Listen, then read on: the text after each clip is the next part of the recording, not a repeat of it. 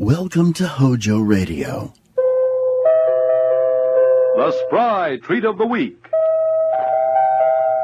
Spry croquettes, tempting golden brown croquettes so crisp and tender crusted they break at the touch of a fork. Delicious? For crispy, full-flavored fried foods, get pure, bland, all-vegetable shortening at its creamy best. That's Spry. S-P-R-Y. Truth is stranger than fiction. And this is the truth. This is Ripley's. Believe it or not.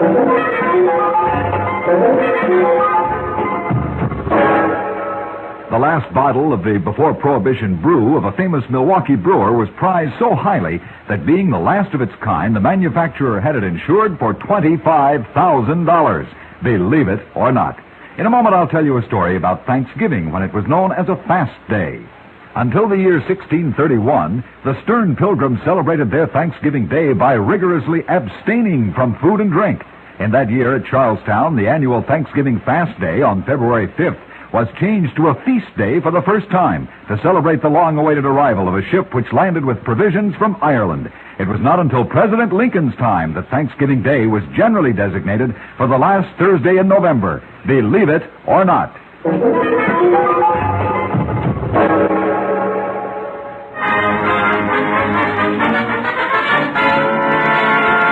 Here he is. In the movie Wake Island, he was the Brooklyn Marine. In Abroad with Two Yanks, he's Biff the pilot. But tonight, he's just another American citizen looking forward to good old Thanksgiving Day. Yeah, and I got plenty to be thankful for.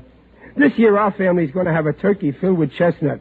When I was a kid, we had a chestnut filled with turkey. The American Meat Institute presents William Bendix in The Life of Riley. And later, during our show, we'll have a special visit from your favorite Hollywood correspondent, Jimmy Fiddler.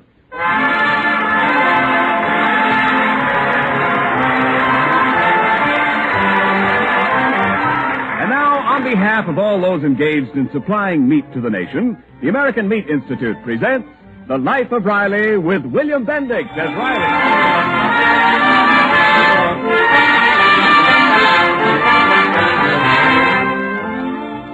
The Rileys have just witnessed a performance of a Thanksgiving play at the high school, and right now they're waiting for their daughter Babs outside the stage door.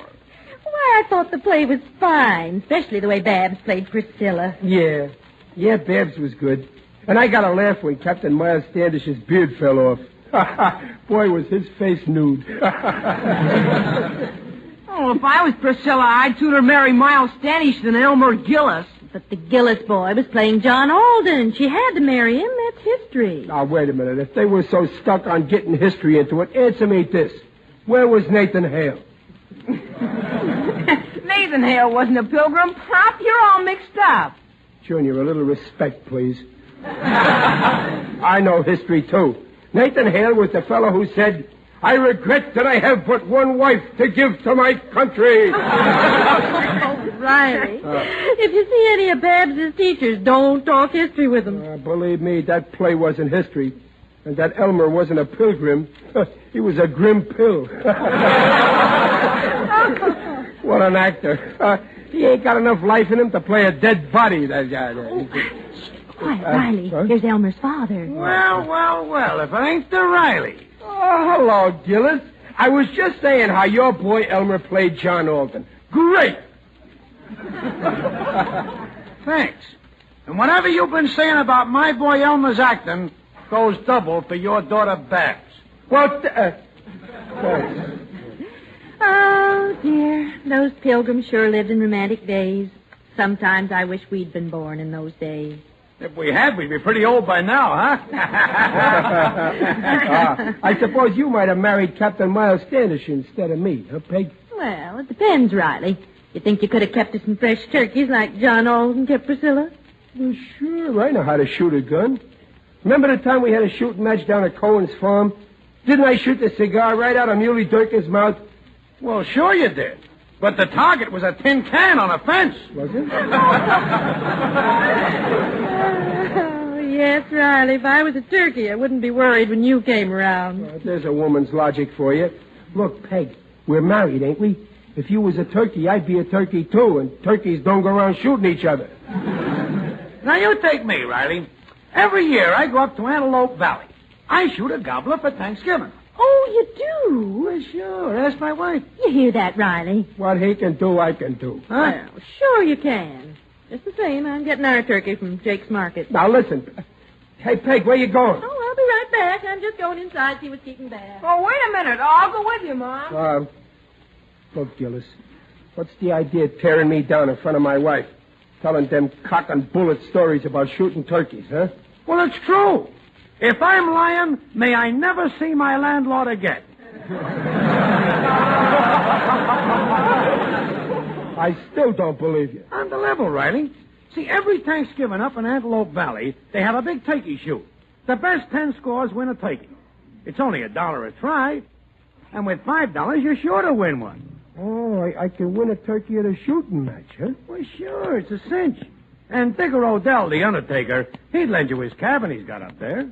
Oh, that'd be perfect.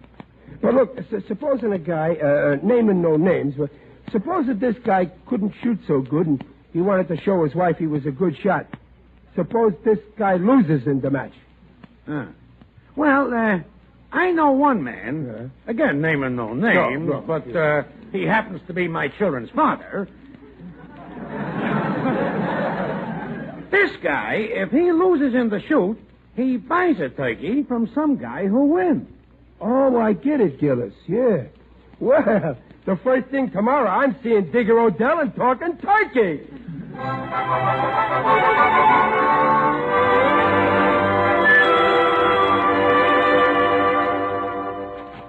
Good morning, Digger. Glad I found you home. How's my favorite undertaker? Glad to see you, Riley. You're looking fine. Very natural. I feel good. Say, Digger, I got a favor to ask you about Thanksgiving. Ah, Thanksgiving. Roast turkey, cranberry sauce, gravy. I adore Thanksgiving. It's so gay. Yeah. Well, I want to prove to my wife that I'm a good shot, so could I borrow your place up in Antelope Valley this Thanksgiving, please? Huh? Certainly, Riley. Glad to be of help in your hour of need. In my profession, we have a slogan. The good that you do to people will come back to you in the end. And so will the people. Riley, you'll enjoy my ranch. Ranch? Say, how big is this place of yours? It's 1 mile long by 15 feet wide. The land used to belong to a railroad, but they moved over to straighten the track. Well, that's a kind of an odd shape, though, isn't it? Yes, long and narrow, but very comfortable. Yes, Personally, I adore it. The wide open spaces, the bracing air, the smell of wood smoke to sharpen the appetite. It makes you feel so alive. Well, I got to be going, and thanks for everything, Digger. Cheerio, Riley. Oh, bury me not on the lone prairie.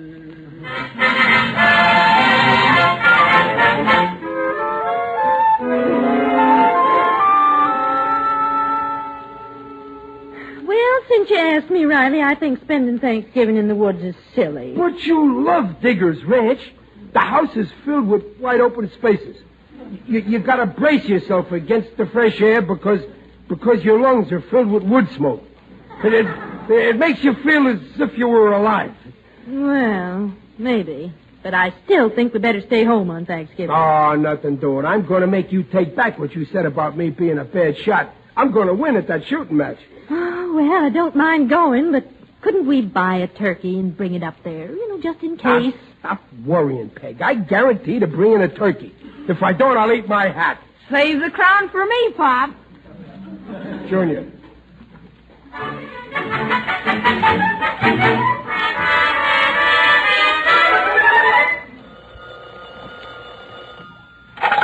Hello? hello, Riley. I'm glad I got you in time. This is Gillis. Well, hurry up, Gillis. We're just leaving for the woods. The family's outside waiting for me. Oh, I got bad news, Riley. Huh? I just heard that the turkey shoot's been called off.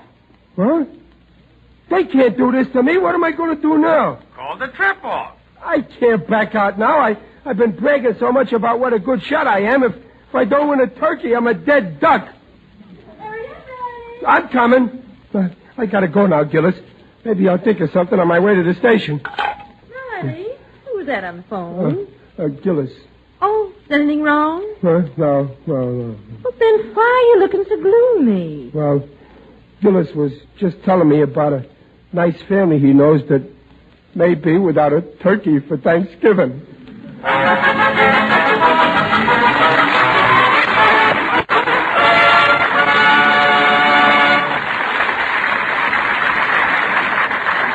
In a moment, we'll find out if Riley can wriggle out of his dilemma. But right now, this is Ken Niles, your Minuteman for meat. And my minute's worth tonight is on this question. What can you do about the cuts of meat you can't get these war days? And the answer is you braise the cuts of beef you do get. You see, our government is taking a big part of beef steaks and beef roasts these days to feed our fighters. So a lot of the beef left for us on the home front is what we call the braising cuts. They're lean, and you must prepare them a little more thoroughly if you want to serve them at their best. So the American Meat Institute recommends braising. Now, braising is a little like roasting, and it's a little like frying. It's accomplished through low heat over a longer time and on top of the stove. You pan brown your short ribs or flank steak or pot roast or whatever you're braising. You add liquid, put on the cover, and let her braise. And boy, oh boy, braised beef, brown, glistening, drenched with gravy, tender though lean, is something to kiss your cook about. So, ladies, if you're hungry for kisses or compliments or just plain hungry, braise that beef. Remember, the braising cuts of beef are rich in proteins of highest quality, just as all cuts of meat. All meat is a yardstick of protein foods because all meat measures up to every protein need.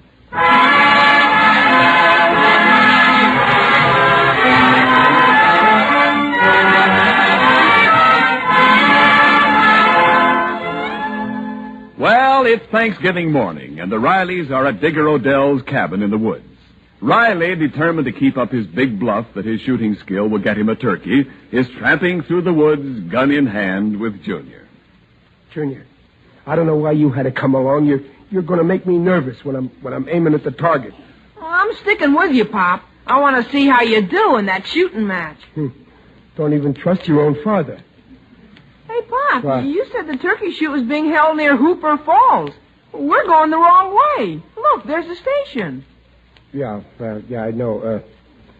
Junior, look, we got to have a father and son talk. It's time you knew something. I can't put it off any longer. Oh, you mean you're going to tell me about the bees and the flowers?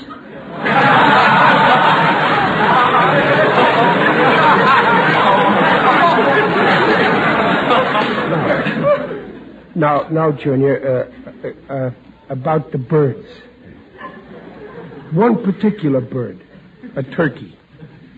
Look, Junior, we always been good friends. With us, it's been one for all and every man for himself. It's always going to be that way, right? Okay, Pop. What is it you don't want me to tell Mom? Well, you don't have to be so blunt. But you see, the turkey shoot was called off. You mean we aren't going to have a turkey? Well, it looked that way at first, but just before we got on the train, I got a big idea. I phoned Jake's Meat Market from the depot, and I fixed it with Jake to ship a turkey up here on the morning train. Now I pick it up at the station and tell your mother I won it at the turkey shoot. Ha, ha, ha, ha, what a rib. What a fib. Well, after we're all full of turkey, I'm going to tell the truth. Oh, here's the station, Pop. Oh, yeah. Gosh, I don't see it outside, and the station's locked. Well, somebody's got to be here. How am I going to get my turkey? Wait, here's a note on the window here. Closed today. Closed? No, they can't do this to me. Oh, Pop, now we ain't gonna have any turkey, and it's Thanksgiving. Thanks, Junior, for keeping me informed. Oh, well, Pop, let's go home. Oh, Junior, I can't go home without a turkey, so now I'm really going hunting. But, Pop, there's no turkeys in these woods. Well, there's other game to hunt. There's deer. Deer? But we'll never get it home. A deer's too big. Oh, all right, then. I'll shoot a rabbit. They're smaller. Oh, you couldn't shoot a rabbit. They're too fast. Yeah, well, then keep your eye open for a turtle.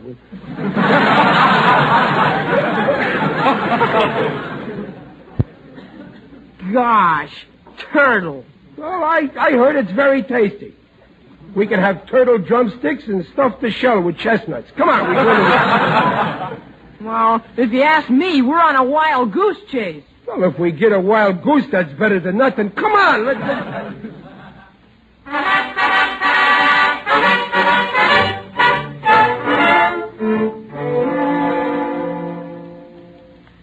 Gee, we've been walking for 4 hours, and here we are, back at the train track. Yeah.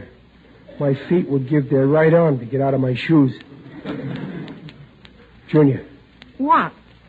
Did you ever hear of a mirage that looked like a turkey? No, Pop. Then look where I'm pointing. And if you see what I see, I'm going to shoot. It's a bird, okay, Pop. Listen. It's a turkey. A big gobbler. Junior, stand back. I'm taking aim. Pop, you're shaking. Should I hold a gun still? No, you better go hold the turkey. No, stay here. Get behind me, Junior. Let me shoot it, Pop. No. Look out now. I got a bead on him. I see him under the gun sight.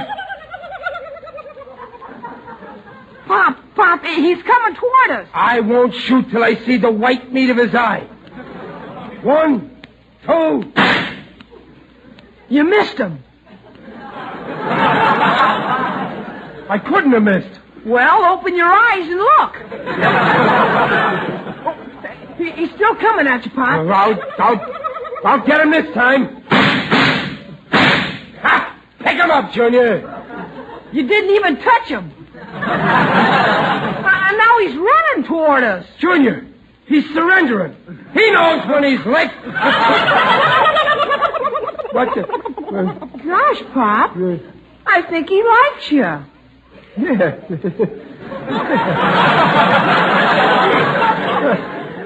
I can't shoot no bird that gives himself up, can I? Now, go away, Turkey. Shoot. Right. Turkey, stop trying to kiss me. Go on. Hey, Pop, look, there's a tag on his leg. Well, read it. Let's see. My name is Sultan. I belong to Patty Kane, age 7. Please do not feed me. Feed him? I wanted him to feed me. Gosh, what a Thanksgiving. No turkey. Well, it ain't right. I'm a law-abiding man. Don't I do my work? Don't I buy war bonds? Don't I let the government withhold my tax? And I have to go without turkey on Thanksgiving. It ain't right.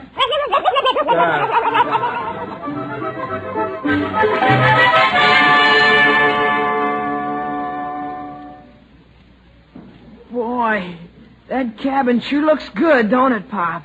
Well, I gotta go in and explain to your mother about no turkey. This is what I get for trying to be a smart aleck. Huh? Here goes.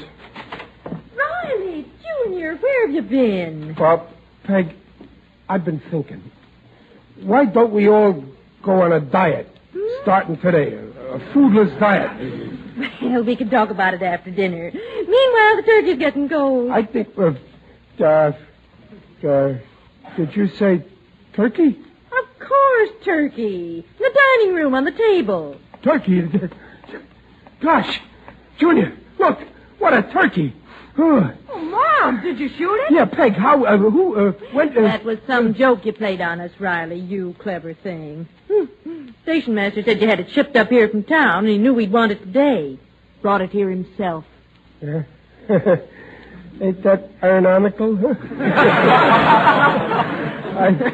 Hey, Pop, your neck's getting red.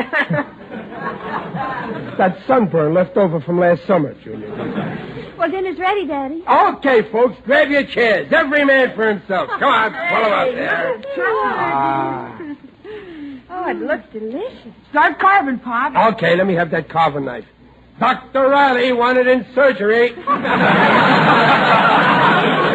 Folks, just to make sure everybody gets enough turkey, I'm going to give you your second helpings first. Riley. Huh? Haven't you forgotten something? Huh? Oh, yeah. I almost forgot. Well, here it is, another Thanksgiving Day, and we have plenty to thank you for. For our food, and for our work that earns it, and most of all, for all of us being here together.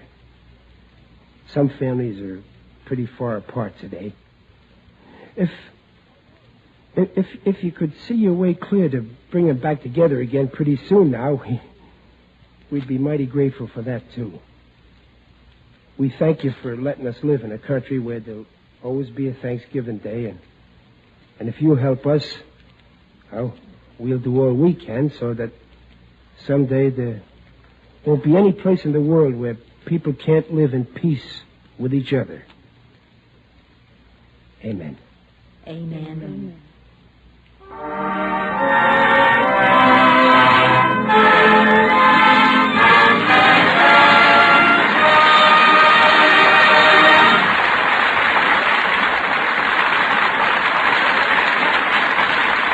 Riley will be back in a moment with your favorite Hollywood correspondent, Jimmy Fiddler.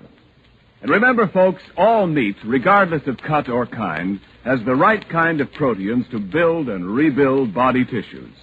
That's what makes meat a yardstick of protein foods. It measures up to every protein need. And may I add, the nutritional statements just made about meat are accepted by the Council on Foods and Nutrition of the American Medical Association. Attaboy, Ken. Folks, this is Bill Bendix welcoming Jimmy Fiddler, who has a special message for us. So, Jimmy, on behalf of all the Rileys, welcome. Our microphone is yours. Thank you. Thank you very much. Ladies and gentlemen, Thanksgiving Day is almost here. Perhaps if you have loved ones overseas and if there'll be empty chairs at your table on Thanksgiving, you may think you haven't much for which to be grateful. Perhaps food rationing, gas rationing, shortages here and shortages there have aggravated you. If that's true, open your minds and your hearts. We Americans have plenty to be thankful for. We can be thankful that we have freedom of the speech. We can be grateful for free press, for free screen and radio, freedom to worship God as we wish. Thankful that we can laugh and can speak our minds without fear, that we can say no and not be forced to say yes at the point of a bayonet, like the people of Germany and Japan. We can be thankful that our cities and homes haven't been bombed and that our babies haven't gone hungry. We can be thankful that the men who lead us today are now determined that there shall be no more wars, no more death and tragedy and famine. Let's protect this magnificent freedom and prove our thanks by buying war bonds, buying them till our pocketbooks are pinched. Good night.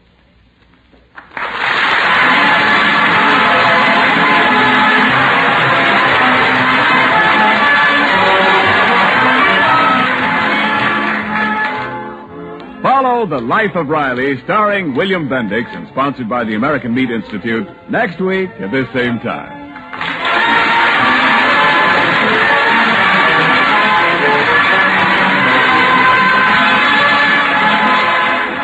This is the Blue Network.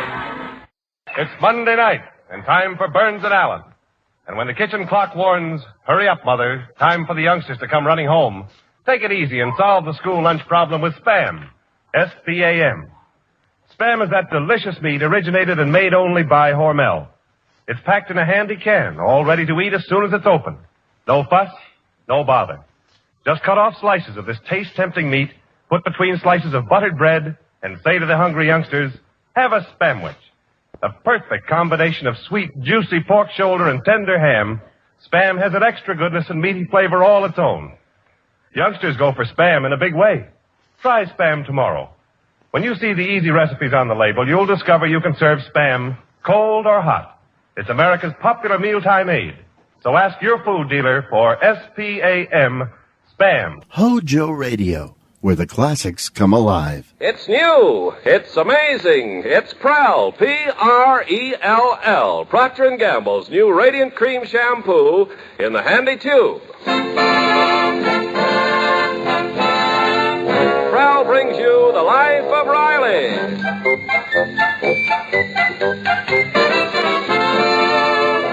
Prell, the shampoo that removes unsightly dandruff in as little as 3 minutes and leaves hair radiantly clean, radiantly lovely, presents The Life of Riley with William Bendix as Riley.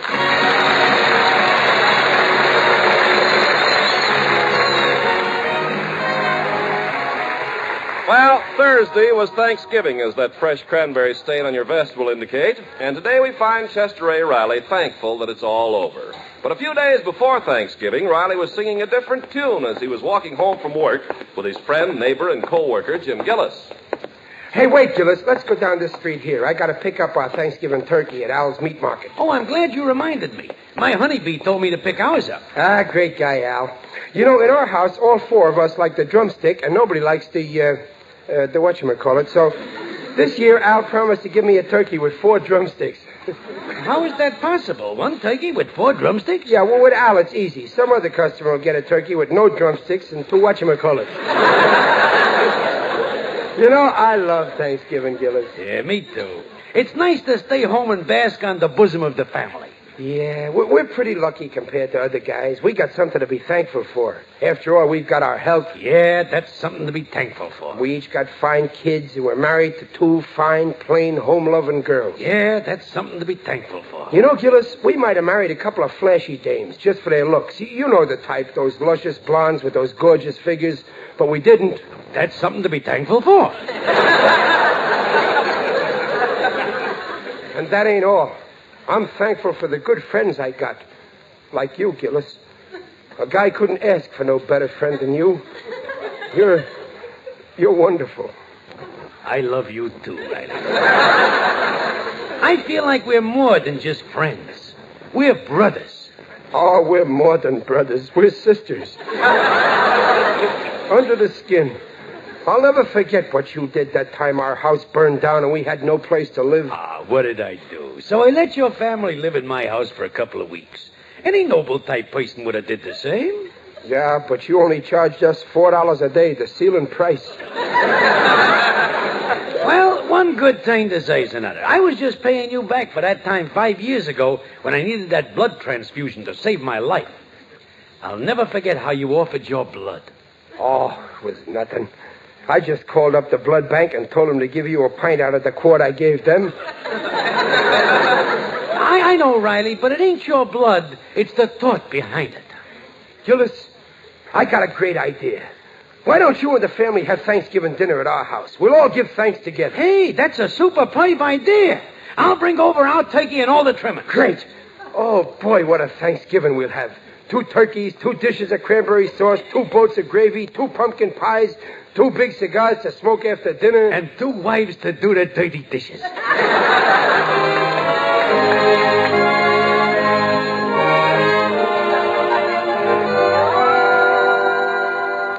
Chester Riley, how could you go and invite the Gillises for Thanksgiving dinner without telling me?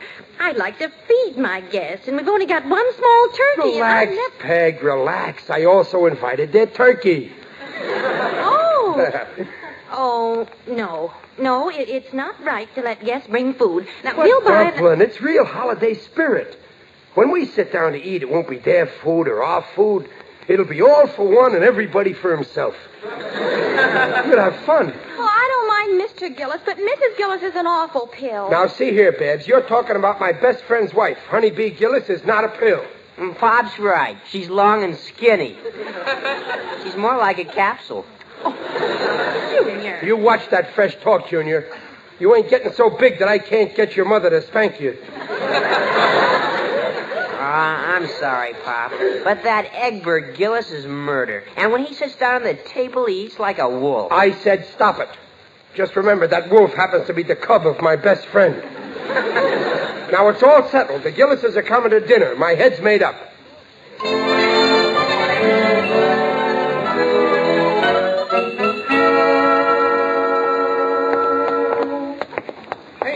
Riley. We'll be late for work. So anyway, Gillis, when I told Peg and the kids that you and the family is coming over for Thanksgiving dinner, they was thrilled. You know what they said? How should I know what they said? I ain't the kind of a next-door neighbor goes around eavesdropping. Well, they said, Riley, that's a wonderful idea. Oh, fine. And tell Junior not to worry. I'll see that my egg bite don't eat like a wolf.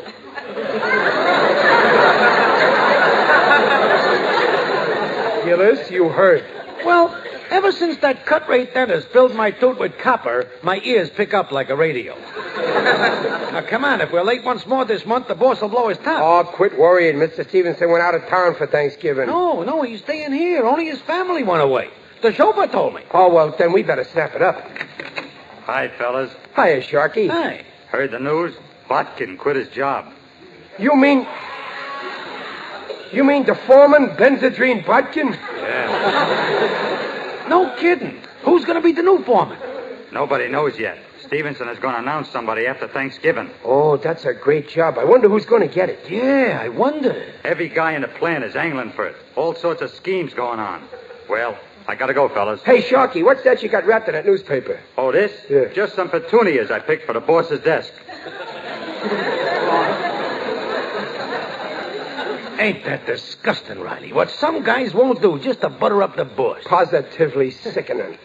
Now, me, I don't mind putting in 8 hours of hard work for Stevenson, and I'll gladly work overtime for time and a half. But when it comes to playing up to him, I draw the line. That's when I revolt. I'm with you, pal. I revolt, too. Yes, sir. We're both revolting.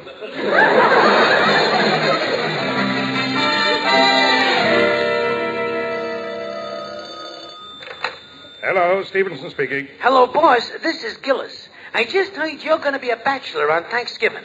Me and the family would love to have you break bread on us. Well, say, that's awfully nice of you, Gillis. I think I can... hold on a minute, will you? My other phone's ringing. Hello? Hello, boss. This is Ratty. What are you doing for dinner on Thanksgiving?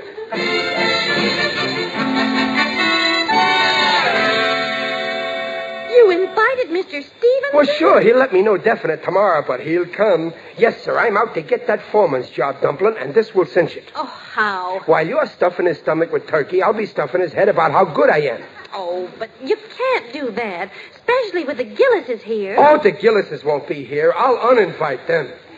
Well, you couldn't do that. It isn't fair. Yeah, I know it's kind of a double cross, but this may be the break of my lifetime. And after all, I'm not double-crossing just anybody. I'm doing it to my best friend.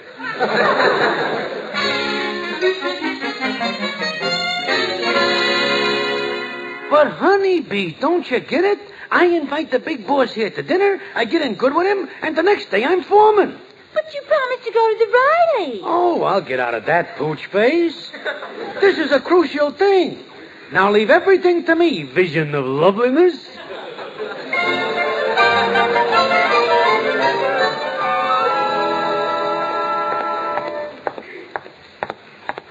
Hey, Riley. Oh, hiya, Gillis. I was just coming over to see you, pal. I was just coming over to see you, Riley, my friend.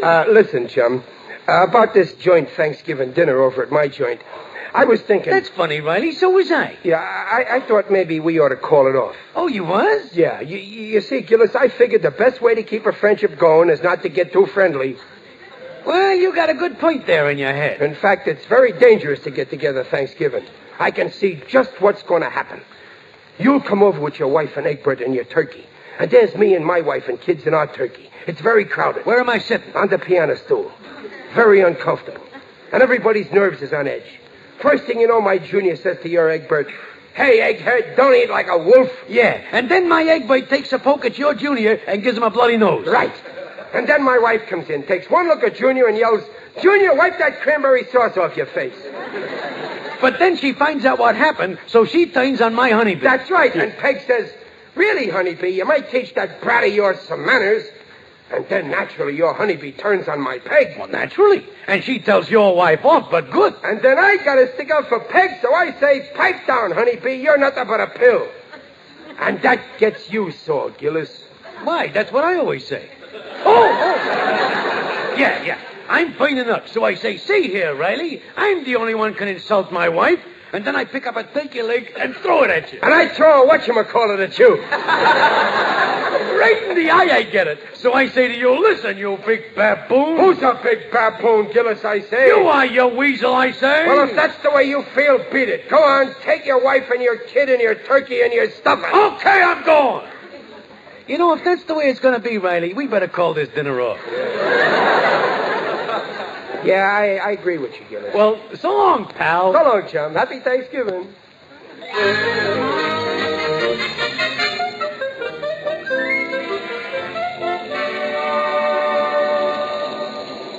We need some more rivets, Gillis. Oh, yeah. Oh, quitting time, Riley. Yeah, okay. You know, I sure am glad we called off our Thanksgiving dinner. Yeah, much better we should each have a quiet dinner with no headaches, except our wives. Yeah, you're right. Riley. Mr. Stevenson. What's he doing in the shop? Riley, I want to thank you again for your invitation for Thanksgiving dinner. Why, you double-crossing snake. And Gillis, I want to thank you for your invitation, too. Gillis, why, you're a bigger snake than I am. Well, what's the trouble, boys? So, that's why you wanted to get out of our joint dinner. Well, what about you? Now, wait a minute, boys. Were you planning to have Thanksgiving dinner together? Well, yes, only we... Well, fine. That solves everything. I can accept both of your invitations at the same time. So go right ahead with your original plans and count me in. See you tomorrow at 3. What a revolting development this is.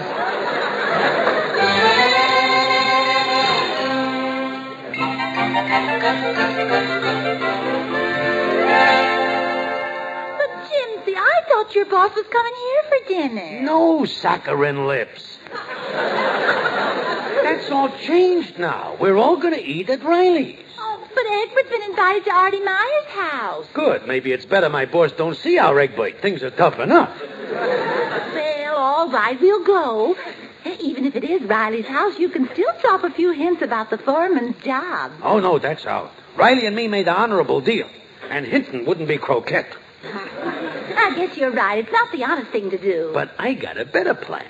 We're bringing a turkey, and Riley's got a turkey.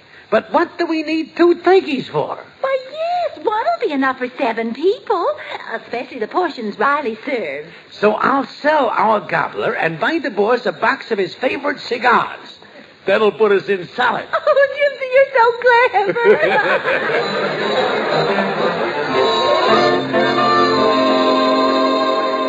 But, Dumplin', it's so simple. Gillis is bringing a turkey, and we got a turkey. What do we need 2 turkeys for? Well, yes, it is a lot, and today with the food shortage... Sure, so I'll sell our turkey and buy the boss a cigar lighter. It's patriotic to save food, and the boss will love me for that lighter. Well, now wait, Riley. Poor Gillis. I bet he'd love to borrow my brain. Well, I don't like it, Riley. It's underhanded, and it's just not fair. I know, Peg, but you don't understand. This is business. And the business world, it's like a jungle. Beast against beast. That's the only way to get ahead. So don't you worry. When I'm foreman, you'll give thanks that you're married to a beast like me.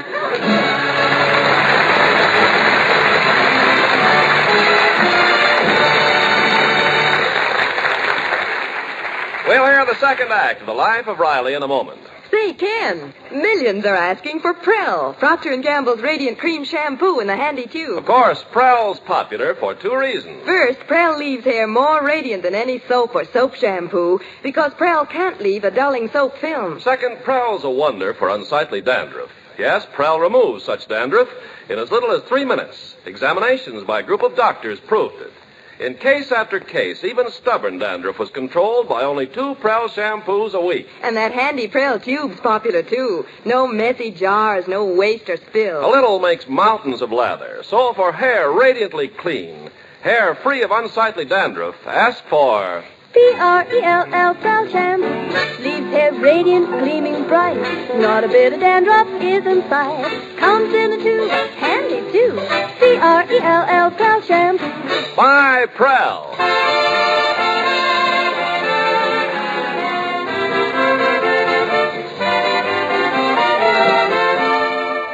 And now back to The Life of Riley with William Bendix as Riley. Well, got the table all set. Oh, it looks beautiful, Babs. Hey, where's the carving knife? Oh, here it is, Pop. I wonder if it's sharp enough. Junior, bend your head down. Riley! Oh, for heaven's sake. Well, don't get excited. I just want one hair. Now, who left the door open like that? Oh, shut it, Daddy. No. Leave it open. Oh, why, Daddy? Well, Gillis's hands will be so full carrying his turkey, he won't be able to ring the bell.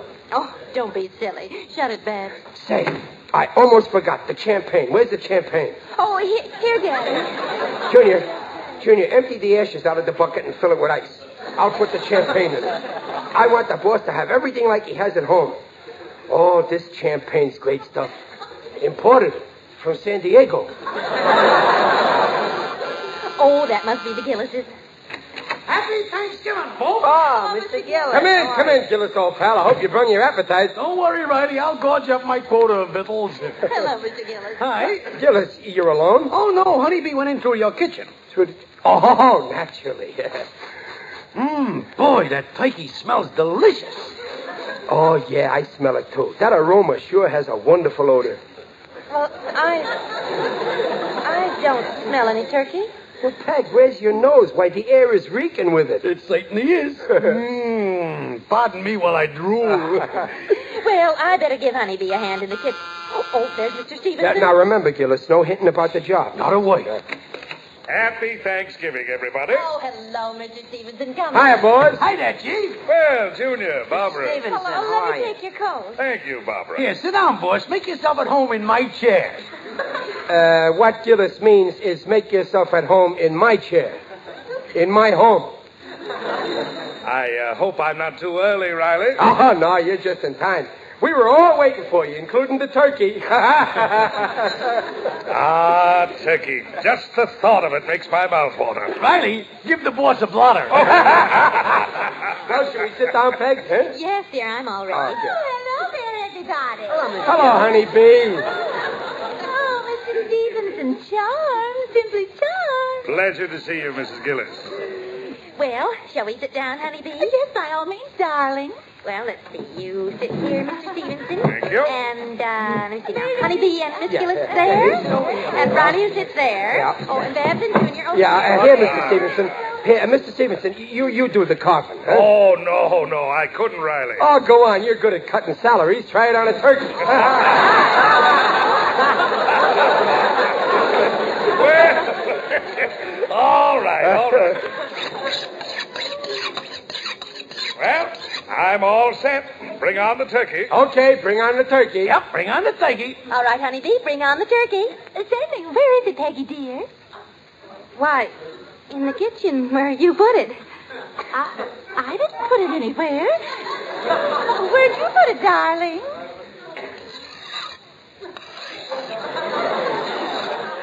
Something wrong, folks? Why, don't worry, boss. We'll track it down. Gillis, where's the turkey you brought? Oh, I didn't tell you. I didn't bring any. You didn't? Well, where's the turkey you had?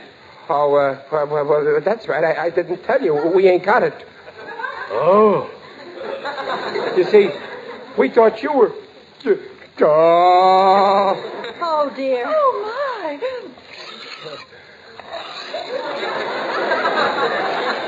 Well, now, Gypsy, run down to the delicatessen and see if you can get some turkey. Hurry. Okay, sit tight. Excuse me a minute, folks. Riley, say something. I read in a magazine once that sardines have got more vitamins than all...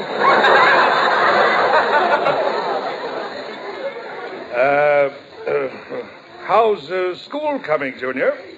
Oh, it's fine, Mr. Stevenson. Nice weather for Thanksgiving, isn't it? Wonder how Cornell will make out against Penn. I was thinking of going to see the new play at the Madison tonight, but I hear it's a turkey. Oh, come now, folks. Just because there's been a little mishap with the turkey doesn't mean we all have to be so glum. Who wants this carving knife? Oh, you You can't imagine how embarrassed I am, Mr. Stevenson. Well, please don't be. Worse things can happen. Yeah, the boss is right. Why, if somebody walked in now and saw us sitting here like this, they'd think this was a funeral. Speak for yourself, John.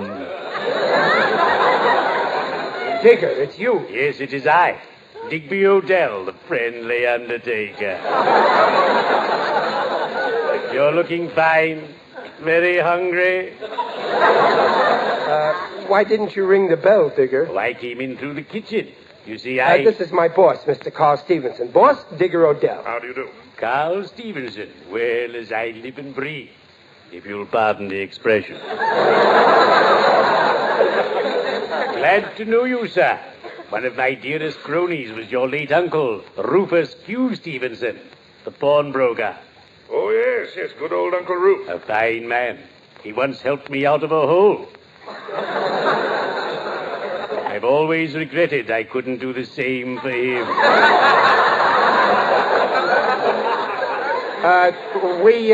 We were almost going to have a little Thanksgiving dinner, Digger. Ah, Thanksgiving, my favorite holiday.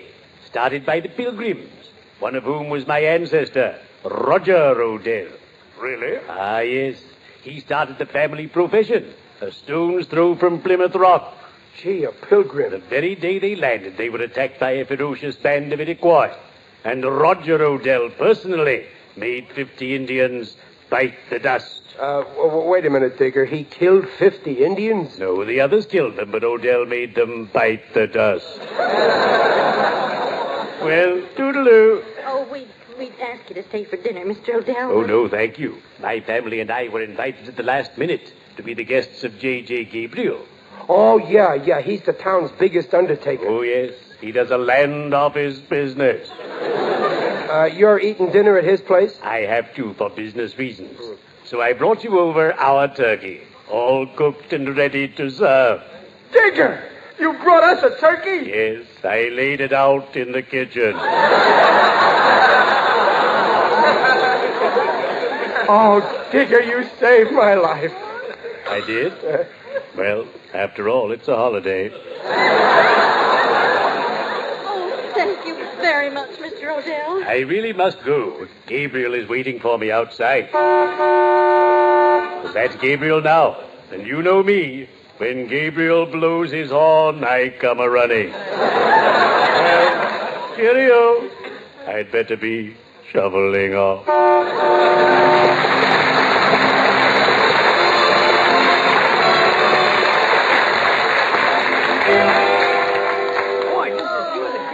Boy, Digger sure saved our life with this turkey, eh?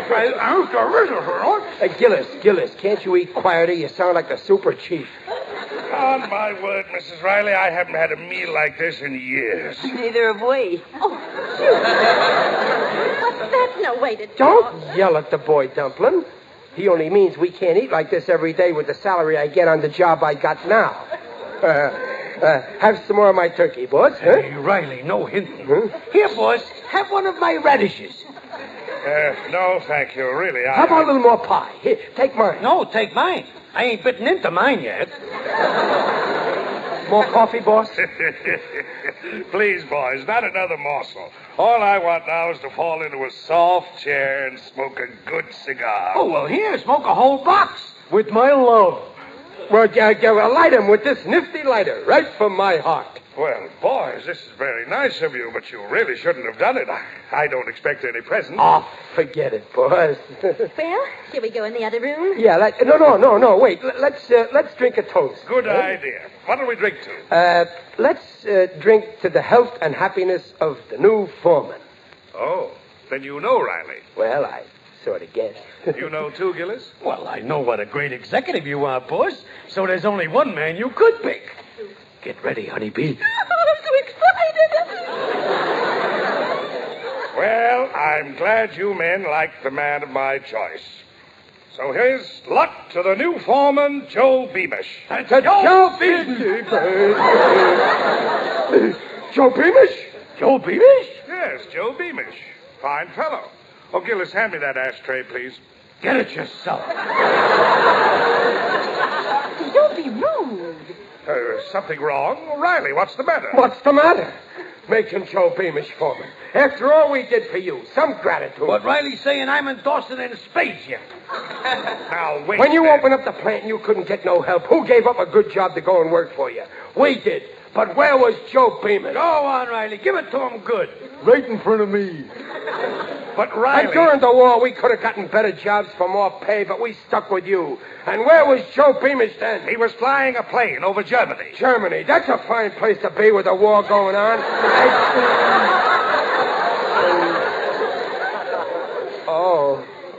Oh, that Joe Beamish. The one who was wounded? Yes. He's out of the hospital now. And he uses that artificial leg just fine. Besides that, he has seniority, and he's a fine worker. You couldn't have picked a better man, boss. I'm sorry if I've disappointed you fellas. Oh, you didn't, Mr. Stevenson. What Riley says, I agree with him. Honest, I ain't disappointed either. Joe Beamish deserves the job. That's the way to talk, dear. I don't mind if you're not foreman. Oh, sure. Why should you mind, Dumpling? After all, you got plenty to be thankful for as it is. You're still young and good-looking. You got a son who's handsome. You got a daughter who's gorgeous. And you got a husband who... If there's any more turkey left, I'll have to whatchamacallit.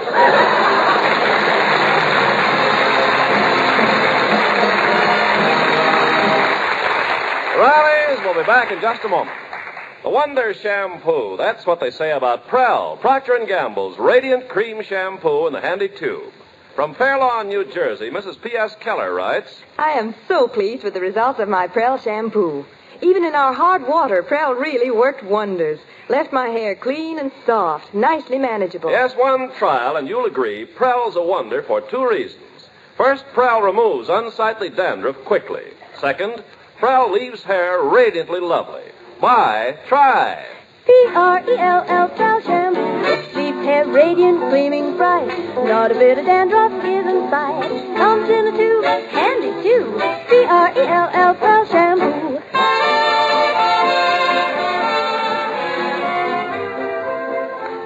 Well, it ended up a nice dinner after all, didn't it, honeybee? Oh, simply scrumptious. And even if we ain't foreman, we're still friends. Hey, Riley? Through thick and thin. Yes, sir, Gillis, and believe me, they don't come any thicker than us.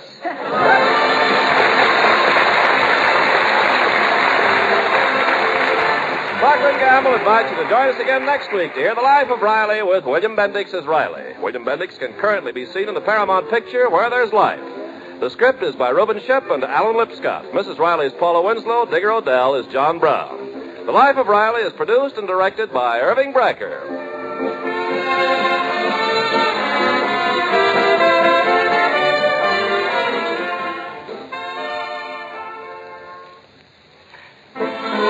Oh, she was the Duchess' daughter. Her finery looked just so. She washed them all as you water with wonderful ivory snow. Ah, wonderful ivory snow. The soap that's so kind to your hands, you just know it's kind to sheer nylons and dainty lingerie. And your hands will tell you why Ivory Snow keeps lovely washables lovely longer. Prove it. This week, wash your dishes with Ivory Snow. When you see how it pampers your hands, you'll really know it's extra kind to fine fabrics. There's no other soap like it. Ivory Snow's the only soap, both ivory mild and in granulated form. Make suds instantly in lukewarm, even in cool water. Your hands will tell you why Ivory Snow keeps pretty lingerie and other nice things lovely longer. Oh, wonderful ivory snow. S-N-O-W.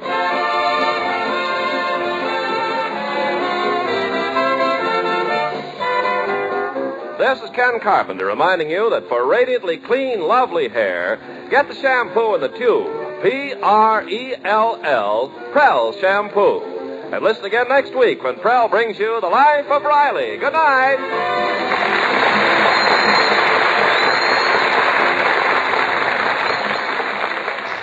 Say, no doubt you'll be out in the family car with Mother and Dad sometime tomorrow or Sunday. And here are two things you'll want to do. First, you'll want to stop by your Skelly service station for a tank full of Skelly Aeromax gasoline. Because Skelly Aeromax is a high-octane gasoline for modern motors, just like Captain Midnight was explaining to Chuck in today's program. And Aromax ethyl gasoline is even higher in octane.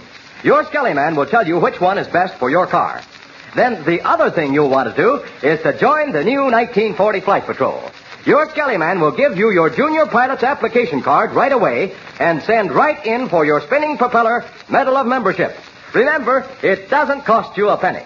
So see your Skelly Man and join the new 1940 Flight Patrol tonight. Now don't forget to tune in again Monday, same time, same station, for further transcribed adventures of Captain Midnight. Brought to you by the Skelly Oil Company, Skelly Jobbers and Dealers. What is the significance of the weird cry which rings out over the sobbing of the wind? And what caused Captain Midnight to stop so suddenly? Be sure to listen Monday. Until then, this is Don Gordon, your Skelly Man, saying goodbye and happy landing! Keep it tuned right here to Hojo Radio for more classic old-time radio. J-E-L-L-O. The Jell-O program starring Jack Benny with Mary Livingston and Phil Harris and his orchestra. The orchestra opens the program with Go South, Young Man, from the Cotton Club Review.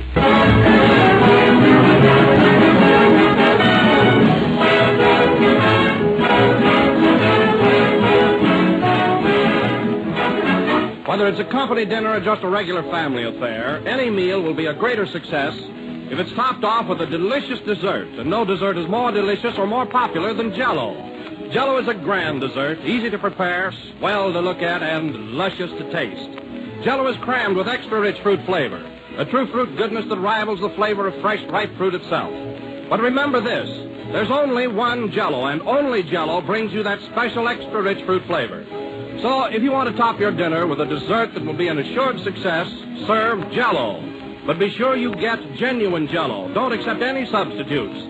Look for the big red letters on the box. They spell Jell-O.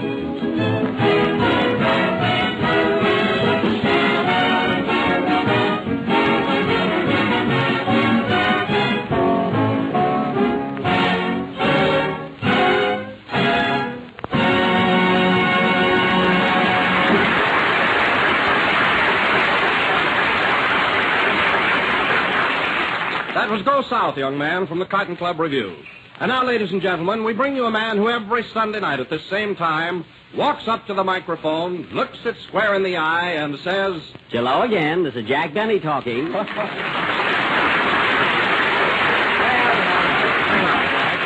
Thank you. Well, Don, that was a cute opening. That was a nice introduction, and nice teamwork, too, I thought. You and I certainly work well together, don't we? Oh, yes, we do, Jack. It's remarkable the way we seem to balance each other. What was that, Don? I say it's remarkable the way we balance each other. I think so. Of course, we would have a little trouble on a seesaw. Say, Don, can you imagine the both of us on a seesaw? Me way up in the clouds and you down on the... Gee, it makes me dizzy. Oh, boy. Well, Jack, do you want me to... Oh, don't you dare! My feet are flat enough now. Anyway, Don, we're too old to be playing around on a seesaw. Yeah, let's go over to the sand pile. Oh, let's drop this silly talk. We're getting a little bit goofy. Aren't we all? Hello, Jack.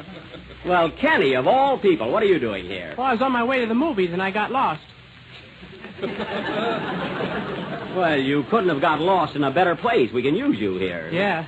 Say, Jack, I want to thank you for inviting me over to your house for Thanksgiving dinner. Oh, that's all right, Kenny. You're always welcome. And I want to thank you, too, Jack. And I also want to congratulate you for cooking that big dinner all by yourself. Oh, it was nothing, Don. I always do that. You may not know this, but I'm considered to be quite a cook. Oh, you are? Oh, for years I've been known as Prudence Benny of Beverly Hills. And my pies. You know, I'm famous for my lemon meringue. Meringue? Well, that's merengue. Oh, is that the way it's pronounced? Oh, gee, you learn something every day. Huh? Well, so you cooked the Thanksgiving dinner all by yourself, eh, Jack? Yes, Phil, with my very own hands. Why didn't you come? Did you have a previous engagement? No, just a hunch. Oh, well, you missed something.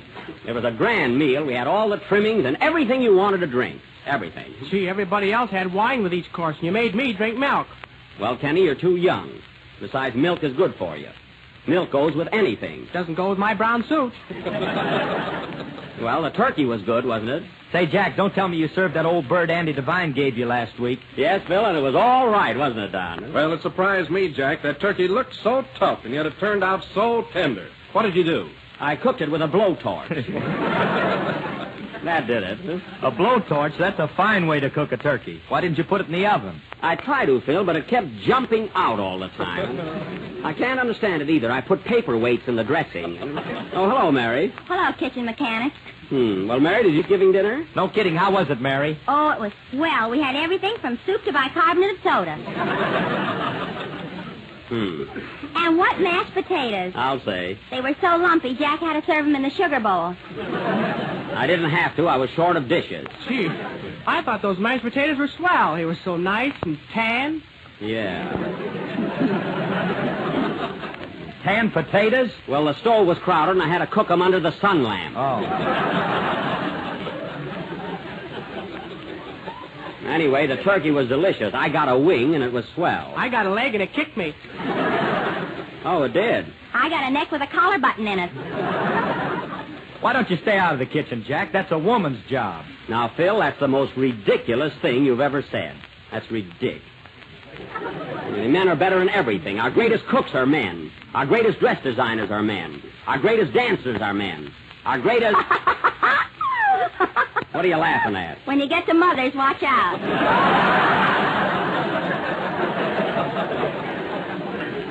Well, the greatest fathers are men.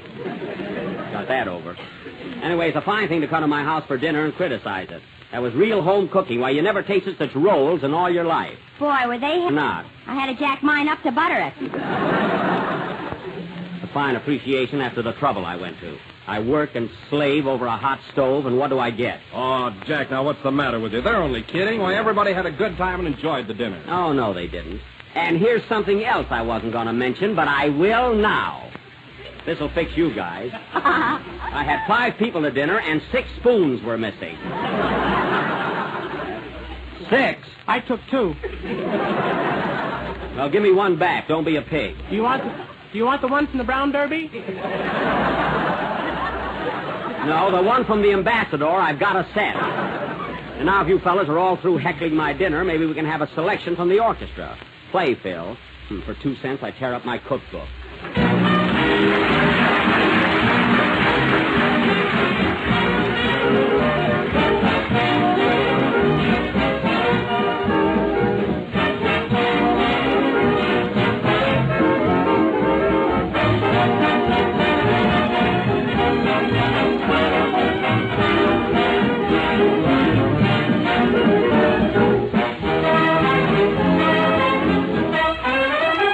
You can stop me from kissing you. You can stop me from cuddling too. You can treat me mean, honey, that's all right. But I'll get even with you tonight, 'cause you can't stop me from dreaming. You can stop me, make me listen to your command. You can say no, no, honey, that's all right. But I'll get even with you tonight, 'cause you can't stop me from dreaming. From 1 o'clock till 9, I'll dream you're mine. I'll steal a kiss, just see what you're going to miss. You can stop me romancing you. You're the boss now, but we're not through. Just turn me down, honey, that's all right, 'cause I'll get even with you tonight, 'cause you can't stop me from dreaming.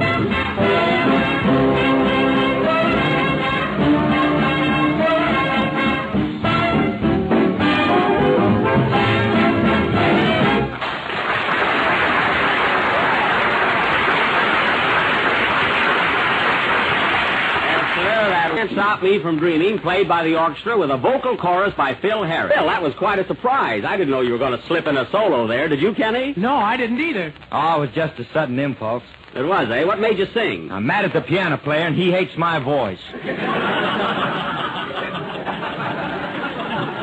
Oh, well, you certainly fixed him. What are you mad at him for? Oh, he tells everybody that I don't know how to lead an orchestra. Why, that's unreasonable. Oh, it's reasonable, all right, but I don't like it. Well, I don't blame you, Phil. I know how you feel. There are people right on this program who think they know more about comedy than I do. Yeah. Kenny, But it's true, Phil. Everybody wants to be a comedian. They all think they can get laughs. I know, Jack, but for real laughs, none of us can top that Maxwell of yours. Boy, that's really terrific. Yeah. Oh, by the way, Jack, how's the old tub behaving? Oh, it's all right, Don. I've had no trouble, but I think I'm going to get rid of it. Get rid of it? Why? Oh, because nobody has respect for private property anymore. That's why. Tell them what they did to your car, Jack. What happened? Oh, it burns me up just thinking about it. Now, what was it, Jack? Well, I stopped in the store for a cigar, and when I came out, somebody had written on my car, Lulu loves Butch.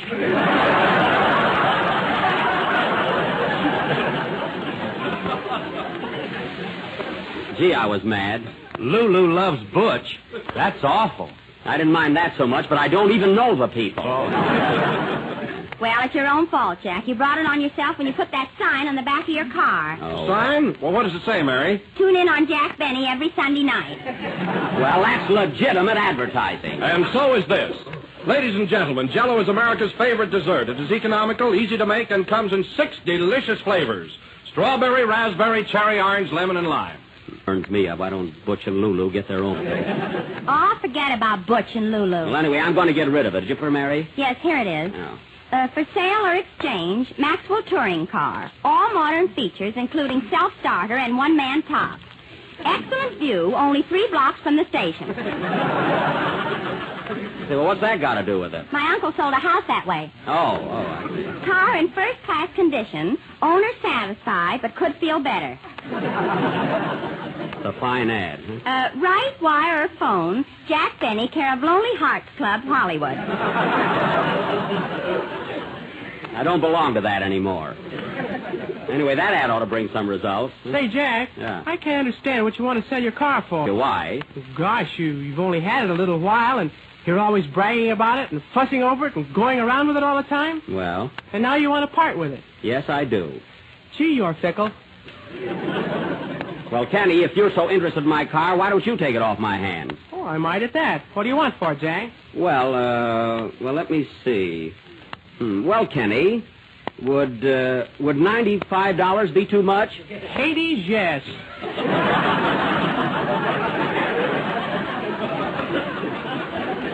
Oh, it would. Well, if you're really interested in my car, maybe I can shave it a little. Oh, don't bother fixing it up.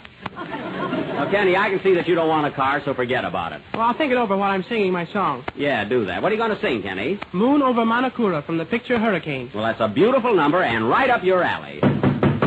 Oh, wait a minute. Come in. Mr. Benny? Yes? Are you the party who had an ad in the paper regarding a Maxwell? Yes, I am. Are you in the market? I was, but I got out just in time. Goodbye. Now, there's a lucky fellow. Sing.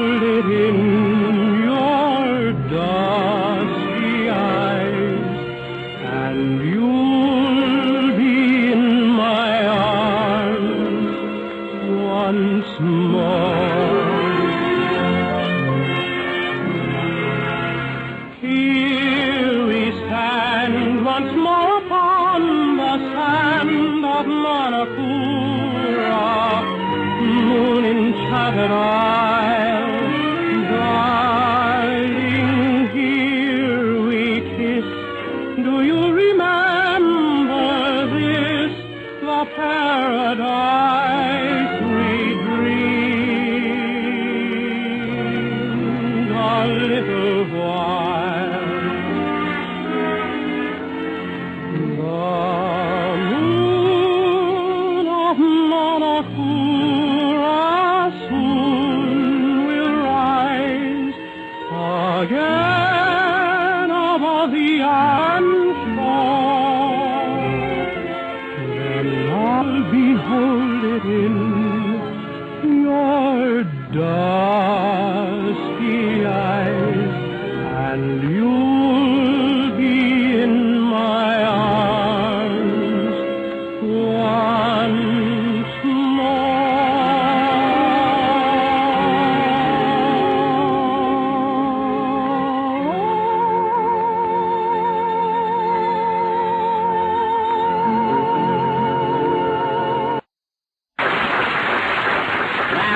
That was Moon Over Manicura from Hurricane, sung by Kenny Baker. And you know, Kenny, there's one thing that always impresses me. It's that last note.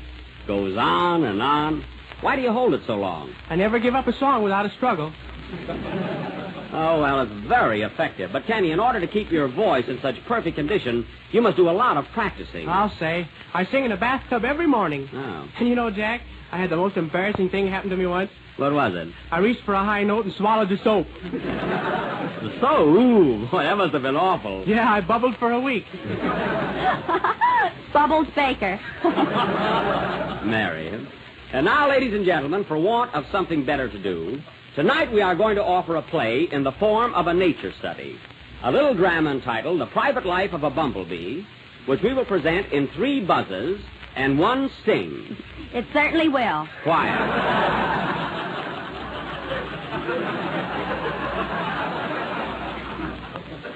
Now, I will play the part of a rosebud. And Don, Kenny, and Phil will be insects as usual. This will go on. There's the phone, Jack. Let it ring. We've got a program to do. Oh. Maybe somebody wants to buy your car. Oh, yes. Give it to me. Talking. Would you like to have a talk? Slap her, Mom. Let me talk to you. It's my nickel. Go ahead. Well, Slap, look. I'm busy right now. Call me back later, will you? Wait a minute. I got a customer for your car. You have? Who is it? My wife's brother. Oh, your brother-in-law. Well, look, Slap, if he's a relative of yours, I'd rather not sell him my car. Go ahead. It'll serve him right. Well, okay, bring him right over. Where are you, Slap? I'm around the corner in the drugstore in my new overcoat and a telephone booth. Are you standing up or sitting down? I don't know. It's dark in here. Well, look, Slap, bring your brother-in-law right up, and if I sell the car, I'll give you a nice commission. Why not? Goodbye. Goodbye. Well, Mary, that ad did get results. Huh? Come in. Hello, Spencer. Slapperman, how did you get here so quick? What quick? I got stuck in the elevator. Say, Jack, I want you to meet my brother-in-law. Well, this is a pleasure, Mr. Ginsburg. I'm very, very happy to know you. Hello.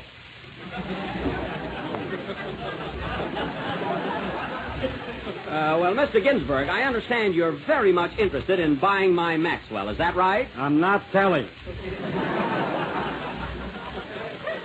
Now, look, if you want to buy my car, Mr. Ginsburg... Say, Jack. What, Mary? I don't think you've got a Chinaman's chance with this guy. What Chinaman? Who's that Chinaman? If the hat fits, put it on. Stay out of this, Mary. Now, look, Mr. Ginsburg, if you want to buy my car, it'll have to be a cash proposition. You understand that? Don't worry, Jack. He's got the cash. For only last week in the Irish sweepstakes, he won a prize amounting to... It's a lie. Boys. It was in the neighborhood of $5,000. Why did you tell him? Did I say exactly? Now, look, fellas, wait a minute. Let's not take up a lot of time arguing. Mr. Ginsburg, do you want to buy the car or not? Don't be yesing with my money. Quiet, Anatole. Behave, man. Where's your etiquette? Look who's talking etiquette. If it wasn't for me, you couldn't even speak English. Is that so? You said it. Now I'm satisfied. Hey, boys, what is this anyway? The affairs of Anatole. Now, look here, Anatole. A man with your money should own a car like this. Now, I'll tell you what I'll do. I'll let you have it for $95 because I like you. Make it 50 and drop the affection. Now, look, Slap, I'd like to sell the car to your brother-in-law, but $95 is the lowest I can take. I'm voting out. All right, $85. I'm still voting. Well, go ahead. I don't care. Wait a minute, Anatole. Please, don't be a chimpanzee. Come here, Papu's Mr. Mikhail the Maxwell was the manager. I need it like a hole in the head. And besides, he looks like a crook. I resent that. Say, Jack, did they say anything about Jell-O? That I'll buy. Mazel tov. Now, look, at what's going to happen here. Am I selling the car or not? Hold on, Jackie boy. I know how to clinch the deal. Take us out for a ride, and if Anatole likes the car, he'll buy it $10 a time. All right, I'll take you out for a ride, and then we'll talk business. That okay with you, Mr. Ginsburg? I'll take the ride anyhow. Well, he's weakening, Jack. All right, you and Anatole can sit in the back seat. You'll find it nice and comfortable. Play something, Phil. Come on, Mary. You can sit in front with me. I will not. Quiet. I bought cushions this morning. Let's go, boys. So long, gang. So long, Jack. Come on, Anatole. Make it snappy. All right, don't push me.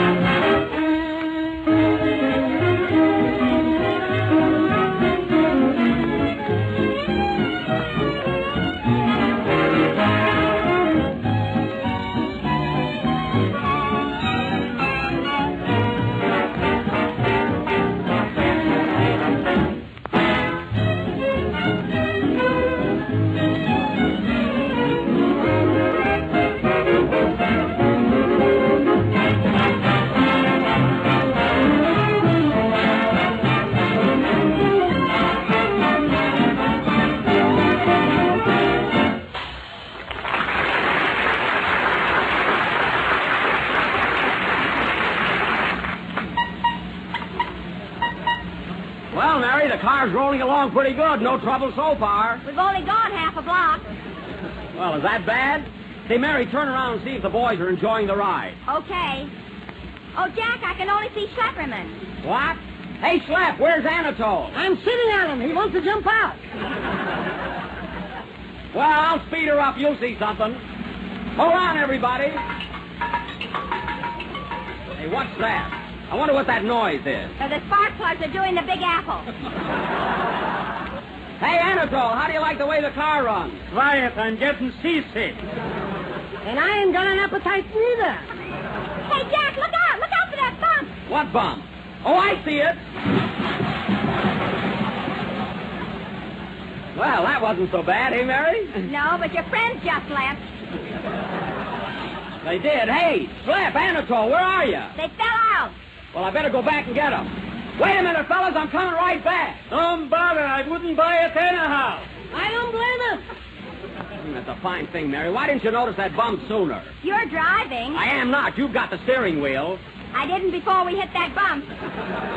Well, give it back. You haven't even got a driver's license. You might as well go home now. Better stop at this gas station. That bump knocked the air out of my tires. Me too. Nice landing, Jack. Well, I was going pretty fast there, you know. Good evening, sir. What'll it be? I'd like some nice, fresh air. For breathing or tires?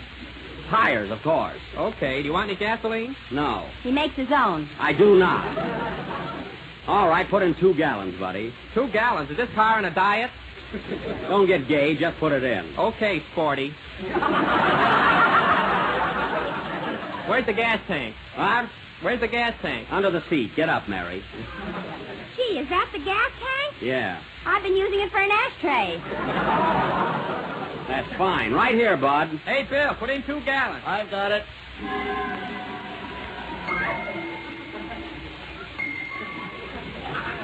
Hey, that's enough. I said 2 gallons. I'm sorry, mister, but we gave you 2.5. Well, I'm not going to pay for it. I asked for 2 gallons, and that's what I want. It's only a matter of 8 cents. I don't care what it is. You made the mistake, not me. But, gee, it's only 8 cents. Young man, do you realize that a family in 2 cents? So can you. Quiet. Oh, Jack, don't be so tight. I'm not tight. It's not the money. It's the principle of the thing. I'm not going to pay for one more drop than I ordered. All right, I'll match you. Double or nothing. Oh, no, you won't. What do you think I am, a chump? Quiet, Mary.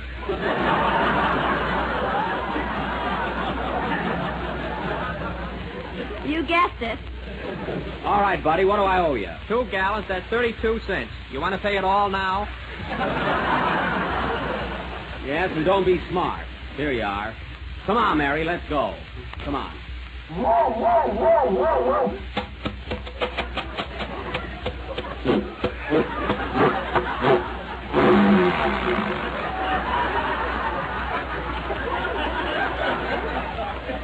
Doggone it. I'll be glad when you get rid of this piece of junk. Oh, it'll start this time. Whoa, whoa, whoa, whoa.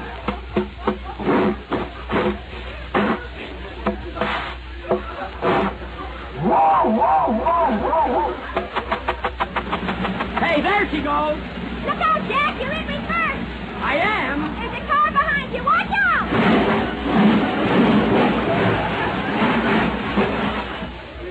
Oh, what's the matter with me anyway? Hey, you, where do you think you're going?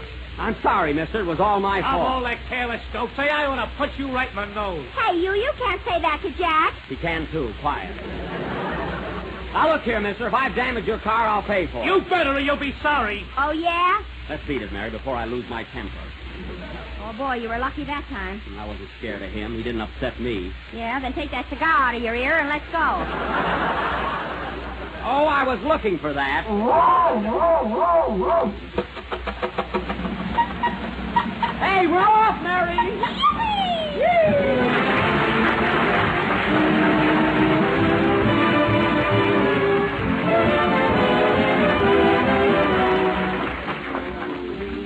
Here's a swell new dessert your family's going to love. It's quick and easy, and it's delicious. The name of it is Pear Strawberry Mold, and it's a tempting combination of luscious strawberry jello and canned pears. And it's so easy to make that anyone can prepare it. But so colorful it even makes a swell party dessert. Here's all you have to do. Just dissolve a package of strawberry jello in a pint of hot water, turn into a mold, and chill until firm. Unmold on a platter and decorate with slices of crisp canned pears and maraschino cherries. A beautiful mold of shimmering strawberry jello, garden pears. And it tastes every bit as good as it looks. For strawberry jello is packed full of delicious, extra-rich fruit flavor.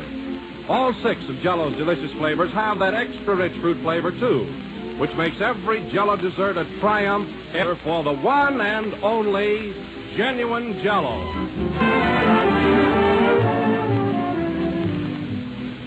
This is the last number of the 9th program in the new Jello series. We're with you again next Sunday night at the same time. Say, Mary, isn't it funny how nice and smooth a car runs when you and I are all alone in it, huh? Yeah, that's always the way. Yeah. Oh, darn it, another flat. Fix it, Mary. No, it's your turn. That's right. Good night, folks.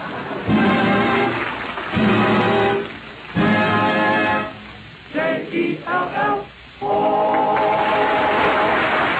Kenny Baker's appeared on this program through courtesy of Mervyn LeRoy Productions. The melody, Mama That Moon's In Again, is from the big broadcast of 1938, and Sweet Someone is from Love and Hisses. This is the National Broadcasting Company. Recently, I was looking at one of the newly announced 1949 cars. As the salesman pointed out the air conditioner and the front seat that drops back to make a bed, I couldn't help thinking it's the trend of really modern products to do more than is primarily expected of them. Just as Signal Premium Compounded Motor Oil does so much more than just lubricate. Of course, Signal Premium has 100% pure paraffin base, the finest money can buy. But in addition, Signal Premium Oil contains scientific compounds that go to work inside your motor, doing jobs that regular oil alone can never do. One compound, for instance, washes out accumulated carbon gum and varnish. Another compound guards expensive bearings from corrosion. And still other compounds keep the oil from thinning and prevent excessive foaming. No wonder Signal Premium is the oil that guarantees a sweeter running motor. So next time you change oil, have your Signal dealer put in the modern type Signal oil that does so much more than just lubricate. Signal Premium Compounded Motor Oil. Stay tuned to Hojo Radio. The Jell-O program starring Jack Benny with Mary Livingston, Phil Harris, Dennis Day, and yours truly, Don Wilson. The orchestra opens the program with It's a Whole New Thing.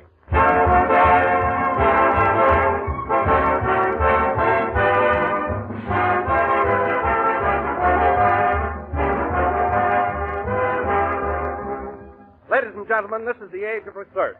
So we've been doing a little research on the subject of Jell-O.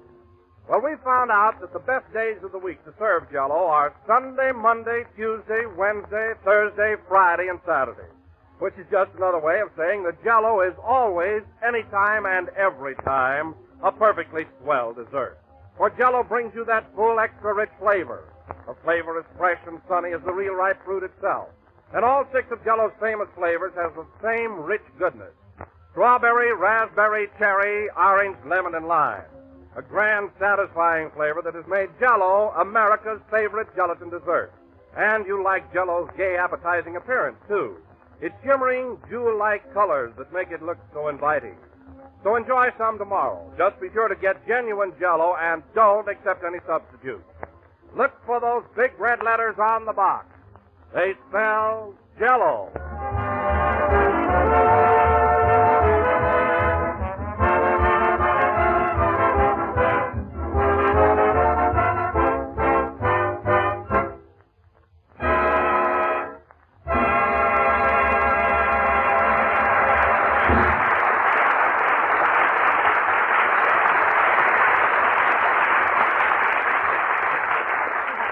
It's a Whole New Thing, played by Phil Harris and his orchestra. And now, ladies and gentlemen, once again we bring you our master of ceremonies.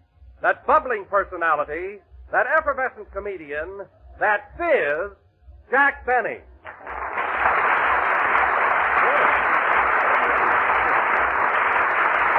Well, thank you. Hello again. This is Jack Benny, the carbonated kid, talking. And, Don, I like that introduction. It fits me to a T. I am bubbling and effervescent. The fizz you can have back. Well, Jack, let me explain. When I called you a fizz, it was really a compliment. I meant you were physical. Mm-hmm. You know, fizz for short. I understand, Don, perfectly. In other words, if you called me a mug, you'd really mean I was magnificent. Is that it? Exactly. Well, Don, if you think I fell for that, you're a fathead, and that's short for your whole body.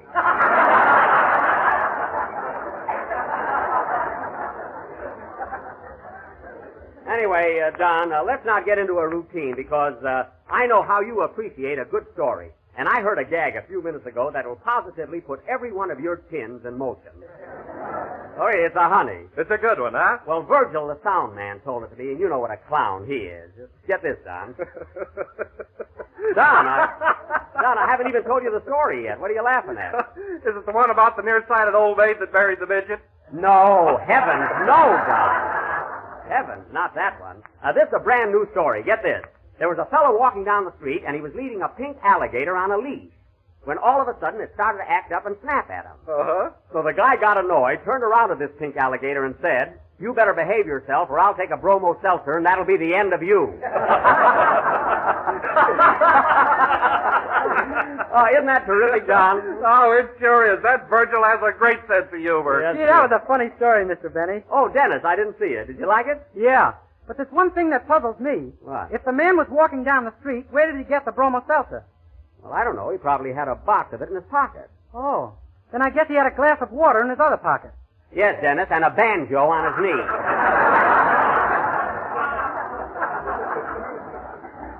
Now, don't worry about it. Say, you're here kind of early tonight, Dennis. Where's your mother? She's across the street in the bowling alley.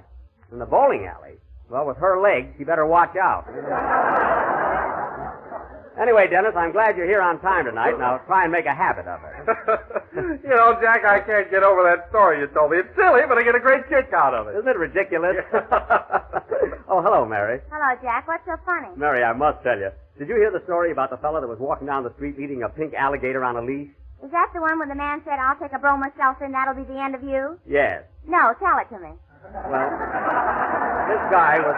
Wait, you just told me the answer. I thought you said you never heard it. Oh, stop, Jack. That's one of the oldest jokes in the world. Mary, jokes happen to be my business. And if that was the oldest joke in the world, I'd be the first one to know it. Should I let him have it, folks? Never mind. Do me a favor, will you, Mary? Go out and come back in again. Well, gee, Jack, as long as you're telling jokes, why don't you tell a good one? I heard a gag last night that was terrific. Oh, you did, eh? Yeah. A man walked into the house and said to his wife, "It's raining cats and dogs outside." Uh-huh. And she said, "How do you know?" Mm-hmm. And he said, I just stepped in a poodle. I know where you heard that, Mary, at the Wilshire Bowl. Phil Harris has been husking that for 3 years.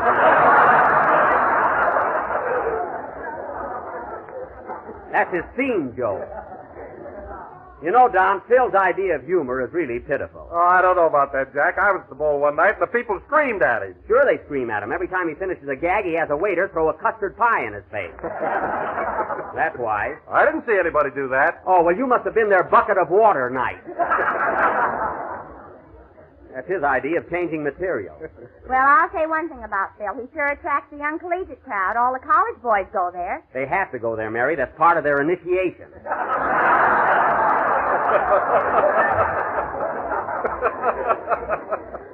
Before they can join a fraternity, they have to either listen to Harris or sleep all night in a graveyard.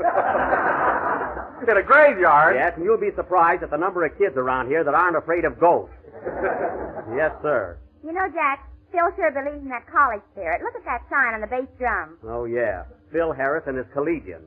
Look, he spells collegians with one L. Well, he spells Phil with two, so it's all even. You know, Mary, sometimes I think that Phil... Jiggers, here he comes now. Don't jiggers me. Now, hello, Phil. Hiya, Jackson. What's going on? Well, to tell the truth, Phil, for the last 5 minutes, we've been talking about you. Well, a little build-up ain't never hurt nobody. No, Phil, and never done you no good, either. Your grammar is worse than Abe Lyman's, and he never got beyond block.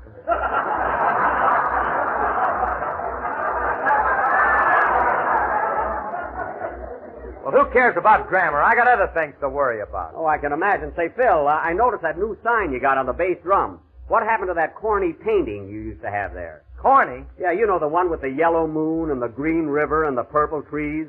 Remember that one, Mary? Yeah, he used to call it Gypsy Doodle by Rembrandt. That's the one. Whatever happened to that painting, Phil? I sold it to the Metropolitan Museum in New York. You mean the Museum of Fine Art? I don't know what they got there, but that's the joint that bought it. Phil, are you crazy? Crazy nothing. Someday that picture will be hanging in Paris, right next to the Mona Lulu.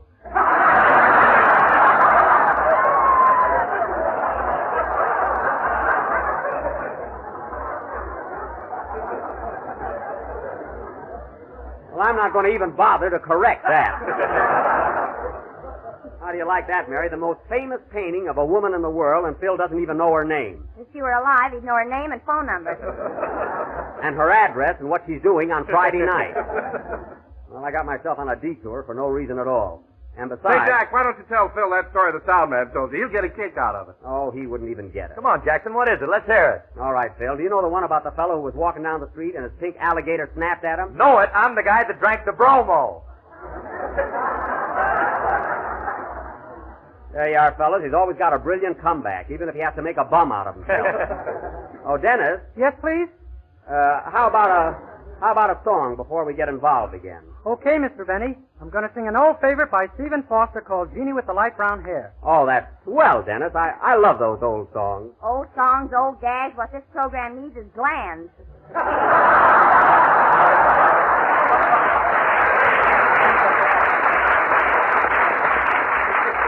Mary, you just attend to your own little knitting. I'll handle the show. Sing, Dennis. The guy that drank the bromo.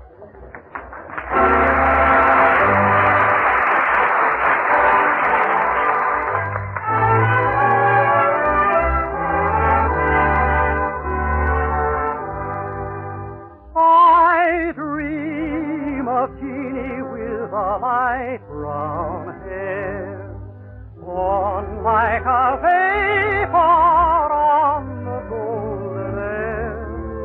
I see her tripping where the bright spring plays, happy as a daisy along her way.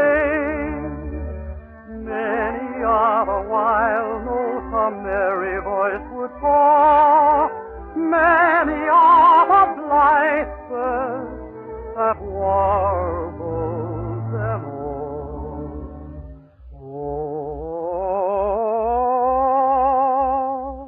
Oh, I dream of Jeannie with the light brown hair, floating like a vapor on the soft summer air.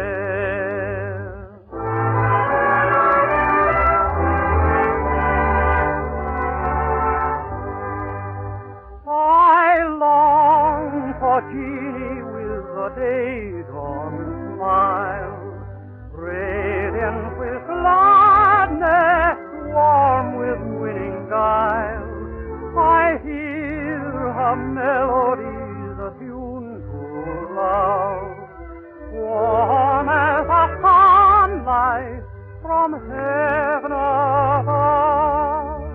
Many are the fond notes a merry voice would call, echoed by the birds in the grove, o'er and o'er. I sigh for Jeannie with a light brown hair, floating like a vapor on the soft summer air. On the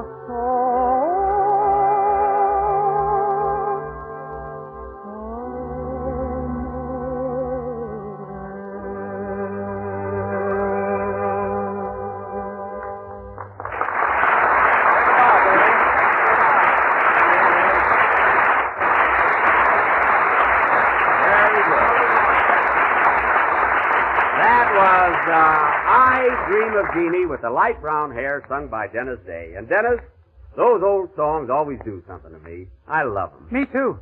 Jeannie with the light brown hair. What a grand title. You know, Dennis, I used to have light brown hair in my hair. Why, Jack, from the pictures I've seen of you, I thought you had black hair. No, Don, it was brown. Sort of a russet brown. You know, just like the leaves in autumn. Well, rake them up and let's get on with the show.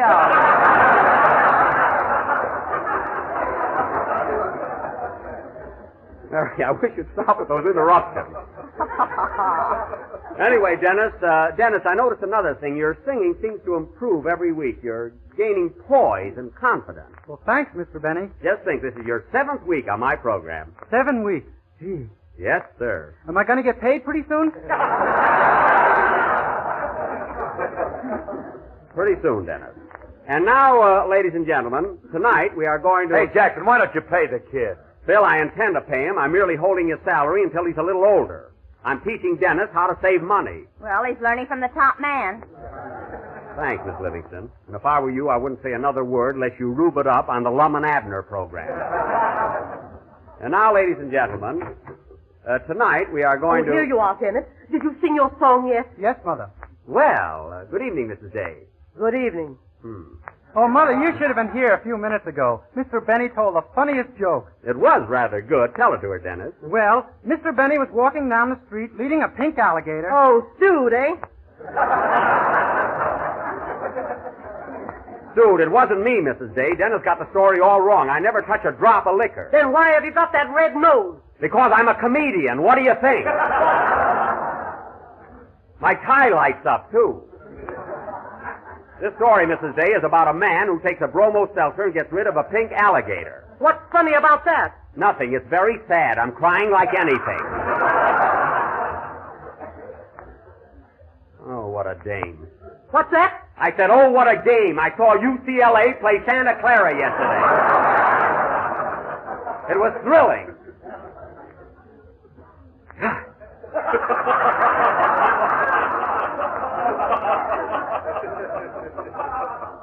And now, ladies and gentlemen, if you will please forgive my outburst, as I started to announce, tonight we are going to offer an original little playlet all about Thanksgiving, written especially for the occasion by Mary Livingston. Mary, let me have it, will you?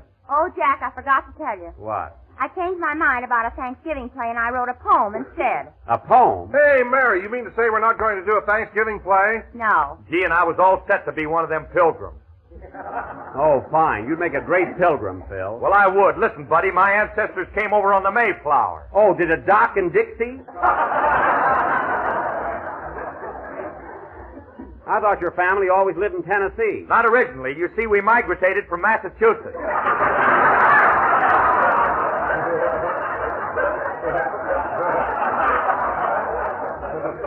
Migrated? You don't by any chance mean you migrated? All right, we moved. Forget it. Migrated. You hear that, Mary? Yeah, he put in an extra syllable in it. You're not palooling. Ladies and gentlemen, before we get out of the mood, let me say a few words about Jalello. Jalello? It is economical, easy to make, and comes in 6 delicious flavors. So look for the big red letters on the barack. Thanks, Don. You surveyed the day. And now, ladies and gentlemen, as we have no Thanksgiving play... Mary Livingston's going to read a Thanksgiving poem. Oh, no, nothing doing. Oh, gee, it's swell, Jack. I don't care. You're not going to read it. Jack, Benny, you let me read this poem or I won't buy my Christmas card from you this year.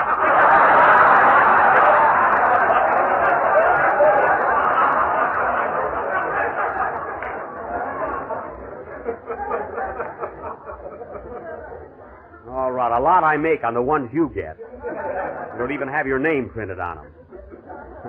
Now go ahead with your poem. Okay. What's the title of it? The title is Thanksgiving, You're a Little Mixed Up, Aren't You, Kid?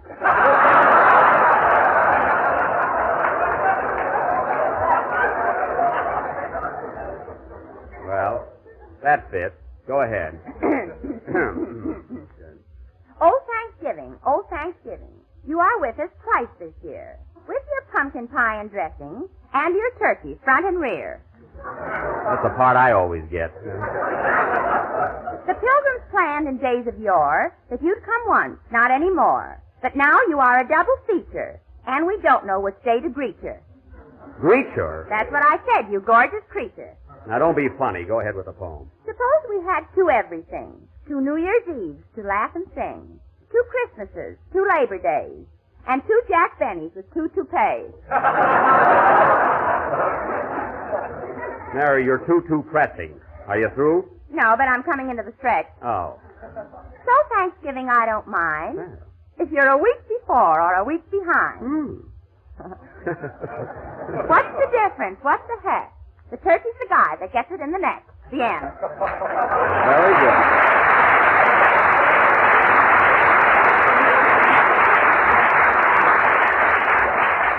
Mary, that was silly, but you came through with flying colors. And now, Phil, how about a number to kind of break things up here? Okay, Jackson, what do you want us to play? Anything special? Well? You name it and we'll play it. All right, how about that number you rehearsed all morning? You know, the only one you can possibly play. Oh, okay. Hit it, boys. He asked for request yet. Hold it a minute, Phil. Come in.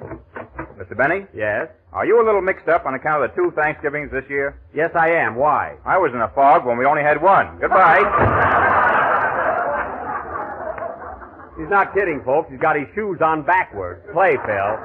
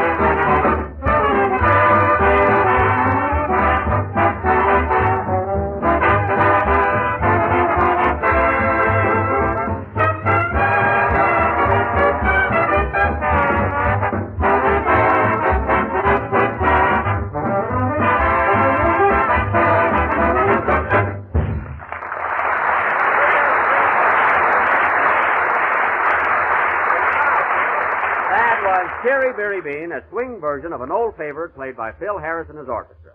And now, fellas... Hey, what's the matter? Aren't you going to complain about the number we just played? No, Phil, I thought it was pretty good. I liked it, didn't you, Mary? Yeah, it was swell. Did you like it, Don? I thought it was okay. How'd you like it, Jack? Oh, it was great. How'd you like Phil's number, Mary?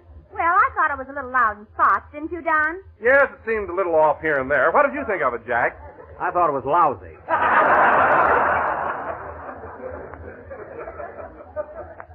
And now, fellas... Hey, what is this, a rib? Yes, Phil, we were just kidding. I thought your number sounded exceptionally good.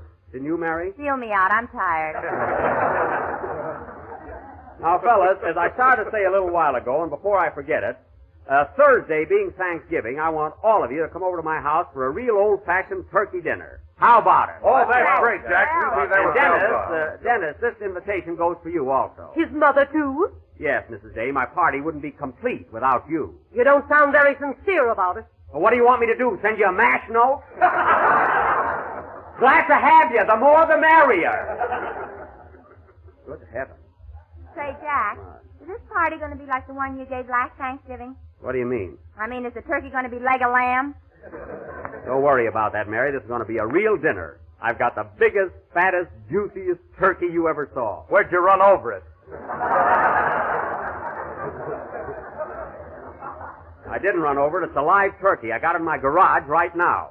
It's roosting on my Maxwell. That's all that car needs.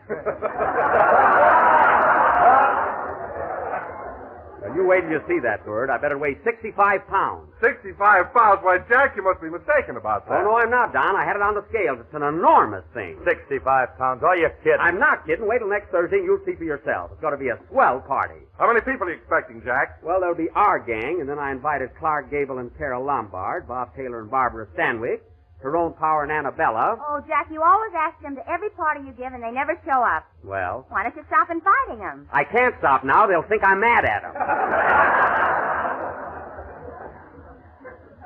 You know how it is. How can they be mad at you when they don't even know 'em?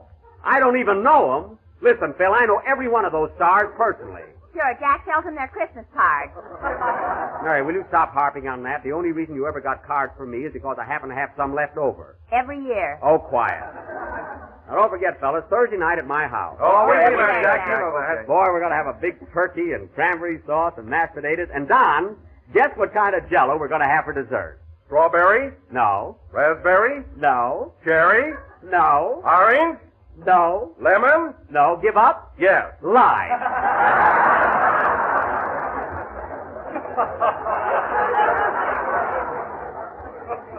You see, Don, you almost had it. There's a kindergarten commercial if I ever heard one. Never mind, that's what we're going to have. Now, look, kids, if I don't see you again before Thanksgiving, be sure and be at my house by 7 o'clock sharp. And don't eat a big lunch so you'll really enjoy the turkey. I'll take it. Hello? Hello, Mr. Benny, this is Rochester. All right, what do you want? Well, boss, I just heard you talking about a big Thanksgiving party Thursday night. That's my night off. I'm sorry, Rochester, but you'll have to work. You can take a day off some other time. I can get my twin brother to take my place. I don't want your twin brother. Well, he looks just like me. I don't care if he did. I want you to be at my house on Thursday night. How about me in spirit and my brother in person? Rochester, don't try any tricks. I can tell the difference between you and your twin brother. That's more than this gal can.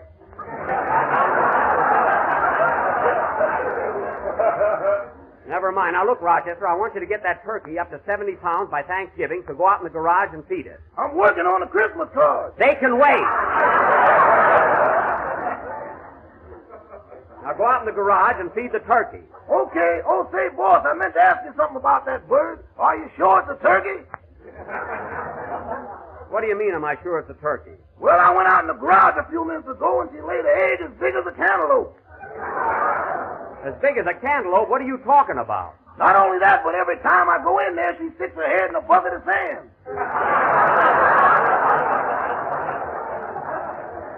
What? Boss, you bought an ostrich.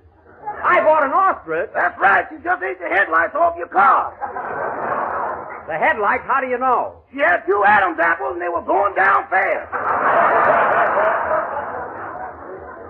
It's all your fault, Rochester. You were with me when I went shopping for a turkey. Why did you let me buy an ostrich? I told you it was a pretty big bird for the money, but you know you.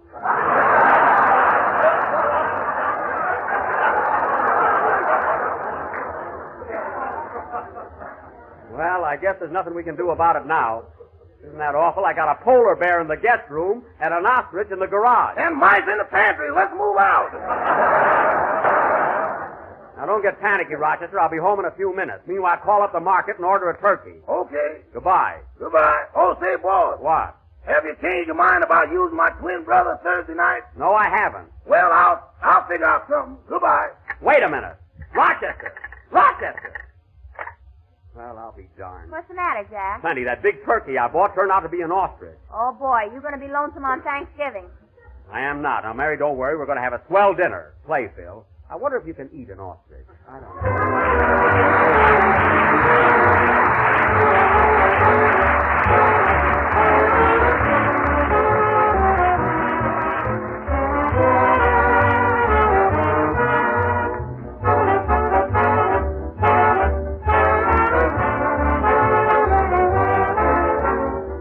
This year, some folks are celebrating Thanksgiving on the 23rd of the month, others on the 30th. Well, either way, I'd like to offer a suggestion in regard to your holiday menu.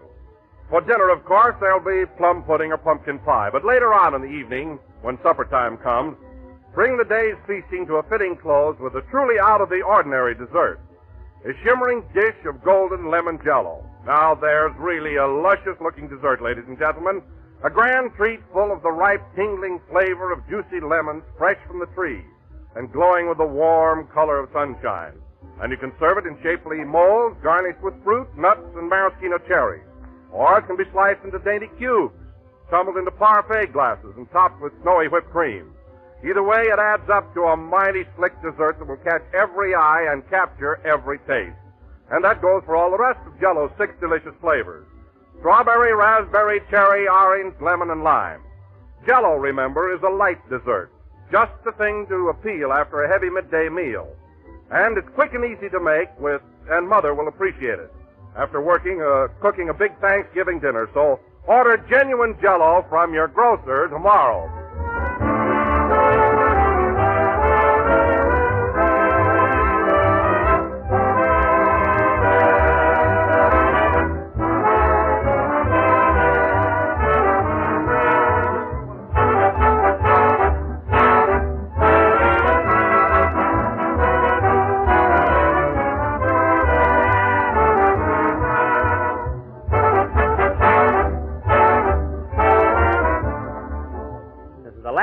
Of the 7th program in the current Jell-O series, and we will be with you again next Sunday night at the same time. Now, don't forget, Mary, next Thursday night at my house for a real Thanksgiving dinner. Count me out, Jack. Now, wait a minute. I'm not going to serve that ostrich. I'm going to have a turkey. Oh, you are, eh? Yes. Well, if I find a headlight in the dressing, watch out. Oh, don't worry. Good night, folks, and a happy Thanksgiving.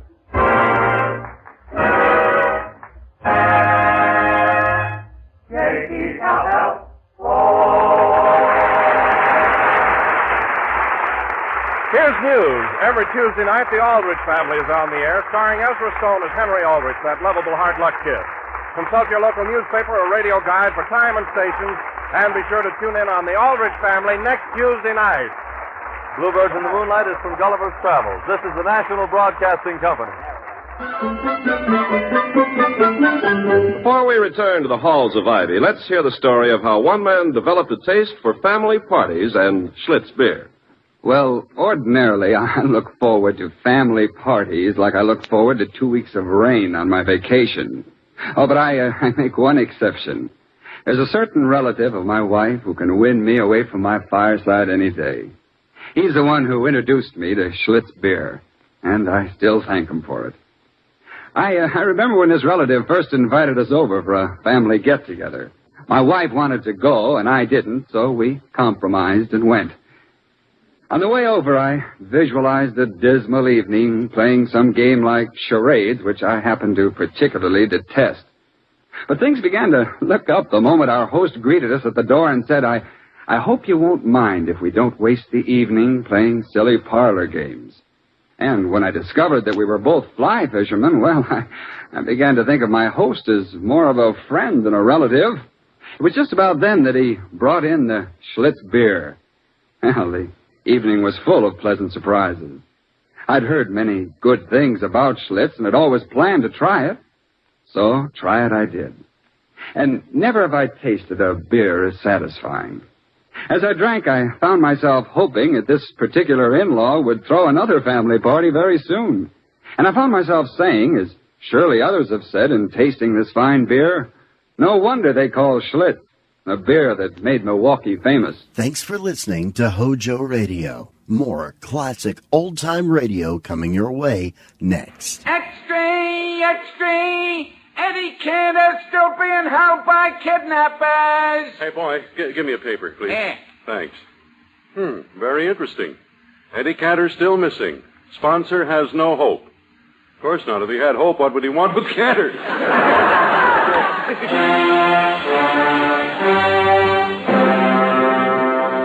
Where is Cantor? Where is Cantor? That's Blue Ribbon blended, splendid. Brings you Harry Bundle. Who needs Cantor? Pabst Blue Ribbon Beer proudly presents Cookie Fairchild's Orchestra, Bert Gordon, the Mad Russian, and the star of our show, me. Harry Bundle.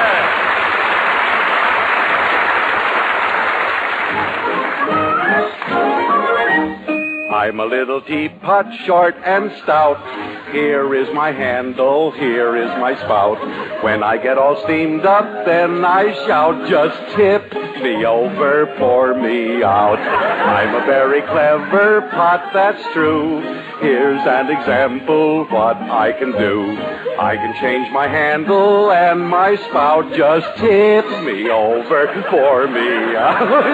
Yes, sir, Cantor is gone, ladies and gentlemen. And now you have me, you lucky, lucky people. Well, tonight I've come from... Thank you. Tonight I've come... Mr. Von Zell. Tiny, what is it? Look, I've been the sound effects man for Eddie Cantor for 12 years. Whenever he wanted a door slammed, I slammed it. Yeah. Whenever he wanted the phone to ring, I rang it. Yeah, well, what about it? Well, what about it? At this very minute, the kidnappers may be beating him over the head. Or punching him. Or shooting him. Or throwing him against the wall.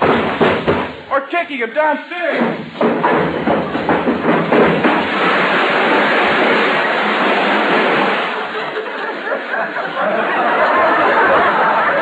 Yeah, well, look, Tiny, maybe they're only choking him. Oh, they couldn't. Why not? I haven't got a sound effect for that. Oh. Anyway, I think what you've done to Mr. Cantor is terrible. What? Here we are, all stuffed with Thanksgiving turkey, and poor Eddie Cantor isn't here. Wherever he is, I wonder if he had Thanksgiving dinner. I wonder. Cantor, Yes, Babyface Moore? we've been holding you for ransom for 3 weeks. This is the end. I know. Couldn't I have a wing or a leg instead?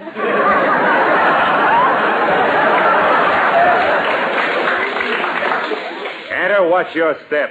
We ain't holding you here for nothing. Nobody's paid your ransom yet, so you gotta earn your keep. I gotta earn my keep. I do my best. I cook for you. I sew for you. I scrub for you. And what do you do all day long? It's nag, nag, nag. What about it? We ain't even married. Cantor, why are you always trying to get out of doing the housework? Ain't you used to it? No. At home, we have a gadget that scrubs the floor, washes the clothes, makes the beds, and cooks the meals. It's quite a gadget. What's it called? Ida. Anyway, Babyface, your Thanksgiving dinner's all ready. Here it is. All right, I'll call my partner, Max. He's outside watching for cops. Dinner's ready. Come on in, Max. Merry Christmas, everybody. Merry Christmas? Why, this is Thanksgiving. Oh, gee, I forgot to color my Easter egg. Let's start eating, fellas. You know, I just couldn't bring myself to kill this turkey. It kept looking up at me with those sad eyes. How'd you finally kill him? I made believe it was the stork. Come on, fellas, dig in and have some turkey. Would you please pass the cranberry sauce? How do you like the turkey, Babyface? It tastes tough. Pass the cranberry sauce. This turkey is good, isn't it, Babyface? It's a tom. It's a tom turkey. A tom turkey? How can you tell? On his chest was tattooed Dewey for president. Those Republicans don't miss a trick. Pass the cranberry sauce. Don't you like the turkey, babyface? It tastes a little soapy. Where'd the soap come from? I had to lather it up so I could shave the feathers off. You shaved the feathers off? Yeah, don't worry. When I got through, I basted it with aftershave lotion and sprinkled it with talcum powder. Hey, what's that white spot on his neck? That's a Band-Aid. I shaved him too close. Cantor, you're nuts. Please pass the cranberry sauce. Look, we have no cranberry sauce. Why do you keep saying... Pass the cranberry sauce. Pass the cranberry sauce. Gee, you talk funny.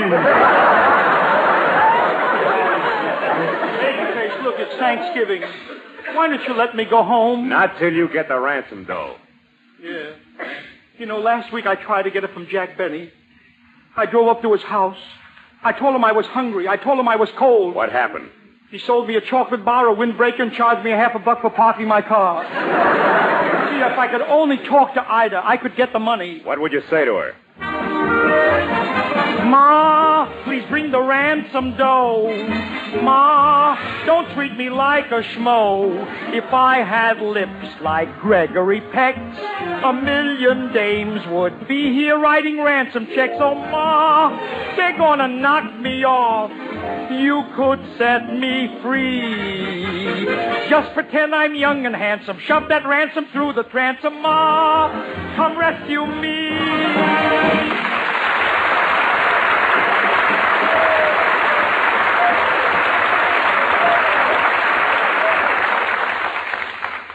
Nix on that stuff, Cantor. And I don't like that singing either. You don't like it. That's how I sing on the radio. Haven't you ever heard me? Nah, us gangsters don't listen to the radio. There's nothing on it that interests us. No? Say, how many gangsters are there in this country? Well, including the guys in stir, about 3 or 4 million. 3 or 4 million? It must be that many in Los Angeles alone. Look. And you say they never listen to the radio? Say, there's a whole new audience there. Sure. Hey, why don't some smart guys set up a network just for crooks and convicts? Give them the kind of programs they'd be interested in. Sure. Well, of course. Let's see. We could have Portia Faces Life with time off for good behavior. A date with the jury. John's Other Knife. Or One Man's Felony. And we would even have a special program for men who are waiting to get the chair. General Electric House Party. But they don't use the chair all over, you know. In some states, they hang you. That's no problem. For them, we'll have Swing and Sway with Sammy Kaye. That's a very intriguing idea, Cantor. I wonder what the whole thing would sound like. Suppose I show you.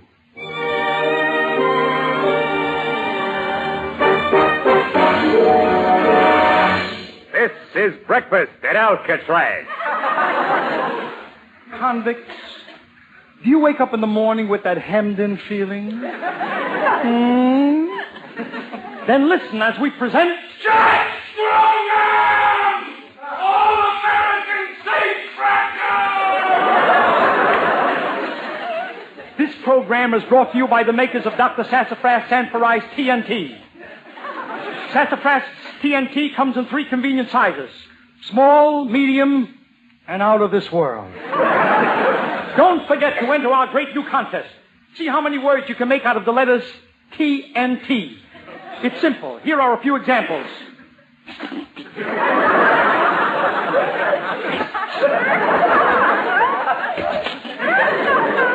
And there are thousands more. So enter immediately. And now here is today's episode of Jack Strongarm, All-American Safecracker. You will remember that yesterday when we last saw Jack in his cell, his wife had brought him a mixmaster, and he was going stir-crazy. Today we find Jack with the warden. Come on, Jack. Your reprieve was denied. Sit down in this chair now, and I'll put the straps on you. All right, Warden. Goodbye, Warden. Goodbye, John. The rest of this program will come to you by electrical transcription.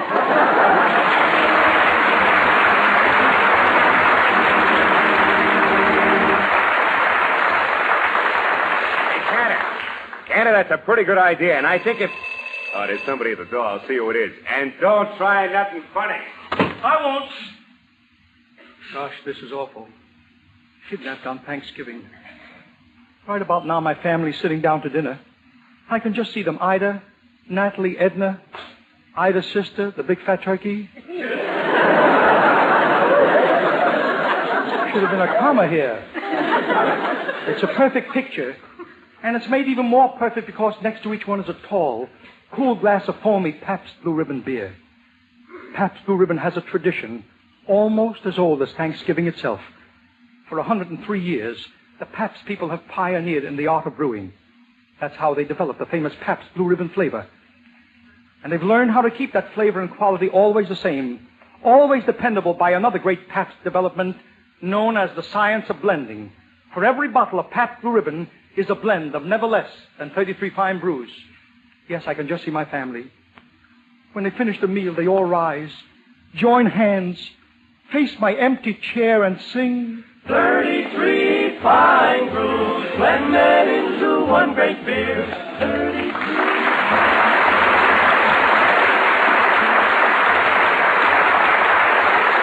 Oh, yeah. What a way to spend... Hey, Cantor. Cantor, look who's here, my girlfriend. The one that sings. Oh. Her? Hey, I don't like the way you said that. This dame is a great singer. She once hit a high C over middle D.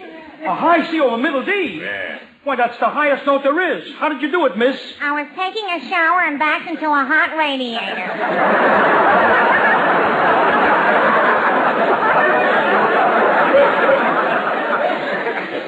Anyway, I gotta go out and she's gonna watch you.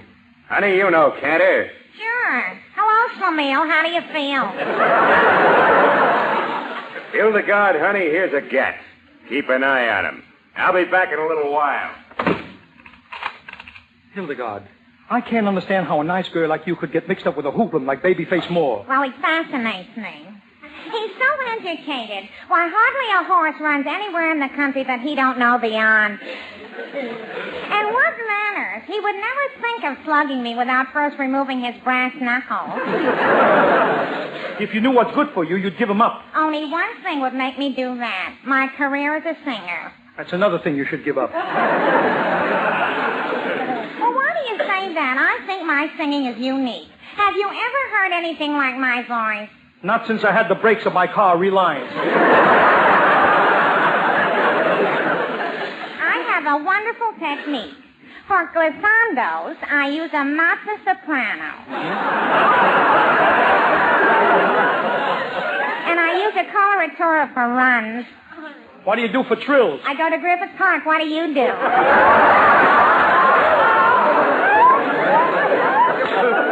I do the same. Look, Hildegard. You have got the worst voice I have ever heard. It's awful. It's unbearable. Look, if you'll get me on the radio, I'll help you escape. It's the... Hildegard? Yeah? Your voice just changed. Will you really help me escape if I get you on the radio? Yes, I'll audition for you right now. No. Let's get out of here. You can audition later. No.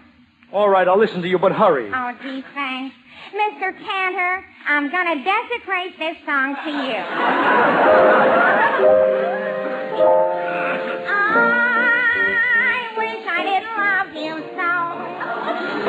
My love for you should have faded long ago. Oh, yes, Seymour. Ours was a runaway marriage. Every time I talked about marriage, you would run away. I remember our first date. We went to the Museum of Art, and when we saw the statue of Venus de Milo, I said, oh, gee, I wish I had a figure like her. So you started to break off both my arms. Oh, what times we had together, Seymour. Like the day we went to the beach. All the fellows were burying their girls in the sand. But you were more original. You used cement. And then that time we played post office, I said I wanted parcel post, and then I puckered up my lips, and you rammed a package down my throat. And that's why I say, Seymour, but when I tried something in that heart said no, you're still there, I wish I didn't love you so.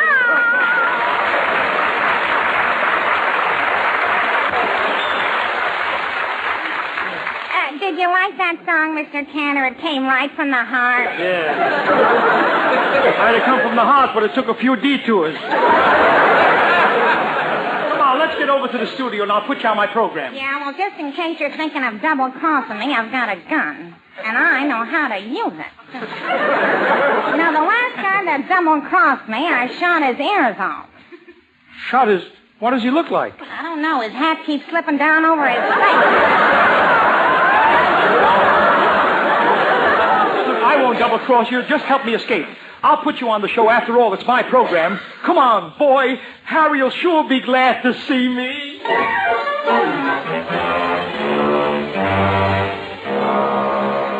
Well, folks, for those of you who just tuned in, you are listening to the Harry Von Zell Path Blue Ribbon Show, starring that scintillating new comic, Harry Von Zell. And I would like at this time to sing a little number dedicated to my dentist. I saw you last night and got that old filling. Oh, don't tune out, folks. The fun is just beginning. As a matter Harry, of fact, Harry. Tiny, what's the matter? Look, I just heard that Eddie Cantor escaped from the gangsters. Are you sure? Yes, he's coming into the building. Now he can take back his program. No, he can't. Listen, keep in mind that the sponsor gave me the program, and I'm going to go on being the star of this show. Nobody... Harry, I'm back. It's me, Eddie Cantor. How do you spell that? Cantor, C-A-N-T-O-R. Oh, yes. To Eddie Cantor from Harry Von Zell. There, you got my autograph, bud. Now scram.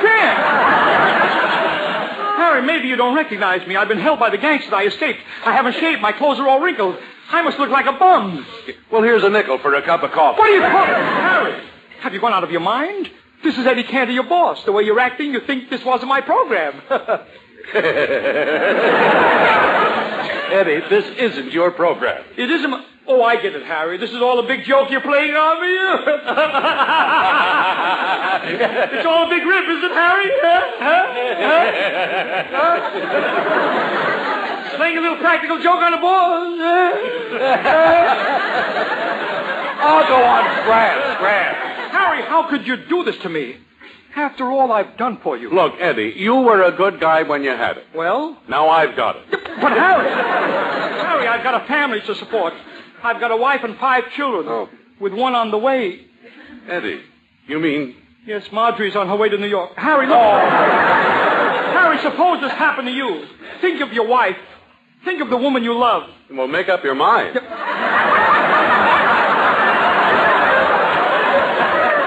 Harry, I'm not going to be proud. I've got to work. Maybe you could find a little job for me on the show. I'll work for anything. All right, I'll pay you what you paid me. You wouldn't dare. Why, you still... Harry, there must be something I can do on the program. Wait a second. Now that you're the star of the show, you'll need an announcer.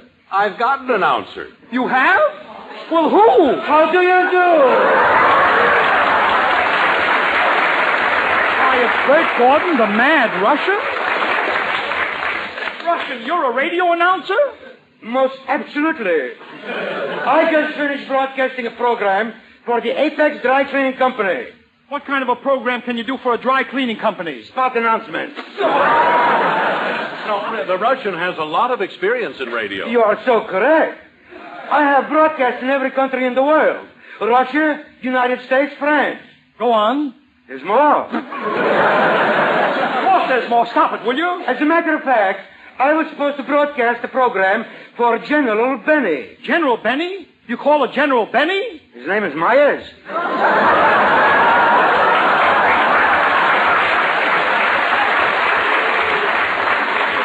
An announcer, but Russian, what about your diction? Oh, well, Eddie, I used to be an announcer before I was a star, you know.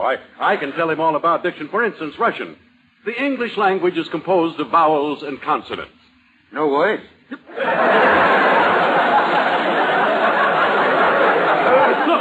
I'm going to test your diction. Very well. Here is a simple speech exercise. How now, brown cow? Come again. How now, brown cow? Pretty full. White bull.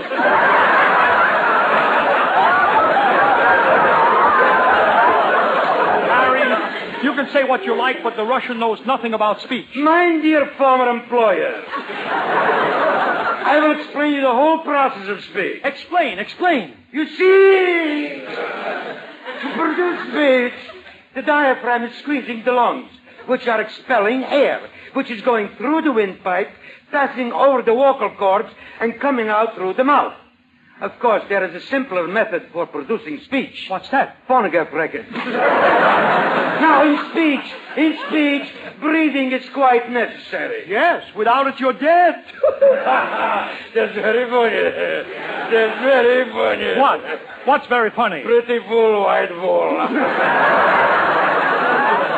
You still haven't explained the theory of speech. Let us suppose that I want to say the word hello. Yes? In order to say that word, my diaphragm is squeezing my lungs. It is squeezing and squeezing and squeezing. Why? My girdle is too tight.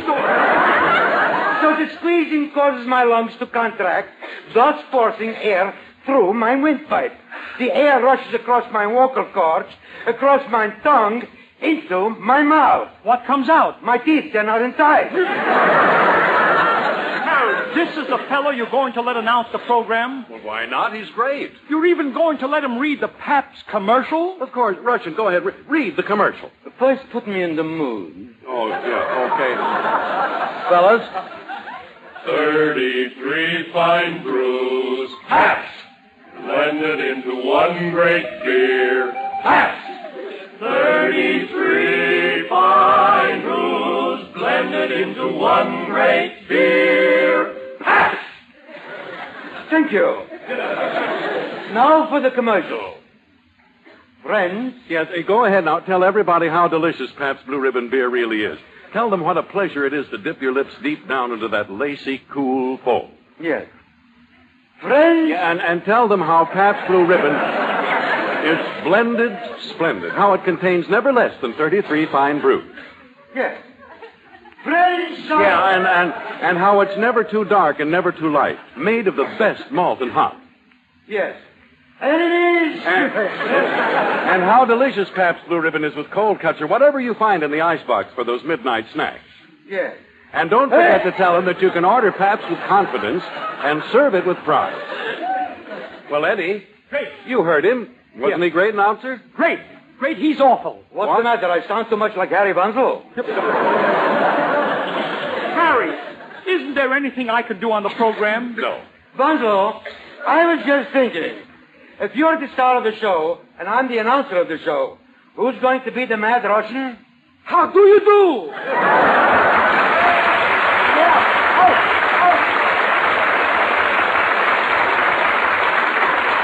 Oh, Harry, please, you can find a spot for me on this program. You and I are old friends. Why should we quarrel? Let's bury the hatchet and pass the peace pipe. Pass the peace pipe? Sure.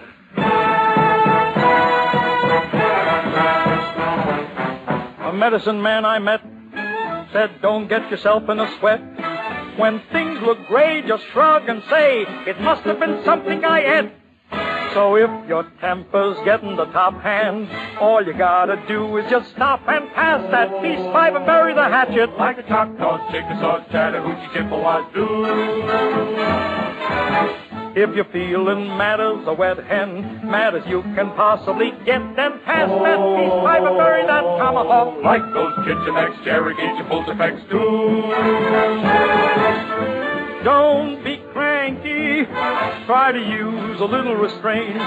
Hold that hanky and wipe off all of that war paint. And if you find yourself in a fury, be your own judge and your own jury. Pass that peace pipe and bury that hatchet like the Choctaw, Chickasaw, Chattahoochee, Chippewas do.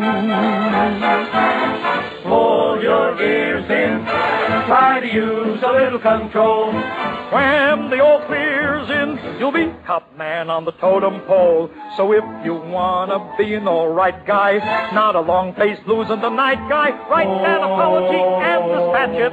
When you quarrel, it's grand to patch it. Pass that peace pipe and bury that hatchet like the Choctaws, Chickasaws, Chattahoochees, Chippewas. And those Chichemex, Cherokees, Chapultepec. And those Chicoutamis, Chepachets, and Chickapees. Cho-Cho, Changos, Chattanooga, Chicaros, pass that peace pipe and make the world good as new.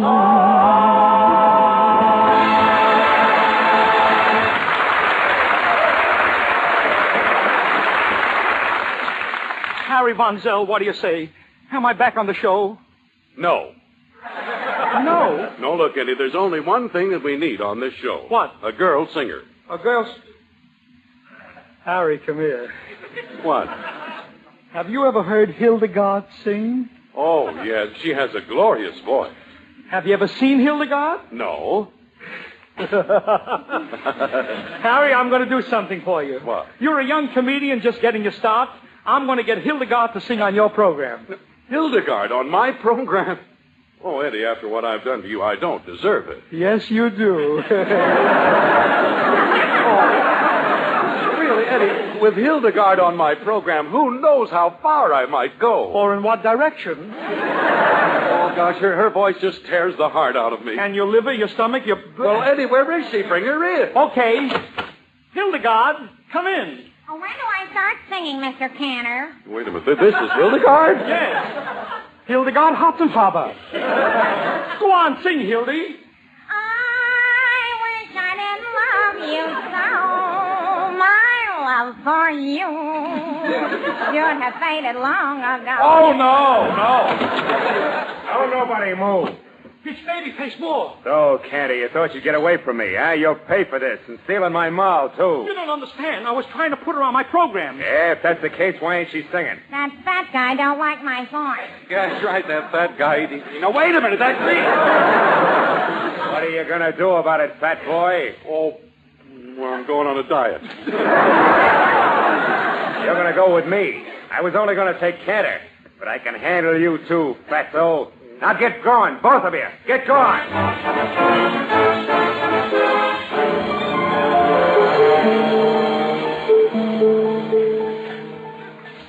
A fine finish. I was doing the best I could.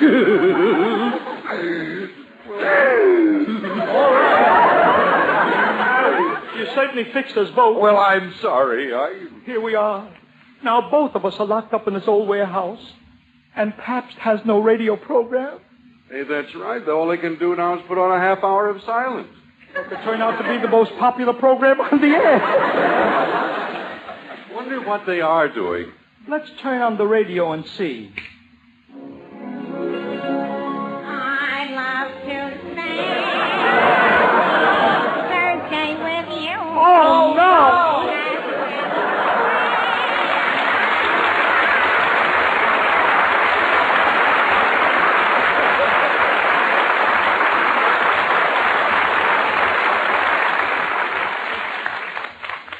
Friends, the world can't have peace of mind when there are people who don't have a piece of bread.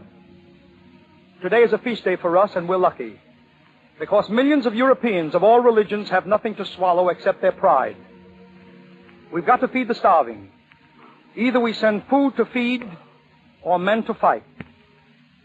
Any Gold Star mother will tell you she wishes her contribution could have been food. It's much easier to raise, and it's replaceable when it's gone. Now, I'm not a military strategist, but I believe that war starts in the stomach. I believe that if we have no weapon as powerful as generosity to show the world that when we say have a piece of turkey, we refer to a bird, not a nation. Eat less, ladies and gentlemen. Save food to save the peace. And friends, let's remember our wounded heroes by buying an extra Christmas gift when shopping. Just tell the clerk it's for a hospitalized veteran, and the department store will see that it's delivered. The gift these veterans gave us was paid for in blood. What are you willing to give? Give a gift to a Yank who gave.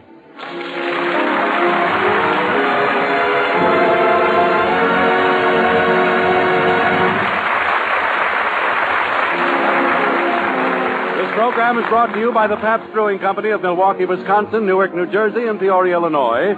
Written by Jay Summers and Jess Goldstein, produced and directed by Vic Knight. And sent your way with the best wishes of the Pabst Blue Ribbon dealers from coast to coast. Good evening. This is your Rexall family druggist with a welcome from all 10,000 of us. The 10,000 independent druggists who have added the word Rexall to our own store names and placed the famous orange and blue Rexall sign on our windows. We've done that because we believe in the 2,000 or more drug products made by the Rexall Drug Company, and we confidently recommend them to our customers. Like Rexall Milk of Magnesia, for instance. Here's the milk of magnesia that's so mild, so creamy smooth, and free from unpleasant earthy taste, even children like it. And it's quality like that we family druggists are talking about when we tell you can depend on any drug product that bears the name Rexall. Hojo Radio. We're your old-time radio headquarters. Stay tuned. From Hollywood, the George Burns and Gracie Allen Show for Hormel and Spade.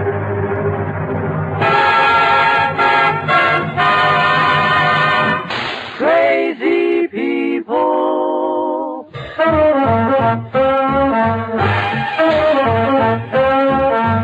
Spam, rebop, boom, spam. George Burns and Gracie Allen. On the show where there's orchestra, for singing glee with the Smoothies 3.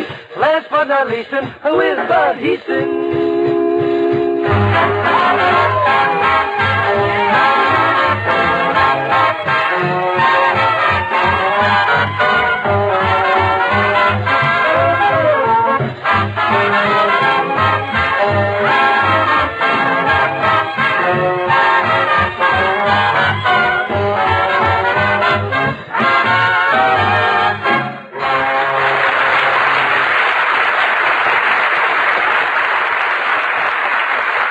A quiz question, friends, and it will pay you to know the answer. Ready for the question? All right. What is an easy way to serve the family a swell main course for dinner that costs but a few cents?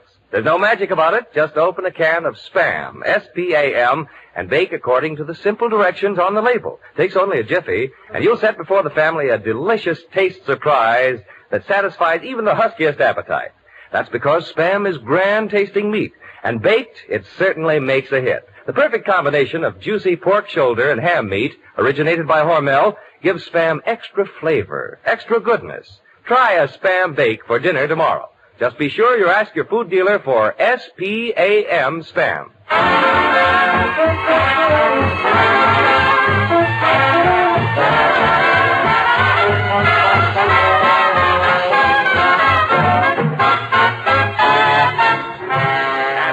The stars of our Big Happy's family, George and Gracie.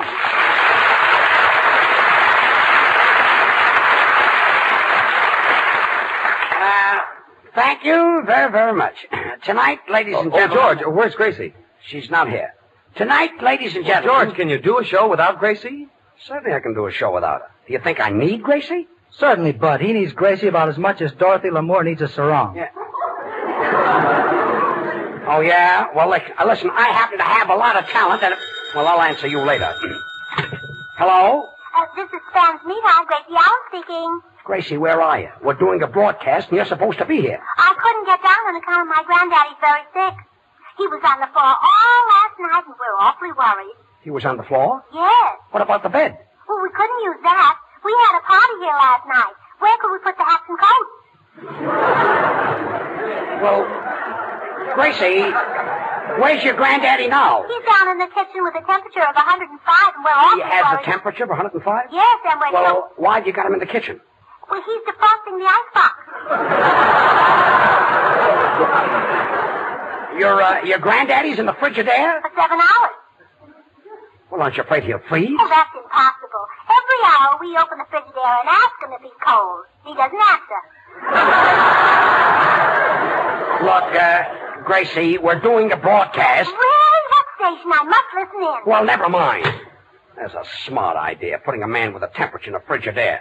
I suppose to cure him, they'll put an ice pack on his head and a hot water bottle on his feet. Oh, George, all they need to use is a can of Spam. Can of Spam? Sure, cold or hot, it hits the spot. Oh, yes. But you're a regular Dr. Kildare. Look, everybody, not that I need Gracie, but I think we ought to go over to Gracie's house and do the broadcast. Might make an old man happy. Well, if it's going to make you happy, George, let's go. Oh. Quiet. Bueno, podemos hacer una cosa. Yo tengo un carro nuevo. Si quieren, yo Back again, puedo folks. llevar Yes, allá. guitar player, I know. What is it, Senor Lee? Why don't you drive down in my car? I just got a brand new rooster. A rooster? Sí, señor. A car made by General Motors. And it's not General Motors, it's General Motors. Oh. A mother is, well, for example, when you were a baby, who combed your hair? That's what I'd like to know. The part isn't straight. Well, quiet. Come on, everybody. We gotta get to Gracie's house.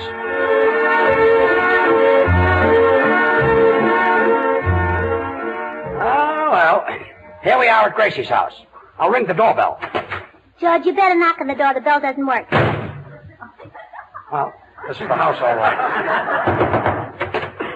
Oh, hello, George. When did you get here? Well, I give up. Hello, everybody.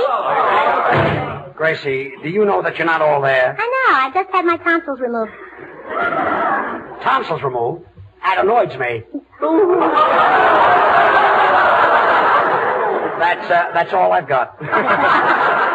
Say, Gracie, what's the matter with your granddaddy? Oh, he doesn't take care of himself. He inhales cigars. Well, what's wrong with it? Well, most people just inhale the smoke. Look, Gracie, you'll have to excuse me if I run away just before the broadcast is over. You see, I've got a date with a little redhead, and she won't wait. Well. A redhead? Say, Poopsie, how do you get all these gowns? Well, why shouldn't he? George is a good dancer. He's a swell dresser. He's romantic. Spends lots of money. Continued on next page. Artie, don't read that far.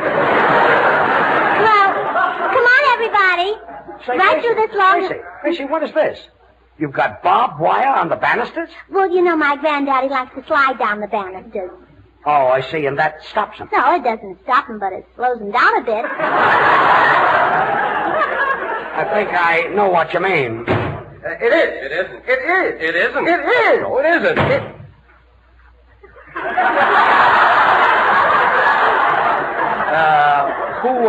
Who are they? Oh, they've been living here for over a year. Well, who are they? I don't know. Gracie, you know, this house is filled with imbeciles. Well, I better tell Granddaddy you're all here.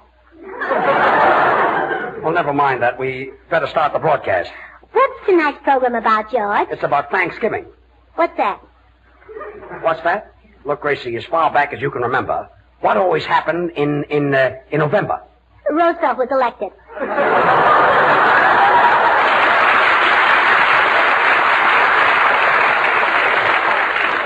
Well, I'll try to explain it to you. All right. You see, in 1620, the first Americans arrived in a new land to make a fresh start. Uh-huh.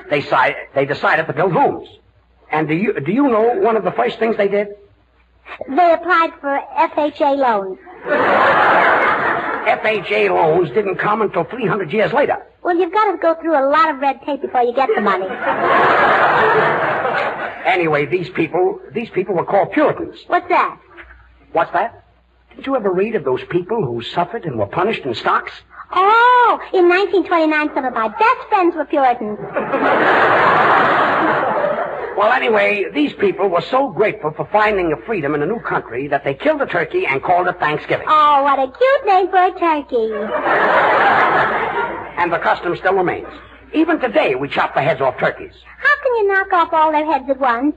A turkey only has one head. Then where do all the necks come from? Last year, my sister got a neck, my brother got a neck, my uncle got a neck. Oh, well, this is the end. That's the part my daddy got.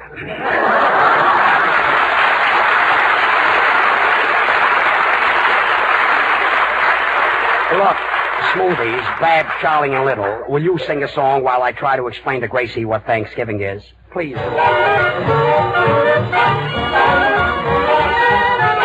In a dinky honky tonky village in Texas, there's a guy who plays the best piano by far. He can play piano anywhere that you like it, but the style he likes the best is 8 to the bar. When he plays disco ball, he's the daddy of them all. The people gather around when he gets on the stand, and when he plays, he gets a hand. The rhythm he beats puts the cats in a trance. Nobody's there while the three dance, but when he jams with the bass and guitar, say holler, feed me daddy, take to the bar. Clink, clank, clink, clank, clink, clank, rocking on the keys. Riff, riff, riff, riff, riff, riff, riff it out with ease. But when he dances with the bass and guitar, say holler, feed me daddy, take to the bar, just feed me. Please feed me. Oh, feed me. Just listen to the beat they're playing, take to the bar. The boogie bug is gonna give you the hunky-dunky style. Well, not a said you piano a man, now beat it, daddy, ain't to the ball. Oh, rockin' in rhythm, well, alright. And the joint's rockin' with them, well, alright.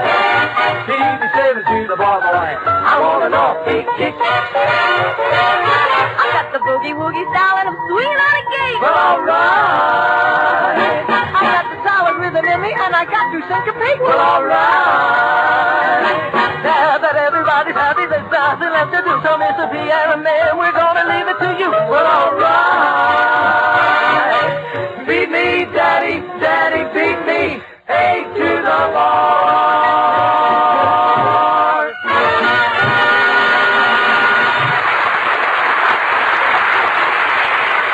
Gracie, I've never seen a house like this. People walking around and nobody knowing them. And there's furniture. What kind of furniture is this? Well, it comes from the Hollywood Furniture Company. Yeah, but what about the period? Oh, pardon me. It comes from the Hollywood Furniture Company, period.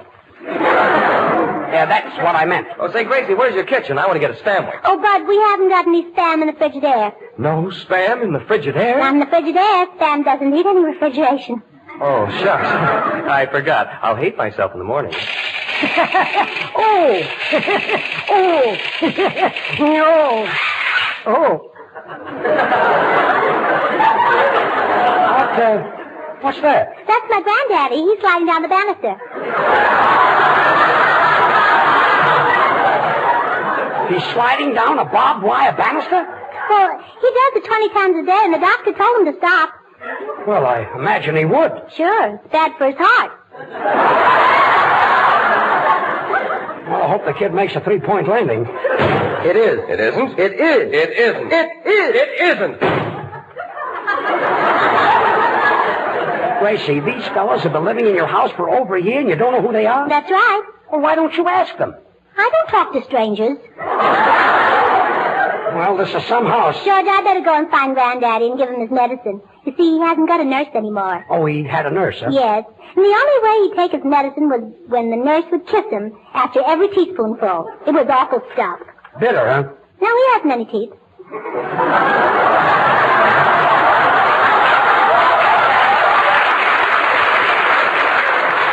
Well, let's get this over with. All right, let's find your granddaddy and give him this medicine. Boy, what a house. I've never seen. Hey, Soundman, 4 years in Harvard. Why are you sitting out in the hall all by yourself, soaking? A big Harvard-Yale game this year, and I won't be there. Well, why don't you go? Not after the sad experience I had last year. There I was at the stadium. It was the last quarter. The score was 0-0. Just as Yale was making a touchdown, somebody stuck a gun in my back and held me up. Well, there were millions of people there. Why didn't you yell? What? And have them think I was rooting for Yale?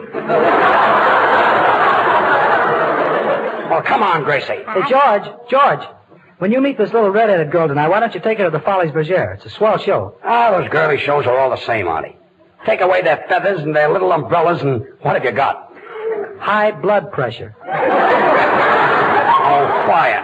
Well, here's Granddaddy's room. Well, look, Gracie, before we all go in, what's the matter with your granddaddy? Well, we really don't know. In the middle of the night, we heard strange noises, and we ran into Granddaddy's room, and there he was shaking all over. He was shaking all over? Yes. Well, what did you do? What did we do? We sent for a doctor. Well, what did the doctor do? Well, he took the Madame Lazanga record off the control, and we all went back to sleep again. Kid has probably got rheumatism. Hiya, Grace. Hiya, Grandpa. Well, what's the matter, Grandpa? Don't you feel well? No, Georgie boy. Say, hand me that picture of Hedy Lamarr on a sleeping tablet. Well, I can't find Hedy Lamarr's picture. Do you want this one of Van Sheridan? No, I'm saving her until I feel better. Yahoo! Well, wait, Grandpa. I'll look in this closet. It is. It isn't. It is. It isn't. I can't say. Gracie, can't somebody else in your family give him the medicine? I've got a date with a little redhead. Well, my mother's at her sewing club, and my daddy went downtown to vote, and my Your brother... daddy went downtown to vote? Yes, and my brother... The election was over 2 weeks ago. I know, but my daddy's a Republican, and he never gives up.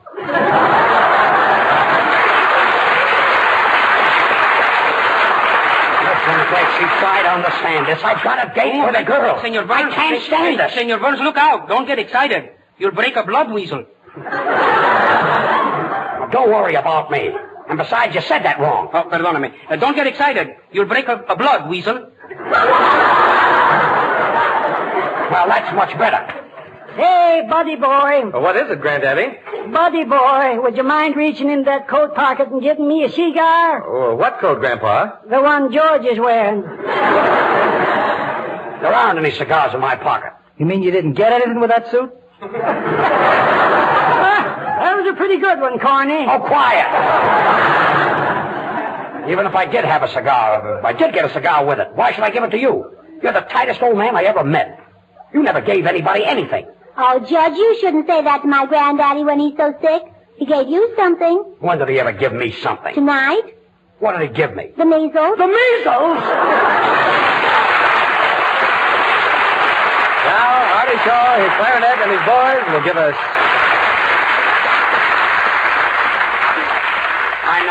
I know that, Gracie. But if your granddaddy had the measles, he shouldn't have kept it a secret. He didn't. He's been spreading it all around. Why do they ever go into this crazy house? Oh. Gracie, what's that? She's practicing up in the attic. Who's practicing? My grandmother. Your grandmother? Gracie, will you tell your grandmother to stop? We can't continue talking if she's going to make all that noise upstairs. Well, this is the craziest house. Listen to that. Beat, beat, beat, beat, beat, beat. Meat, eat, meat. I say there, lady, when a-shopping you go, here's some news that you should know. Help me out, George. I've gone this far. I'll beat it out, bud. A2 at the bar. Spam is the meat that you should buy. Spam is different, and here is why. We use pork shoulder to make Spam sweet, and the ham it takes for extra good meat.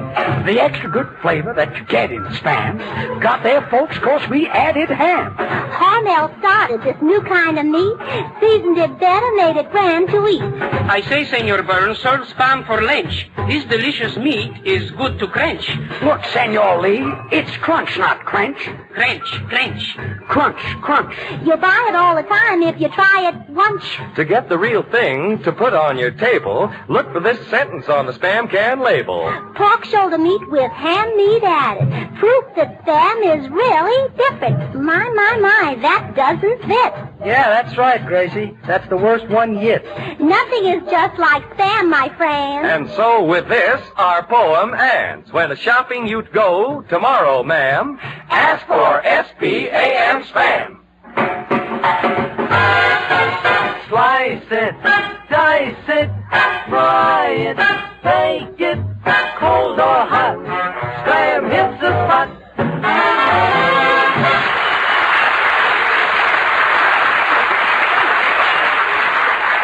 Look, George, if there's a possibility of your having the measles, I wouldn't keep that date with that redhead. Well, don't worry about me, Artie. I'm going out right now and get myself inoculated. Well, why do it tonight? Why don't you wait until New Year's Eve? Look, Gracie, inoculation prevents sickness. You see, millions of germs can live on the head of a pin. How can they eat that stuff? They use a knife and fork. Oh! Well, I'm going to get out of this house before it's too late.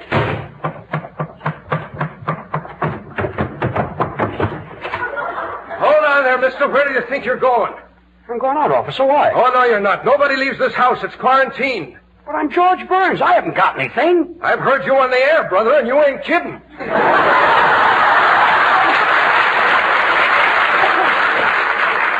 Let me tell you Get something. back in there.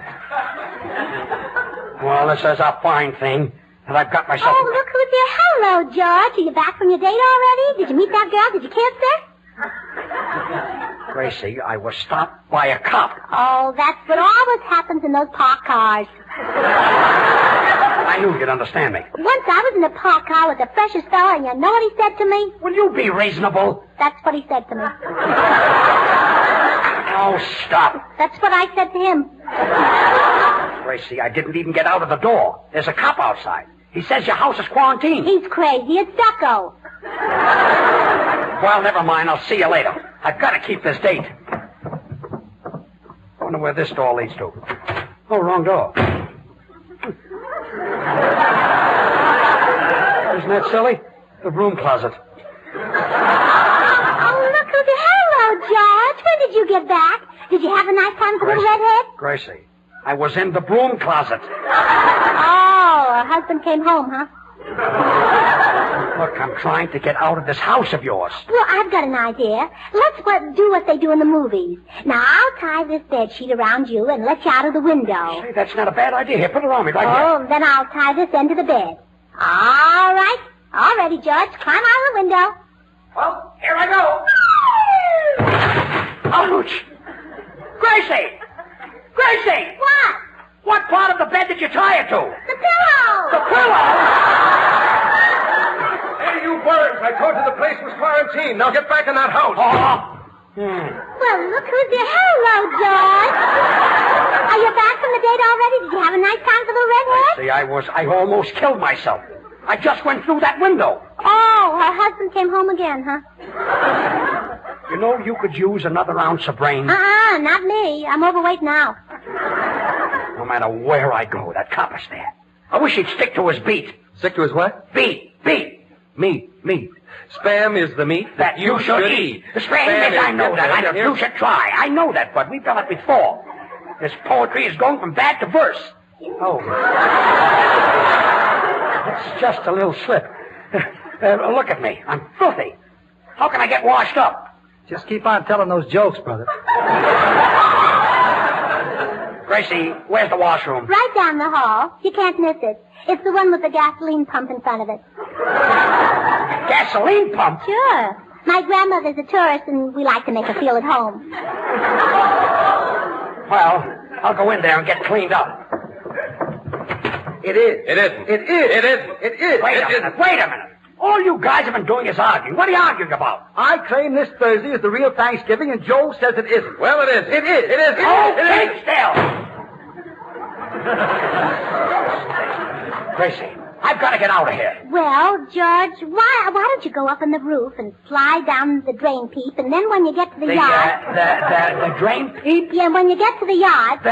The drain pipe? Oh, pardon me. I was Senor last night. Oh. Keep on going out with him, and you won't be able to speak English. Senor Burns, when you say that, smile. Smile? Yes. S-M-E-L-L. Smile.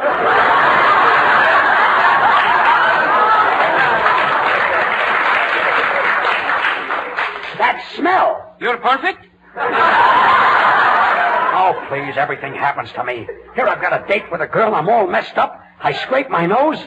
Huh, what a pickle. Looks more like a banana. Oh, yeah? Well, my face happens to be all right. Doesn't bother me. Maybe that's on account of your standing behind it. Yeah, maybe. Well, I've just got to get out of here. Mr. Burns. What does it sound, man? Just look at this goldfish bowl. It's a rhapsody in glass. It's made of pure quartz silicate. Time like this, he's got to impress me with his education. There must be some way out. Say, Soundman, what happened to the goldfish that were in that bowl? Anthony, what did you do with those goldfish? Forgive me, Miss Ellen, I couldn't help it. Once a Harvard man, always a Harvard man. Well, there must be some way out of here. Soundman, I don't mind your eating the goldfish, but Tom Harmon is going to get pretty angry. Why, Tom Harmon is that great Michigan football player. Well, it's also the name of our cat. You call your cat Tom Harmon? Well, yeah, that's on account of every time he gets loose, he makes 10 yards.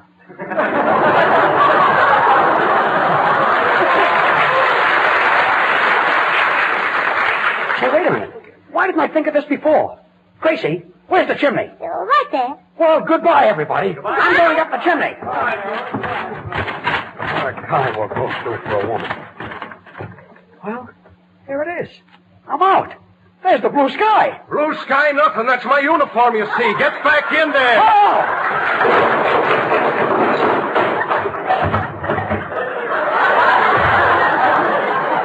Oh! Well, look who's here. Hello, George. You back Quiet.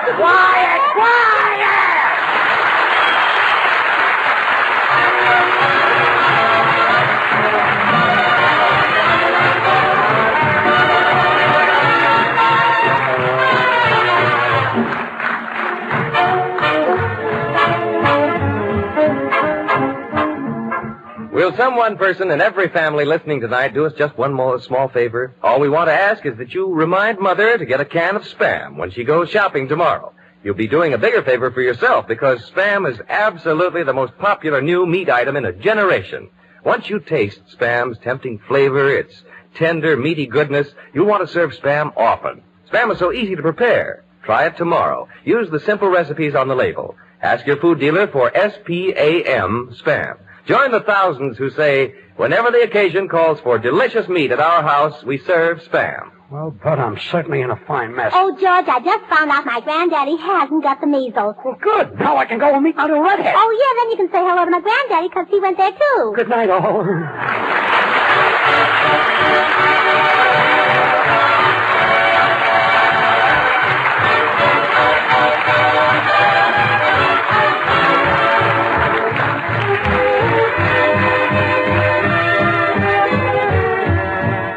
Join us again next week, same time, same station, for another Burns and Allen show with Artie Shaw and his orchestra and the Smoothies. Until then, this is Bud Heaston reminding you to remember that cold or hot, Spam hits the spot.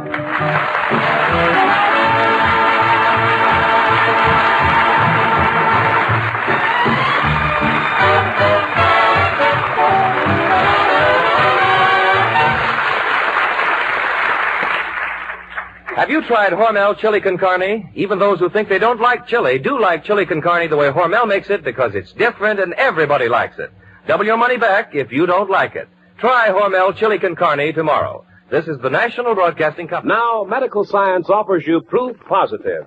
Yes, medical science offers you proof positive. No other leading cigarette is safer to smoke because no other gives you less nicotine, less throat-irritating tars than the new, smoother, better-tasting Raleigh.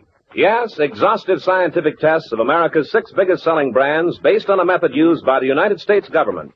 Tests certified by a jury of 14 distinguished doctors, including throat specialists, have just proved conclusively. No other cigarette gives you less nicotine, less throat-irritating tars, so no other is safer to smoke. Yes, Raleighs are right. Right for taste, right for throat. So enjoy Raleigh's rich tobaccos. That smoother, more satisfying Raleigh flavor.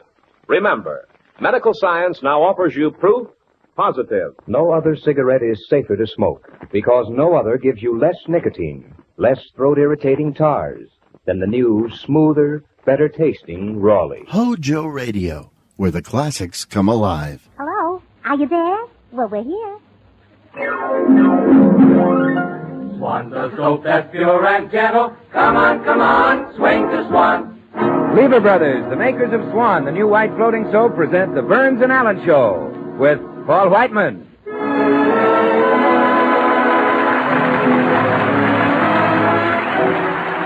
Our singer, Jimmy Cash. Yours truly, Bill Goodwin, the 6 hits and a miss. And George Burns and Gracie Allen. Here they are.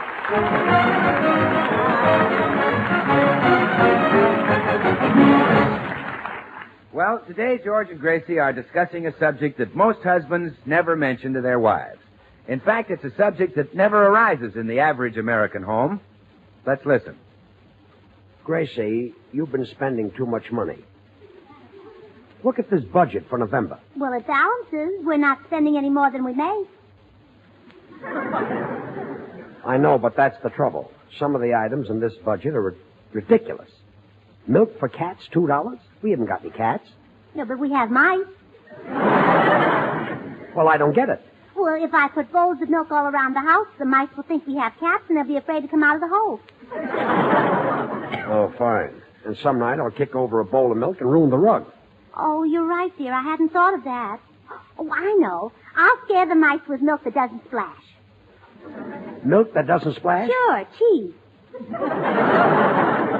Yeah, that'll scare the mice to death. Oh, I'll answer it. Okay, dear. Oh, it's the postman. Good morning, Mr. Postman. Good morning, Mrs. Burns. Only one for you today, and I'm afraid that one's a bill. Oh, well, that's all right, Mr. Postman. I realize the post office only sends us what they get. How are you feeling? Oh, simply marvelous. I took a nice cold shower. Ice cold shower this morning and then ran around the reservoir a couple of times in my shorts. I guess that's what put all this pep in me. Oh, no doubt about it. It is a gorgeous morning, isn't it? Cool and snappy, sort of. Yeah.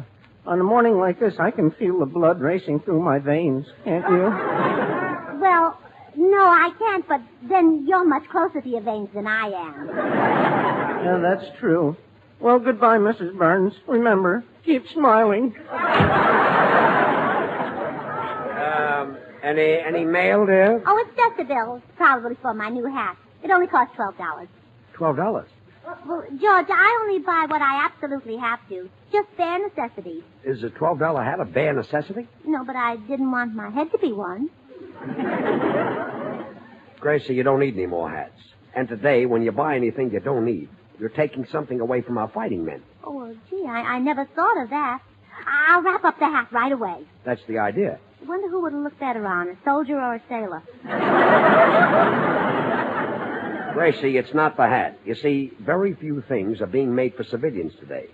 And if everybody tries to buy those things, the demand makes prices go up, and we've got inflation. Oh, well, gee, the sales girl said that the hat would cause comment, but I never thought it would cause inflation. Well, let's get back to this budget.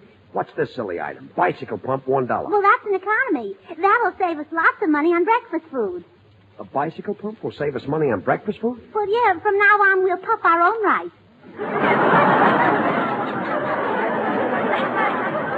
Yes, that'll save us a fortune. And what's this? Rose bushes, $75. Well, you know that florist who has that lovely big greenhouse just off Glendale Boulevard? Yes. Well, I happened to be out in that direction yesterday and went through it. Yeah, but I don't see any rose bushes around here. Where are they? Well, there's one still stuck in the bumper of my car.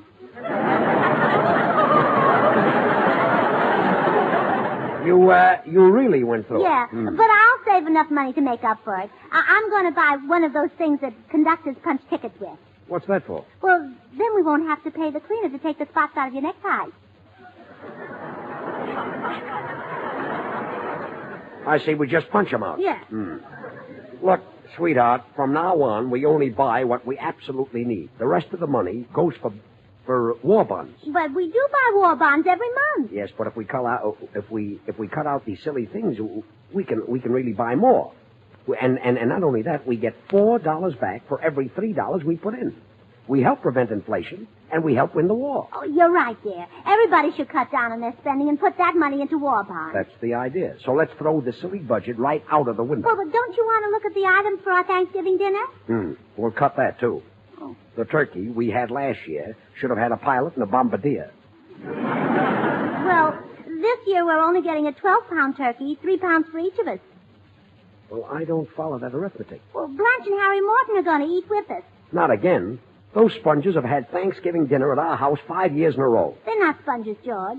They contribute their share. Every year, Blanche brings over a jar of her homemade pickled peaches. I know. And every year, Harry helps you clean the walls when the jar explodes. Sure, they're absolutely wonderful people. Hi, George. Hello, Gracie. What's cooking? I am. Burnt up about Harry Morton. That guy's a sponge. He's not a sponge. He is, too. We'll leave it to Bill. Now, wait a minute, George. I'd rather not get in the middle of a family quarrel. Bill, I'm trying to prove to Gracie that Morton is a sponge. Now, you know him. What do you say? Well, George, of course, there's only one way to tell a sponge. That is, a real sponge. You rub soap on it, and if you get loads and loads of pure baby gentle suds, you've got Swan, the new white floating soap. What's Harry Morton got to do with Swan soap? Well, now, look, George, I don't want to get involved in a family argument. Yeah, but just answer me one question. Have you ever known Morton to reach for a check? Well, Oh, come on, admit it, have you? Well, maybe you don't notice his hand when he reaches across the white tablecloth to pick up a check because his hands are so soft and white. You know, he washes his wife's dishes with Swan soap, George. Oh, brother. That's Swan for you, George. So kind to your hands. Mild as the finest Castile soaps. So mild you should use it not only for washing the dishes, but for every soap and water job in the house. In fact, Swan is great for everything. Bill, I'm going to get you to agree that Harry Morton is a moocher if it's the last thing I do. What about the other day when the three of us went into a drugstore for sodas? Who paid the check? Oh, you mean the drugstore that's having the sale on Swan soap? Yeah. How about that? Oh, it's going great. Lots of dealers are now running a big sale on Swan. Bill, I'm talking about Harry Morton. Oh, well, he bought 3 bars. Oh. You know, you buy 3 bars and save. Yes, sir, you save in more ways than one. Well, I give up. There's a guy invites himself to my house for Thanksgiving dinner, and nobody agrees with me that he's a chiseler. Well, now, wait a minute. Did he do that? Yes. Well, anyone who invites himself to your house for Thanksgiving dinner without being asked certainly is a chiseler. There. You see, Gracie? Oh, George, that reminds me why I dropped in. Why? Shake hands with another chiseler. So long. See you Thanksgiving. Well, I'm glad his salary is frozen. It'll be easier to break off. Anyway, Gracie, there's no reason why we should buy a turkey to feed the Mortons. Well, but George... Look, Gracie, why can't we eat at their house for a change? Well, I could call Blanche and sort of hint around. Well, I wish you would. Of course, I don't want you to be too blunt about it. Oh, don't worry, George. She won't suspect a thing. I'll be very subtle about it.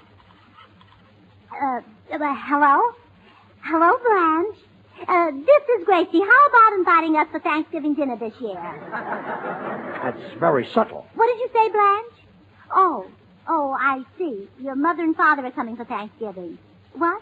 Oh, no, that's all right. Yeah, we understand. And goodbye, Blanche. Well, Judge, Blanche's mother and father are going to be in town. I know, I heard. So we won't need to get a turkey for 4 people. Oh, good. We'll get one for 6.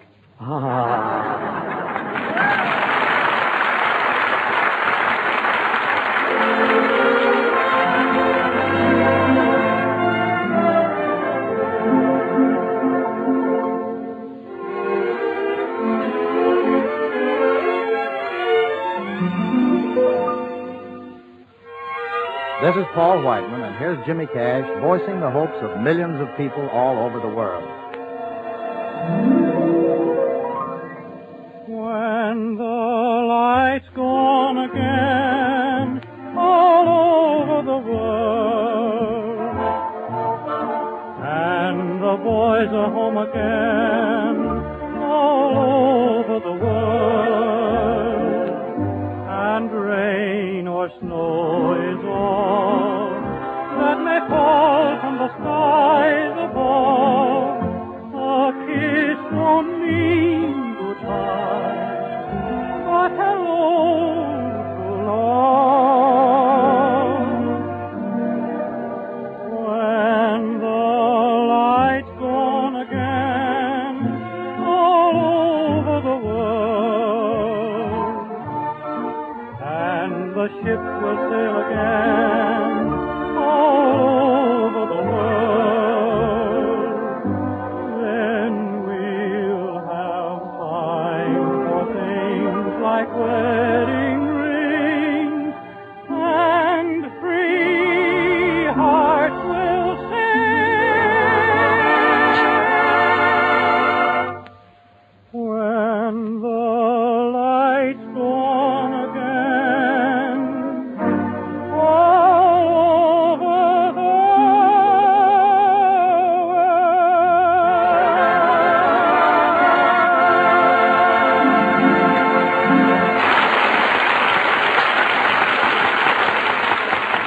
Well, George didn't say positively that the Mortons couldn't come for Thanksgiving dinner.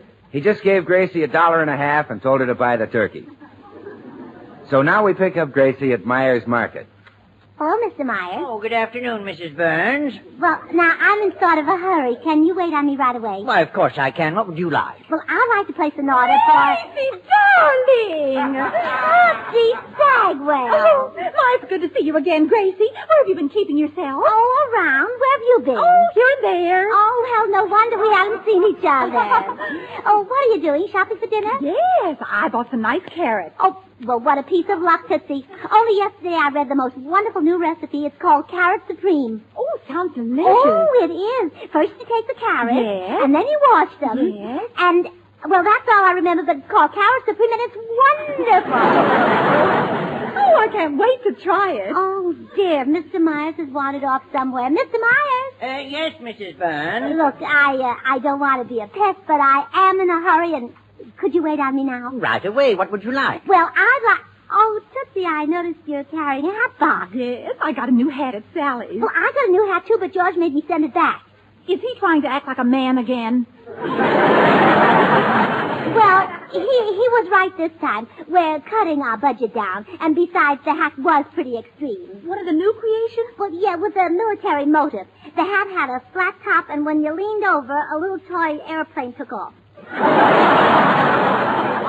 Oh, how adorable. Oh, my goodness, Mr. Myers is gone again. He's much too scatterbrained to run a market.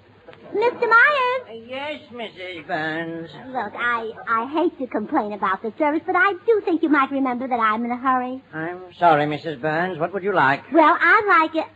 Oh, Tootsie, look. Look who's driving by the market. Who is it, Gracie? Bill Walsh. Have you still got a crush on him? Not anymore. After what happened Saturday night, I never want to see him again. Why? What did happen? Oh, I invited him for dinner, and I thought it would be more cozy if I locked all the doors. Well? Well, there I was picking broken window glass out of my soup.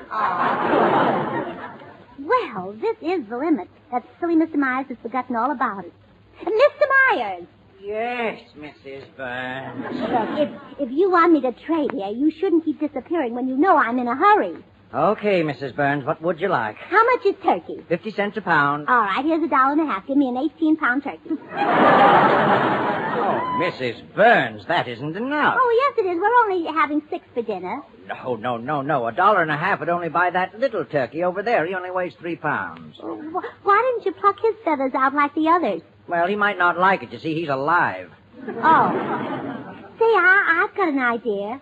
I could fatten him up, and then the Mortons could come to dinner, and it'll only cost George $1.50. Mr. Myers, I'll take him. Okay, Mrs. Burns, I'll get it. Gracie, what does George say if you bring a live turkey in the house? Oh, gee, I never thought of that.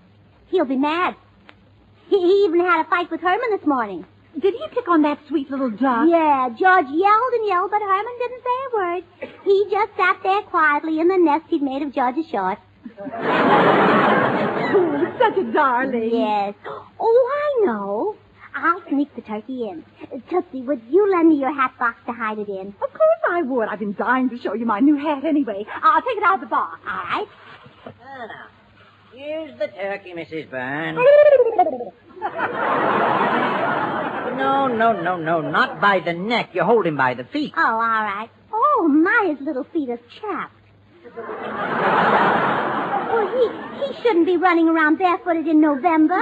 Well, Mr. Myers, why does he make that funny noise? Well, all turkeys gobble. Well, then he should eat slower. or else take some bicarbonate of soda. Gracie, look. I've got on my new hat. How do you like it? Well, do you want my frank opinion, or would you rather have me tell a little white lie? I'll take the little white lie. Tootsie, it's simply gorgeous. Oh, thank you, Gracie. You're welcome, Tootsie. Goodbye.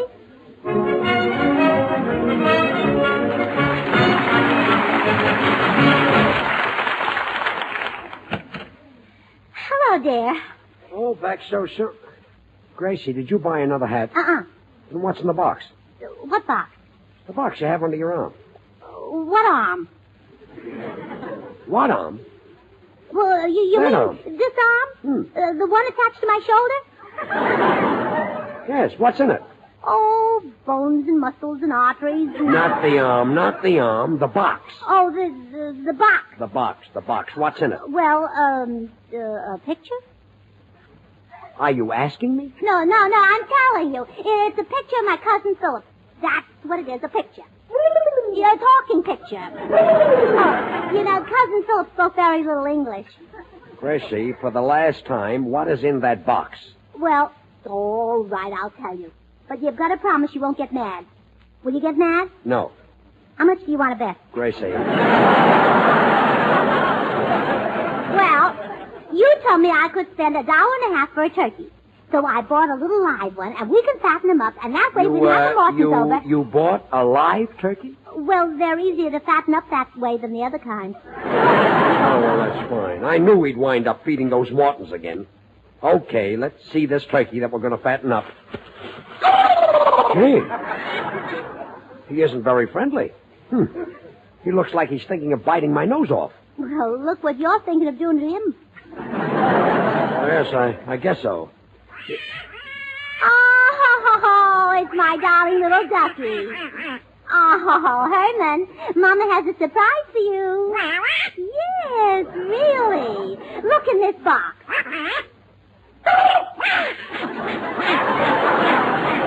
Oh, Herman, don't be frightened. It's only a little turkey. And he's going to live with us for a while, Herman. Oh, why, Herman Burns, you're jealous. This is the happiest moment of my life.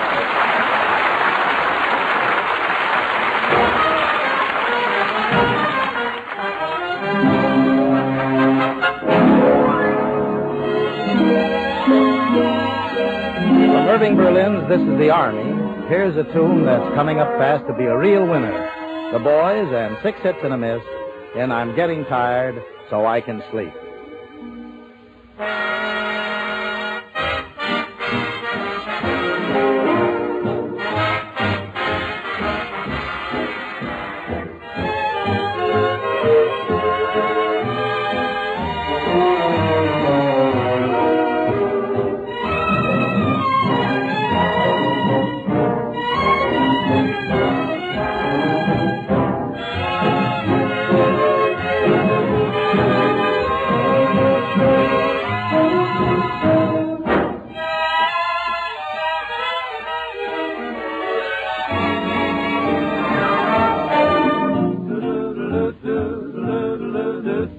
I'm getting tired so I can sleep. I want to sleep so I can dream. I want to dream so I can be with you. Baby, I'm yours. I've got your picture by my bed. Soon I'll place it neath my head to keep me company the whole night through. For a little while, whatever befalls, I will see you smile till reveille calls. Do-do-do-do, I hope you're tired enough to sleep, and please sleep long enough to dream. And look for me, for I'll be dreaming. I'm dreaming dreams, but now it seems I'm getting tired, so tired.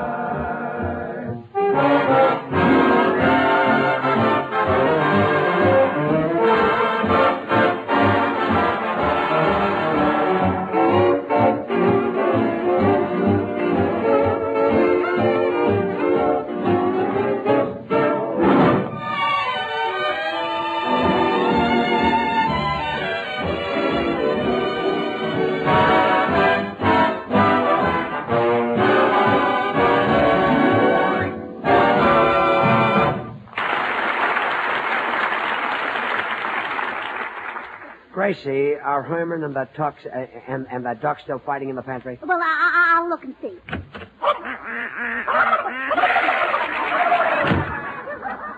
I think they're still fighting. I got the same impression. And unless we do something, the neighbors will be complaining about the noise. Yeah, I wouldn't put it past that snippy Mrs. Marks who lives next door. She's had it in for me ever since I borrowed her vacuum cleaner last week. I don't know why. Well, maybe you kept it too long. Oh, no, I gave it back to her as soon as I finished cleaning the fish. Very unreasonable woman. Hi, people. What brings you back, Chisler? Well, that's what brought me back. I invited myself over here for Thanksgiving dinner, and then I remembered I have a date with a girl for Thanksgiving. Oh, well, that's too bad, Bill. But, Gracie, you love having her. She eats like a horse. Oh, fine. Well, Bill, your Thanksgiving dinner's in the pantry, and he's fighting with that silly duck. Oh, a live turkey? Well, I better go out and break it up. You know, it'd be just like Herman to bite him in the part I like best. Leave it to me, George. Now, wait a minute. Wait a minute. Just a minute. Don't you birds realize that you get along better in life if you behave yourself and don't fight? Yes, that's so. Now, you take the case of a little swan I know, Herman. He was a good little bird, and now he's famous. They put his picture on every Swan wrapper, and he's very proud, because Swan is the new white floating soap that gives you all that pure, mild lather so fast. So you see, Herman, it pays to be a sweet little bird. Yes, that's so. Oh, shut up. Oh, now, wait a minute. I didn't mean that, Herman. I meant you should be gentle, like Swan soap is gentle. It's as mild as the finest Castile soap, so mild that mothers use it to bathe their babies, so mild that it's perfect for anybody's bath or shower. So, Herman, why don't you be mild and gentle, too? and put your wing around a cute itsy-bitsy baby turkey.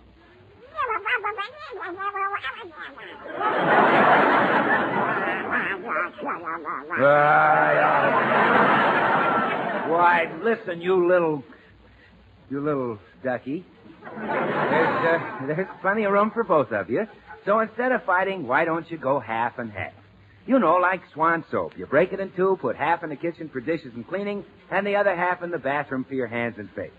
Now do you see what I'm talking about, Herman? Well, what do you say to the little turkey? Hey, ow, cut it out, ow! Well, so long, George. So long, Gracie. Oh, what's your hurry, Bill? Why are you limping? Herman bit me in the part he likes best. Goodbye.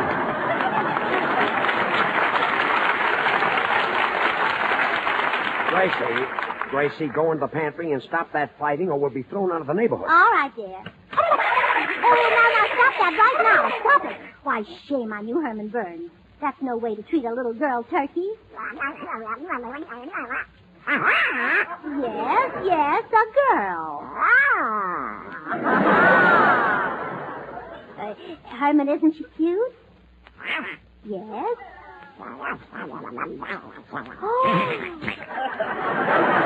Why, Herman Burns. You know, sometimes I think you're older than you look. Hey, George. Gracie.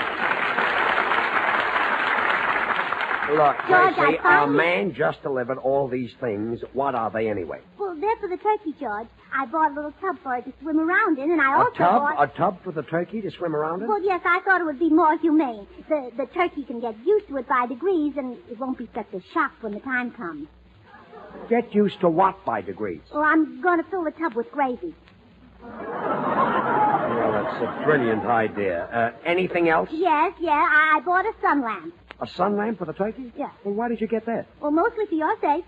For my sake? Yeah, I know you prefer dark meat. Gracie, your ideas about raising a turkey are too advanced. But, George, people shouldn't be afraid to try something new. Suppose Marconi had been afraid to experiment. We'd only have spaghetti. Oh, sure. Gracie, this turkey is costing me a fortune. Look at these price tags. Tub, $5. Sun lamp, $15. I could have bought 3 turkeys with this. This is absolutely ridiculous. Going out and buying. Have you a little turkey and a little duck, as reported by a neighbor? Well, yes. Why? May I refer you to Statute 193 of this county? Possession of 2 or more live fowl shall in this county be deemed ipso facto a poultry farm, and such aforesaid property pertaining thereof shall be governed according to Article 38, Section 17 of the laws of said county. What does that mean? Cough up $10 for a poultry license. Well, that does it.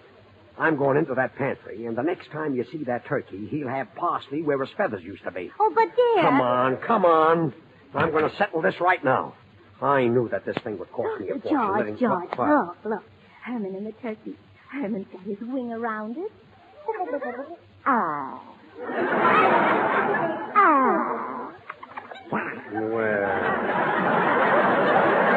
that's fine. Get this. Love comes to Herman Burns. George, come inside a minute. What? George, I won't let you touch that turkey. It would be inhuman, that's what it would be. What would be inhuman? To eat our son's fiancée for Thanksgiving dinner.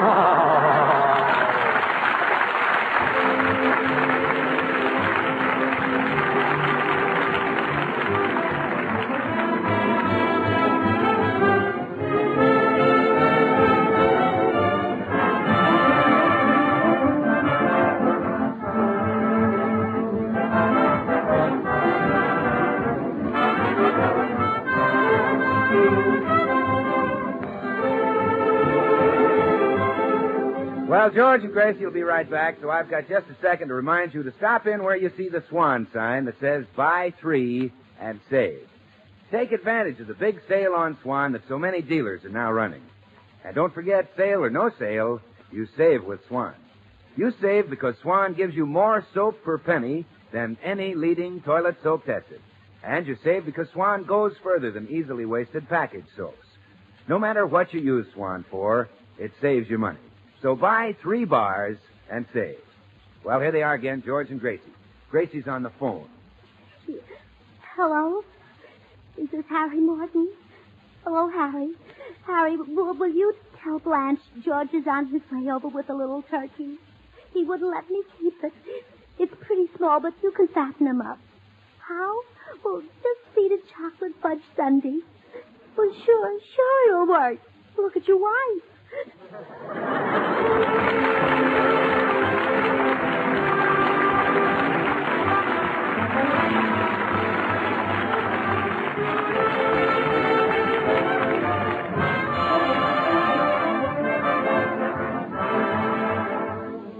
Next week at the same time, Eddie Cantor will be George and Gracie's guest, and there's a rumor that Ida might join the Beverly Hills Uplift Society. So the makers of Swan, the new white floating soap, join George and Gracie in inviting you to tune in. Remember, Swan now brings you 2 of radio's top shows: George Burns and Gracie Allen, and Tommy Riggs and Betty Lou over another network. And now till next week, this is Bill Goodwin saying, well, hi, Swan. How about you?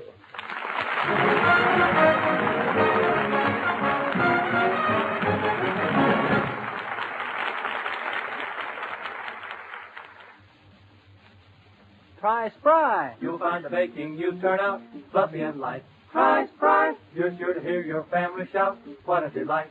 For cakes, pies, donuts, the things you fry. Try Spry. What's that you say? You're going to try it today? Why, sure. Try Spry. This is the Columbia Broadcasting System. You know, it seems to me that mothers get smarter and smarter all the time. For instance, in the old days, when it came time to wean the baby, some mothers would switch to ordinary bottled milk. They had a time of it, too, because the baby was used to pet evaporated milk. And he had some pretty definite ways of telling Mom that he didn't like any change in diet. Well, these days, mothers don't have that trouble at weaning time. They just keep baby on pet milk, and everything's rosy. Baby liked pet milk in the bottle, he likes it in the glass. And even more important, the very same protective substances in pet evaporated milk that help babies build sound teeth, strong, straight bones, and make sturdy, steady growth helps youngsters through all their growing years. Yes, it's getting so in happy homes throughout the country. Youngsters have safe, easy-to-digest pet milk from the time they're born till they have pet milk babies of their own. Which is probably one reason why there are more happy, healthy youngsters today than ever before. Keep it tuned right here to Hojo Radio for more classic old-time radio. Colgate Dental Cream to clean your breath while you clean your teeth and help stop tooth decay.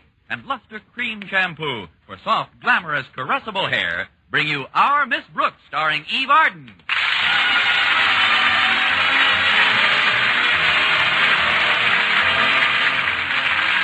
It's time once again for another comedy episode of Our Miss Brooks, written by Al Lewis. Well, last Thursday was Thanksgiving Day, and most of us realized that we had quite a bit to be thankful for. Even our Miss Brooks, who teaches English at Madison High School. Yes, the holiday means a lot to me. First, it gives me an opportunity to relax and count my lack of blessings. And second, it offers a chance to catch up on several days' brooding. But this Thanksgiving was different. I knew it was going to be when I joined my landlady at breakfast last Wednesday morning. Good morning, Mrs. Davis. Did you have a nice night? Wonderful, Connie. I didn't sleep a wink.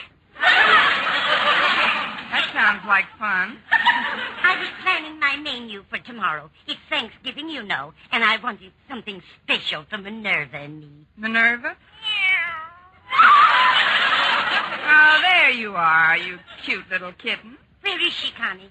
Taking my stocking off with her cute little paws. Stop it, Minerva. Now get away from my stocking. Either get away from those or knit me a new pair with that ball of yarn you play with. Go out to the kitchen, Minerva. I want you to hear about tomorrow's menu. What are you having, Mrs. Davis? Minerva's favorite dish. S-Q-U-A-B.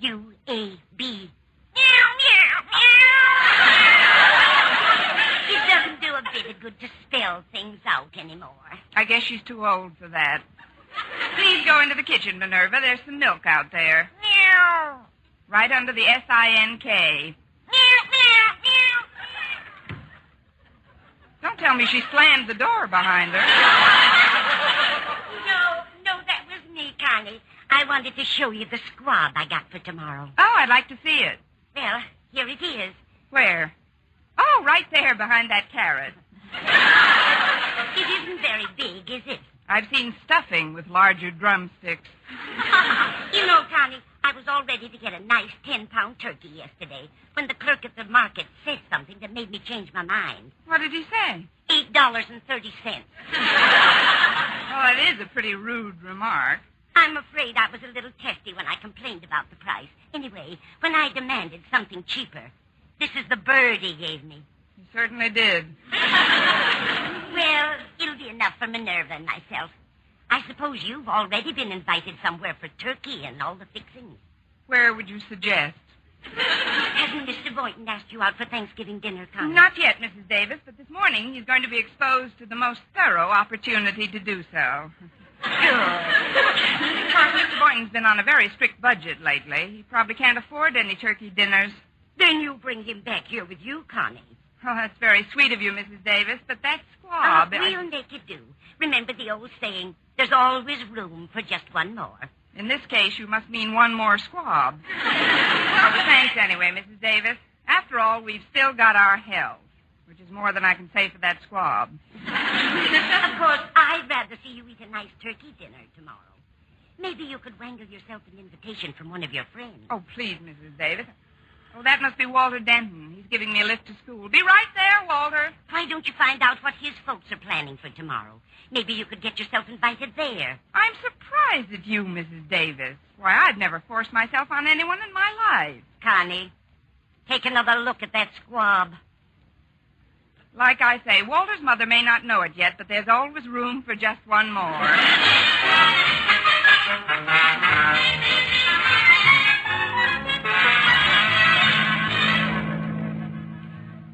Oh, it certainly is nice weather for Thanksgiving, isn't it, Walter? It's more than nice, Miss Brooks.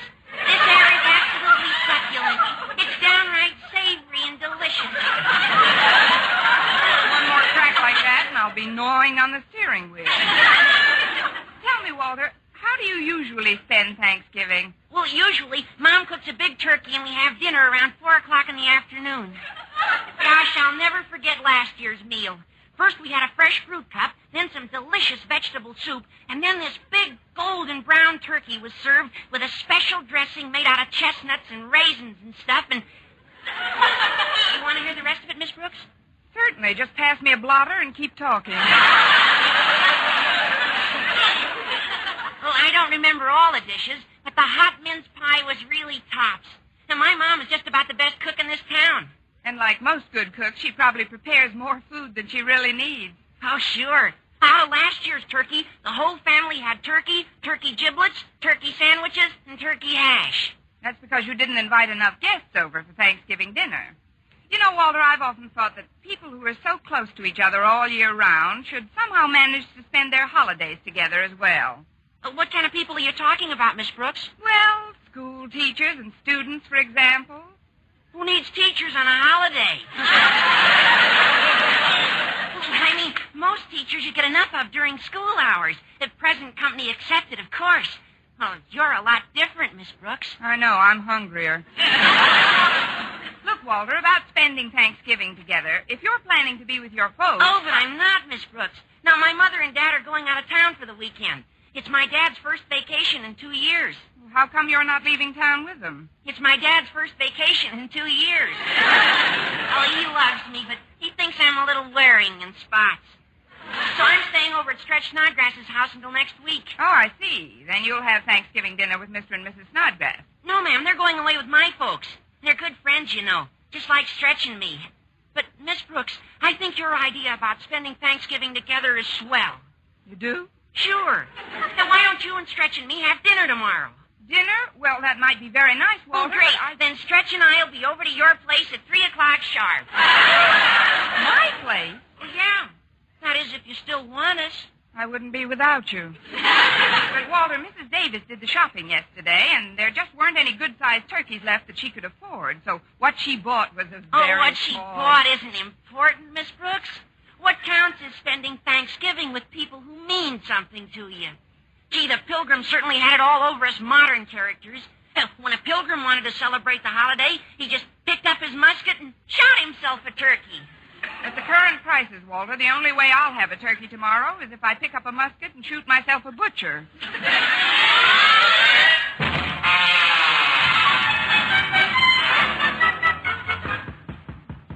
Come in.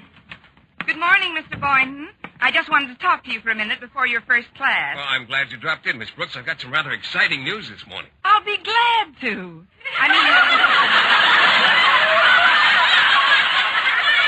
What is it, Mr. Boynton? Well, do you remember the raffle ticket I bought last month in Marty's malt shop? Oh, on that green Adam's hat with the red feather? No, on a tom turkey. They had the drawing last night, and I won. Isn't that wonderful? That is what I call the coincidence of all time. Coincidence? Why do you think I stopped by your laboratory this morning? Well, I don't know. To invite you over for Thanksgiving dinner tomorrow. Well, that is nice of you, Miss Brooks. I'll be happy to come over. About what time will you be expecting me? I'll be expecting you and Tom about noon. Tom? Oh, you mean the turkey.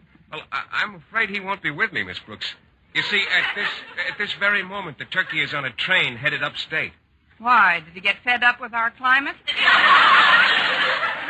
Oh, I sent him up to my folks' place. Unfortunately, I couldn't afford to visit my parents this year, but, well, now they'll have something to remind them of me anyhow. Must be a very tall turkey. What did he weigh, Mr. Boynton? Oh, about 18 pounds. Of course, what I'd do with an 18-pound turkey, I'll never know. Until tomorrow. Well, I'd better be running along now. On second thought, you needn't get to the house until 3 or 3:30. On third thought, you can back out of the whole thing if you want to. Back out? I should say not. I'll be there all right, and thanks for the invitation. You're welcome. But, Mr. Boynton, if you're expecting the conventional Thanksgiving Day dinner, you're liable to be a little disappointed. I'm just not having it. Oh, what are you having? So far, Walter Denton and Stretch Snodgrass.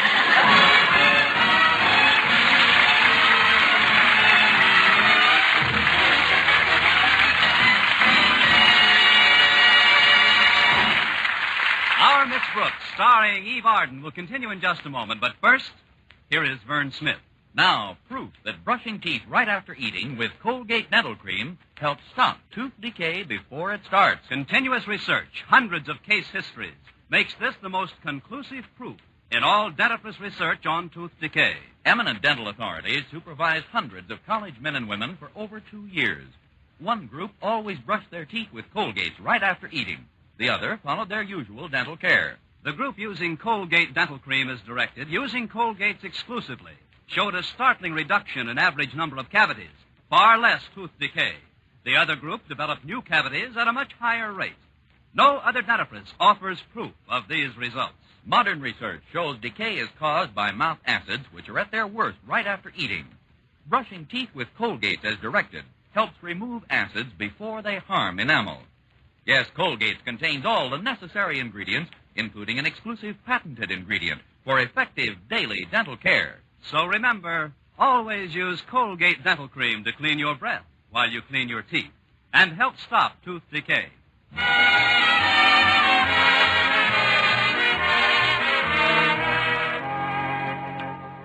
Well, Thanksgiving Day arrived right on schedule, mostly because I couldn't do anything to stop it. After breakfast, I headed straight for the kitchen. There, I took a good look at Mrs. Davis's squab. Then I took an aspirin. Then I gave the squab an aspirin. Then I decided to make Mrs. Davis a full partner in my panic. Oh, this is terrible, Mrs. Davis. We can't possibly serve 5 people with this amount of food. Calm down, Connie. We'll make out some way. I've got cans of salmon in the house, and some cheese and crackers and tidbits of one sort or another. But one doesn't serve tidbits for Thanksgiving dinner. Oh, I wish that bird looked bigger.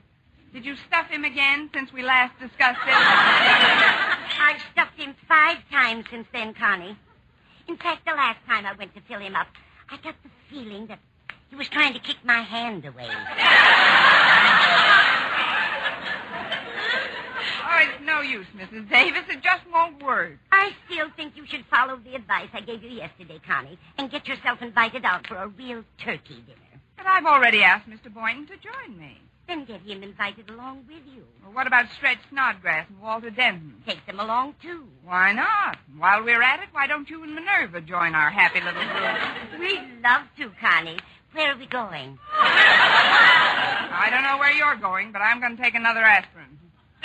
I'm sure the Conklins would like to have you over. I ran into Martha yesterday, and she told me that she was all ready to carve a huge turkey. Oh, is she fighting with Mr. Conklin again? Now, don't be silly, Connie. Martha even remarked yesterday that she was hoping Mr. Conklin would ask some of the teachers in to share their dinner. I can just picture that. If Mr. Conklin saw any teachers at his dinner table, he wouldn't know what to bite first. That doesn't apply to Mr. Boynton, though. Osgood is quite fond of him. And he's also extremely taken with Stretch Snodgrass. Thinks he's the best athlete Madison's ever had. Well, what about his attitude toward me? Call anyway. Remember, Connie, pride goes before a fall. You've got to make a hit with Mr. Boynton. Here, I'll dial the number for you. Oh, but Mrs. Davis, Mr. Conklin can't stand the sight of Walter Denton. Nonsense, I know dear. His daughter Harriet is crazy about the boy. Hello? 1 moment, please. Miss Brooks is calling. Here, Connie. Oh, hello? Oh, hello, Miss Brooks. This is Harriet. Gee, I'm glad you called. You're having Walter Denton over for dinner, aren't you? That's the original plan, Harriet. I wish we could all have dinner together, Miss Brooks. I was just talking to Mother about it this minute. You were? Well, now that's funny. I wanted to talk to Mother about the same thing. Wonderful, Miss Brooks. Wait a minute, I'll put her on. Thanks, Harriet. Harriet and her mother were just talking about getting together for dinner, Mrs. Davis. Hello, Miss Brooks. Hello, Mrs. Conklin. Forgive me if I talk rather quietly, but Mr. Conklin's taking a nap in the living room. He needs the rest, you know. He's been rather irritable lately. I know, for the last 5 years. We've known each other for 5 years now, and, well, the reason I called... Harriet told me, Miss Brooks. I just know you feel exactly as we do. That people should share their Thanksgiving joy with their friends. That's right, Mrs. Conklin. You understand, though, that it isn't just me. I've already invited Walter, Stretch, and Mr. Boynton. The more the merrier, I always say. Well, I'm glad you always say that, Mrs. Conklin, because my little party lacks just one thing, which you and only you can provide. What a beautiful way to put it. I can only say, Miss Brooks, that we'll be proud and happy to share Thanksgiving dinner with you and your friends. Well, thank you, Mrs. Conklin. Thank you, my dear. Harriet and Mr. Conklin and I will be at your place at 2 o'clock sharp.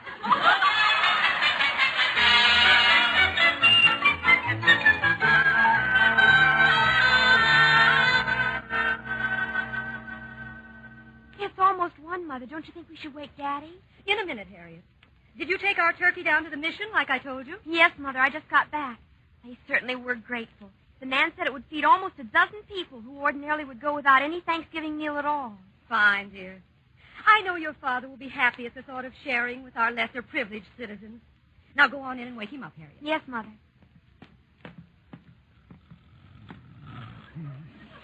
Daddy? Have some more white meat, please. It's time to get up, Daddy. Hmm? What's the matter? Oh, it's you, child.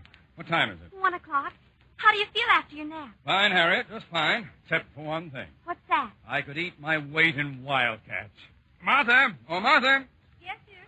What is it? Let's not wait till 2 o'clock for dinner. I'd like to eat right now. Oh, but Osgood, I saw that turkey in the oven when it was finished this morning, Martha, and I just can't get it out of my mind. Oh, it sure smells good, too.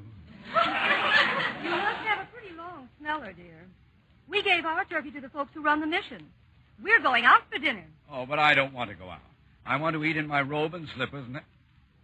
You gave our turkey to whom? It's a mission, dear. It's like a municipal shelter, you know. The man said our turkey would feed almost a dozen underprivileged citizens. Oh, he did. Well, teachers are underprivileged citizens, too. But I don't give them my Thanksgiving dinner. Now, calm down, Osgood. This is no day for your high blood pressure to get out of hand. We're going over to Margaret Davis' place to have dinner with Miss Brooks and some of her friends. Miss Brooks, who needs teachers on a holiday? Mrs. Davis is a very exotic cook. I'm sure she'll have some wonderful dishes prepared for you. But I don't want Mrs. Davis's dishes. I want turkey. Turky! Turkey! Now, everyone buys too much for Thanksgiving dinner. Otherwise, we'd have brought our turkey over to Miss Brooks. But But as it is, think of the joy you're sharing with the people at the mission, Osgood. Joy my foot. The food at Miss Brooks' place had better be good today. Good. It had better be great!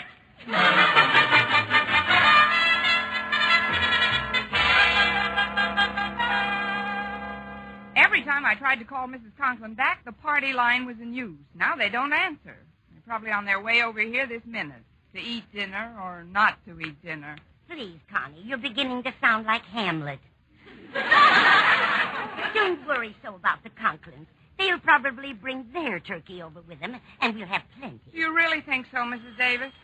We'll soon know, Connie. Will you answer the door, please? I'm trying to find some more cans of salmon, just in case. All right, Mrs. Davis. Happy Thanksgiving, Miss Brooks. A very happy Thanksgiving, Miss Brooks. Hello. The same to you. But is this all the party? Well, what do you mean, Miss Brooks? I mean, just you three? Nothing waiting out in the car or anything?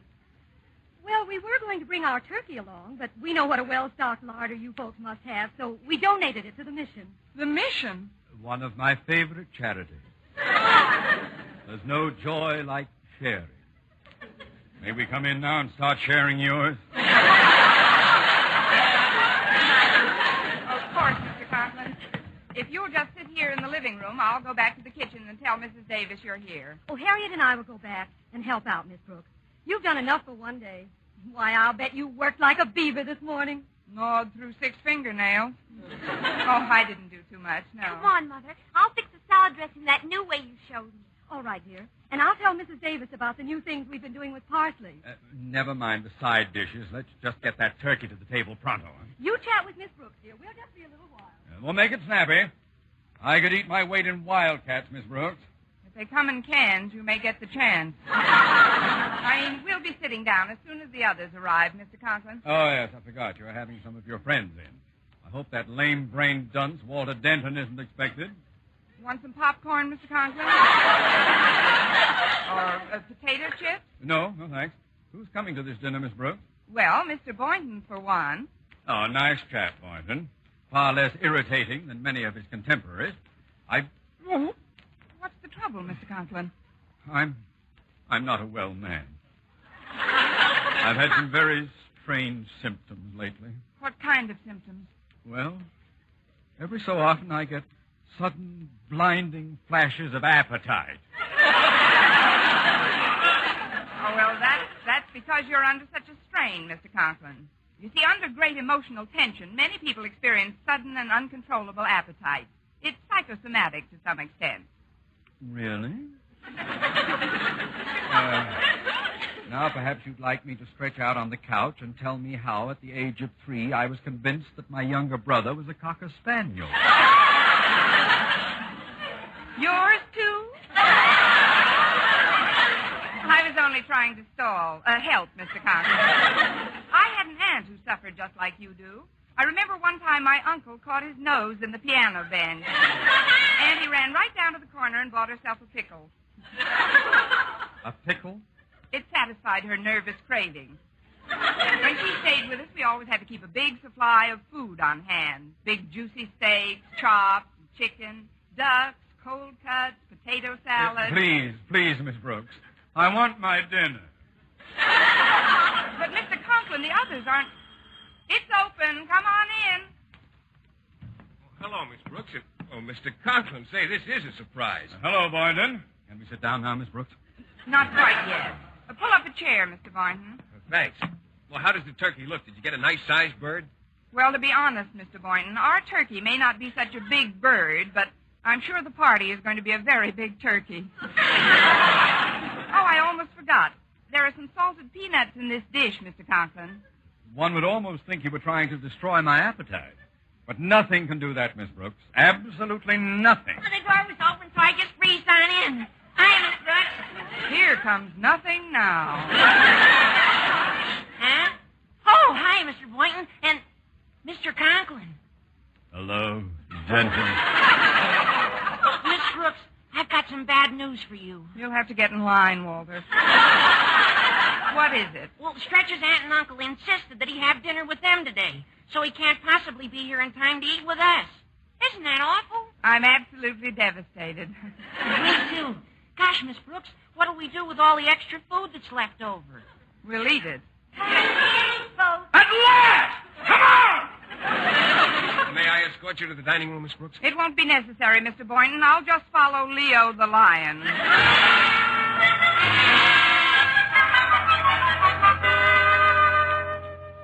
I've cut the squab into small pieces and sprayed it with sweet air, Connie. Nobody will know it isn't turkey. Now then, keep the lid on this big tray except when you're serving, and they won't know how little we've got. All right, Mrs. Davis. I might as well trot it in. Well, here we are.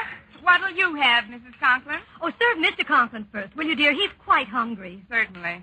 Mr. Conklin, what'll it be? I'll have a drumstick. A drumstick. Yes, sir. Here you are.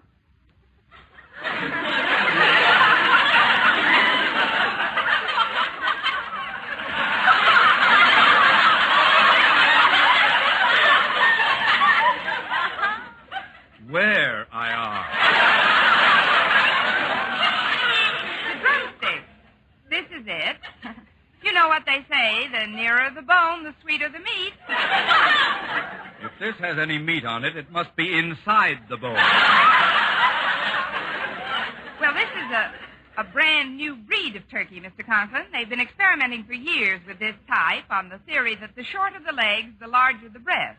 Oh, then give me some of that. Yes, sir. Here it is.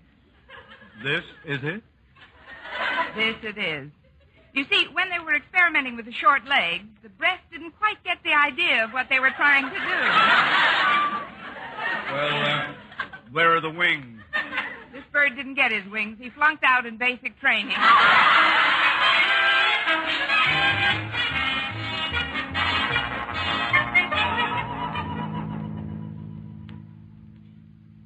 I thought we'd never get out of that place. Fine dinner that was. Take it easy, Osgood. We'll stop off on our way home and get a bite somewhere. I thought the salmon was quite tasty. But, Mother, why do you suppose Miss Brooks took Mr. Boynton aside and then excused herself in the middle of the meal and left? Why, it was obvious, dear. Miss Brooks wanted us to have enough to eat. To think we sent a beautiful 16-pound turkey to the mission. Everything happens for the best, dear.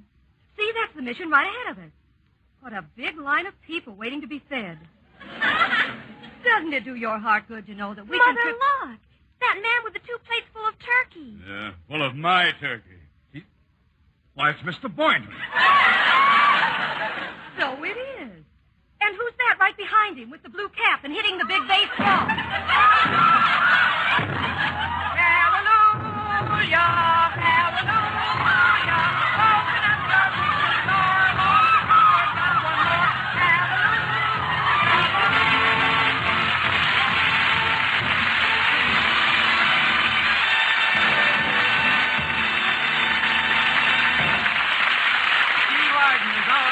Returns in just a moment, but first... Dream girl, beautiful luster cream girl. Tonight? Yes, tonight. Show him how much lovelier your hair can look after a Luster Cream shampoo. Luster Cream, world's finest shampoo. No other shampoo in the world gives Kay Dumas' magic blend of secret ingredients plus gentle lanolin. Not a soap, not a liquid. Luster Cream shampoo leaves hair 3 ways lovelier. Fragrantly clean, free of loose dandruff, glistening with sheen, soft, manageable. Even in hardest water, Luster Cream lathers instantly. No special rinse needed after a Luster Cream shampoo. So gentle, Luster Cream is wonderful even for children's hair. Tonight, yes, tonight, try Luster Cream shampoo. Dream girl, beautiful luster cream girl. You owe your crowning glory to a luster cream shampoo. And now, once again, here is our Miss Brooks. Well, after Mr. Boynton and I had helped to feed over 50 underprivileged citizens, including Mr. Boynton and me, we found out that we had enough money between us to take in a movie. But on our way to the Strand, Mr. Boynton suddenly stopped. Miss Brooks, helping out at the mission made me realize how lonely the most festive occasion can be if you're not sharing it with someone. You're so right, Mr. Boynton. I guess you and I are pretty fortunate. Oh, we certainly are. But I just remembered that there's another member of Madison's faculty who's all alone tonight and needs cheering up pretty badly. Let's do something about it, shall we, Miss Brooks? Oh, that's a wonderful idea, Mr. Boynton. I'm all for it. I suppose you're referring to our French colleague, Monsieur Leblanche. Oh, no, Miss Brooks. I was thinking of Miss Enright. Let's go pick her up right now. Who needs teachers on a holiday? Next week, tune into another Our Miss Brooks show brought to you by Luster Cream Shampoo for soft, glamorous, caressable hair and Colgate Dental Cream to clean your breath while you clean your teeth and help stop tooth decay. Our Miss Brooks, starring Eve Arden, is produced by Larry Burns, directed by Al Lewis, with music by Wilbur Hatch. Mr. Boynton is played by Jeff Chandler, Mr. Conklin by Gail Gordon.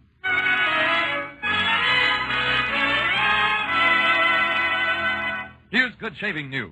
3 men out of every 4 can get more comfortable, actually smoother shaves with Palmolive brushless shaving cream. This is not just a claim. Here's the proof. 1,297 men tried the Palmolive brushless way to shave described on the tube. And no matter how they shaved before, 3 men out of every 4 got more comfortable, actually smoother shaves. Try Palmolive brushless yourself. See if you don't get more comfortable, actually smoother shaves the proved Palmolive brushless way. For mystery liberally sprinkled with laughs, listen to Mr. and Mrs. North. Tune in Tuesday evening over most of these same stations. And be with us again next week at the same time for another comedy episode of Our Miss Brooks. Bob Lamont speaking. This is CBS, the Columbia Broadcasting System.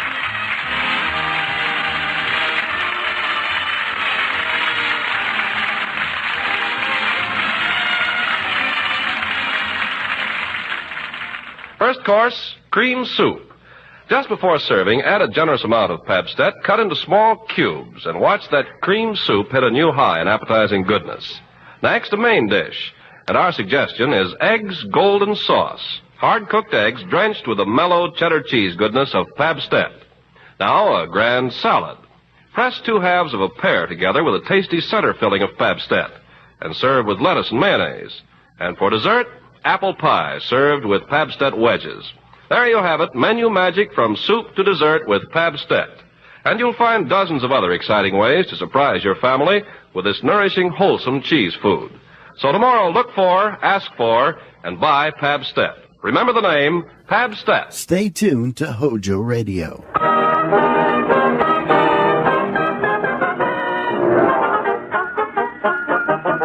We invite you to enjoy Life with Luigi, a new comedy show created by Cy Howard and starring that celebrated actor, Mr. J. Carroll Nash, with Alan Reed as Pasquale.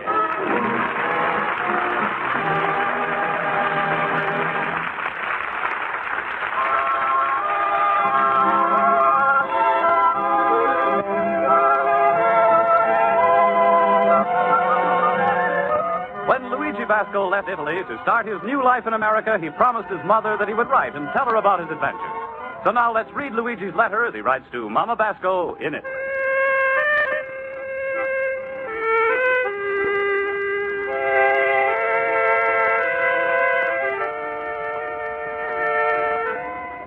Dear Mamma Mia, right now everybody in this country is celebrating Thanksgiving. This is a holiday, right American man, the butcher. Mamma Mia, I wish you could be here now to see how everybody is so friendly and nice and happy. When you walk down the street now, everybody's got a big smile on their face, except maybe a few turkeys. The reason the day is not happy is because Thanksgiving is to celebrate the landing of the pilgrims. When the pilgrims is the first to come here, they was looking for something to eat, so they shot the wild turkeys. Of course, most of the housewives wish the pilgrims would have shot the pork chops. Because that's 30 cents a pound cheaper. But so far, Mamma Mia, I'm got no plans for my Thanksgiving. But I'm sure my friend Pasquale, he's going to invite me to his spaghetti palace for private dinner tomorrow night. After all, no matter how mean Pasquale is actor sometime, underneath he's got a heart as big as his daughter Rosa. Well, I'll finish this a little later because it's the time I should have gone out to my night school class. Mamma mia, I wish you could see my beautiful teacher, Miss Spaulding. She's got a blonde hair, blue eyes, nice... well, so far this year, I'm never come late to class.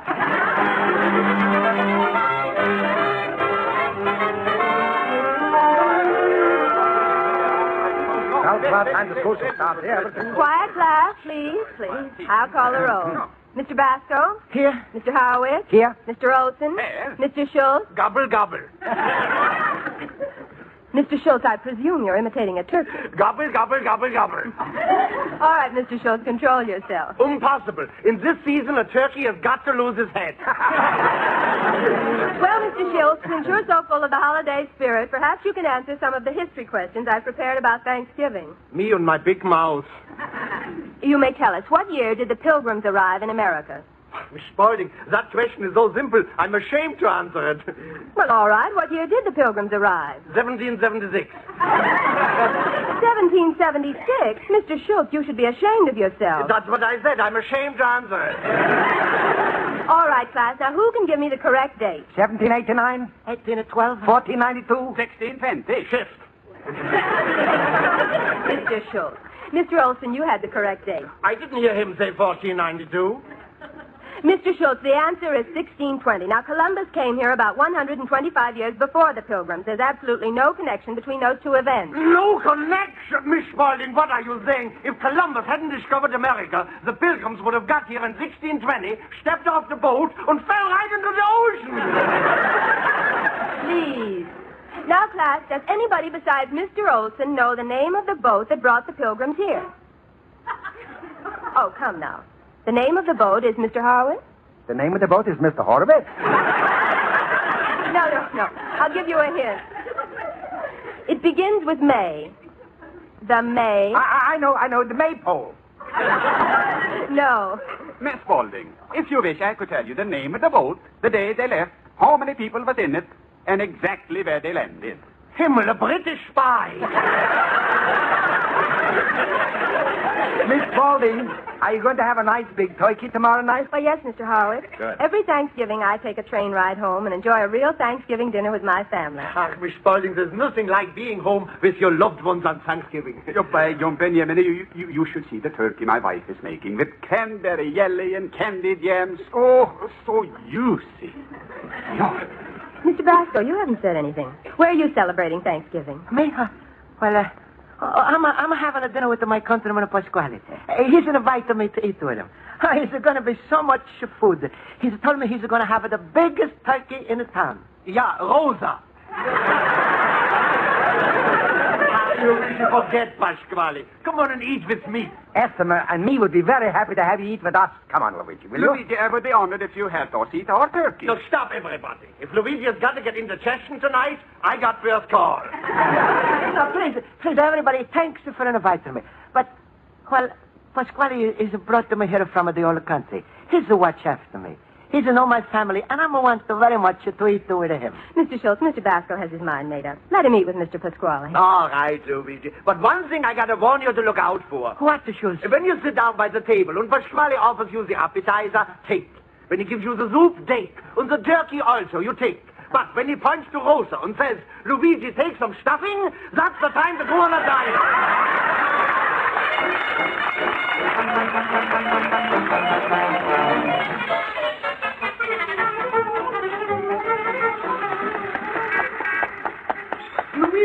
Luigi, wait for me. Oh, sure, sir. Oh, listen to me. I'm puffing like the last donkey on the mule train.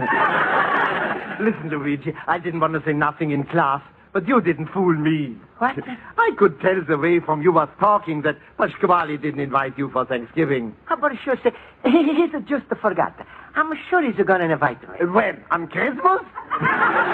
Now, look, why don't you come and eat with me and my happy little family, huh? Oh, what fun we got. Around the table, we got me, my wife, my 3 children, my brother Ludwig, my cousin Hugo, my uncle Chuck, his 6 kids, my 3 nephews, my grandfather Wolfgang, his girlfriend, And the rest of the family. No, thank you, Schultz. Besides, there's too many people for one turkey. Oh, no, stop. This year we got a turkey twice as big as last year. How big is it? 6 pounds. But, Schultz, how is it possible for so many people to eat the one smaller turkey? Who eats? All night long we got the wishbone party. We all sit around and wish for a bone. Oh, smile, Luigi. I'm just making fun. Schultz, you're such a good friend to worry about me. But I'm sorry, I'm going to say no. Yeah, but Pasquale didn't invite you yet. Schultz, I'm no Pasquale. He's purposely not inviting me because he wants I should ask him before he's asking me. So when he's inviting me, it's going to sound like I was begging him when all the time I'm going to him. Stop. You're getting me all verschimmelt. Well, I got to go now, Luigi. But if Pasquale don't invite you, don't be ashamed. Come to me, huh? All right, Schultz. And smile, Luigi. Smile. Remember, a smile is just like glass wax. You wipe it on, you wipe it off. So be like me, always laughing. Oh, my.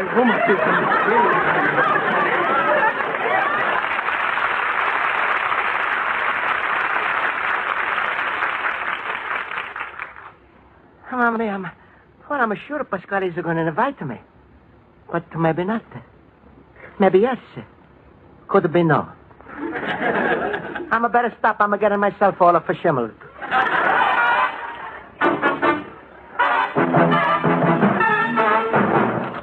Luigi, my friend. Hello, Luigi. Hello. Hello, Pasquale. Hello. How's it with you, huh? All right. Hey, what are we laughing about? Well, I guess it's the holiday spirit of Pasquale. Holiday? Oh, yes. Well, if you excuse me, Luigi, I'm going to go back and see how my turkeys are coming along. Oh, it's Pasquale. Huh? What do you want, Luigi? Happy Thanksgiving, Pasquale. Same to you. Goodbye. Pasquale. What? Thanks for bringing me to America. Don't thank me. Thank the boat.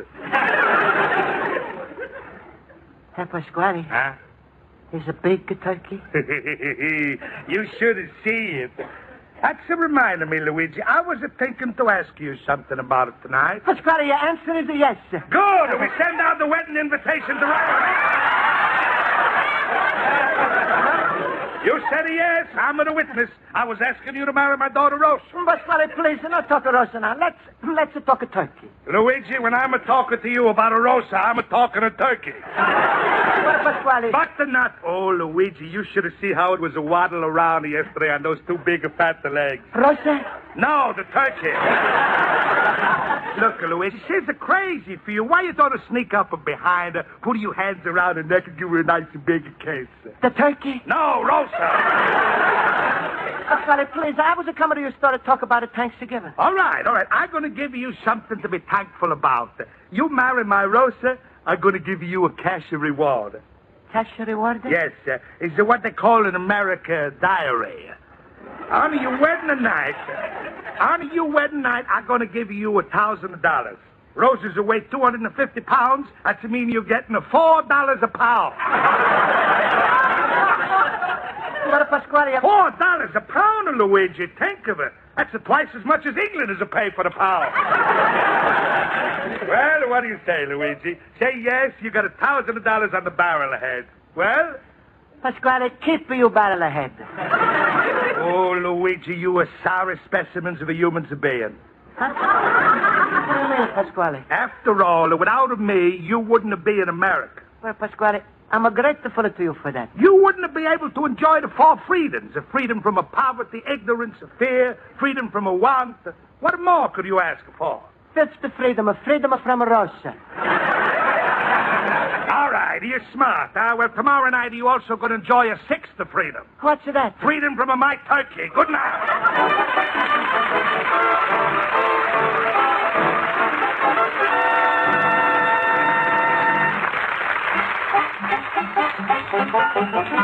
And now, for the second act of Luigi Basco's adventures in Chicago, we turn to page 2 of his letter to his mother in Italy.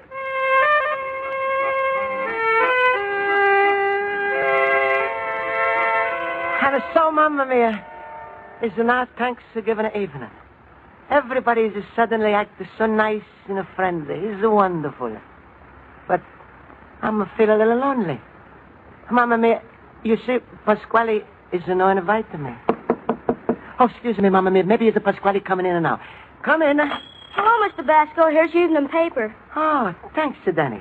Hey, you sell a lot of papers tonight? Well, not so good, Mr. Basco. Oh. You know, everybody's rushing around. They ain't got no time to read tonight. All right, then I buy extra paper. Why, you don't have to. That's all right. I'm going to wash the floor tomorrow. Hey, Danny.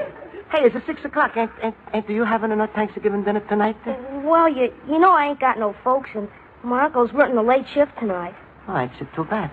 Ain't you having no Thanksgiving dinner? No. Well, happy Thanksgiving, Mr. Basco. Happy Thanksgiving, Danny. Hey, Danny, why you rush? Sit down, and maybe we talk a little bit, huh? Well, I'd like to, but I gotta sell these papers. They're the late edition. What if they're already late? It don't matter if they're going to be a little later. Hey, what's the matter, Mr. Basco? You look a little beat. Beat? Yeah, on the ropes. On the ropes? You know, pooped. On the ropes, beat the poops. Hey, sometimes I'm thinking they teach different English in a night school and a day school. It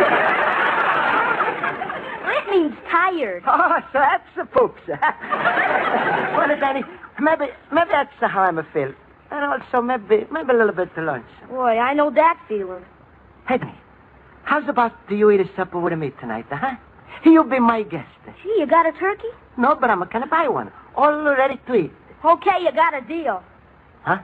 I said you got a deal. Danny, you're too young to play cards. I mean, okay, I'll eat turkey with you. Oh, well, that's good. Boy, this is going to be fun. Yeah, Danny. It's like magic. Two lonely people, presto. One little party. Hey, wait a minute. I got to sell all these papers first. Hey, Danny, I'm got another idea. You help me eat the turkey, I'm helping you sell the papers. Well, that's Jake with me. Oh, you got your friend Jake with you. No, that just means okay. Good. Well, here, you give me half of your papers. Hey, but now, what am I supposed to yell? Well, anything, as long as you get them to buy a paper. Well, it's easy. Huh? Listen.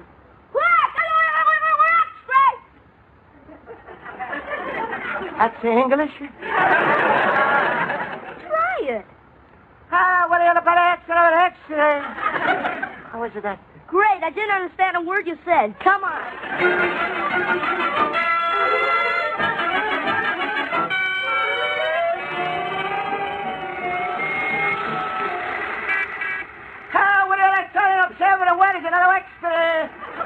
Hey, mister, is that the last edition? No, I'm got 3 papers left. I mean, is that the morning paper? Huh? How could it be the morning paper if it's still a night now? Are you kidding? I always get my morning paper the night before. You mean before something is happening, you already reason about it? Never mind. Let's have a paper. Sure. Happy Thanksgiving to you. Hey, Mr. Basco, how you doing? Fine, Danny. I've only got the one paper left. Well, I only got one, too. Well, hurry up and sell it. Oh, my God, hurry. Hey, wait a second. Wait a extra. The president is declared war. You want a paper? Did you say the president declared war? Sure, here's the paper. Okay, here. Hey, where does it say the president declared war? Well, right here, you see. President declares the war on the prices. Happy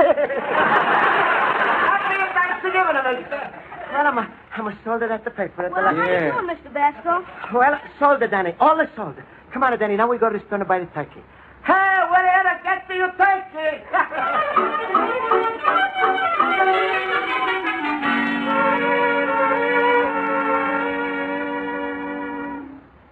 Yeah, can I do something for you? Please, I'm interested to buy that roasted turkey you got in the window. How much is it cost? $18. Mamma mia. Wow. Please, maybe you got a little smaller one? Well, how much did you want to spend? $2. Are you kidding? No self-respecting turkey would take his feathers off for less than $10. But I never thought the turkeys would cost us so much. Look, mister, you're not buying just a raw bird. That $18 turkey in the window would cost so much because we clean it and dress it. You clean it and address it? Yeah. Looks beautiful, don't it? Hey, look, mister, I'm still got $2. Give me a turkey that ain't going to a party. You're joking. I'm not. Mr. Basco, you want my dollar? No, Johnny. No, Danny. Here. Please, mister, we like it to celebrate the Thanksgiving. What we can buy here for $2? Well, come on over here. We'll see what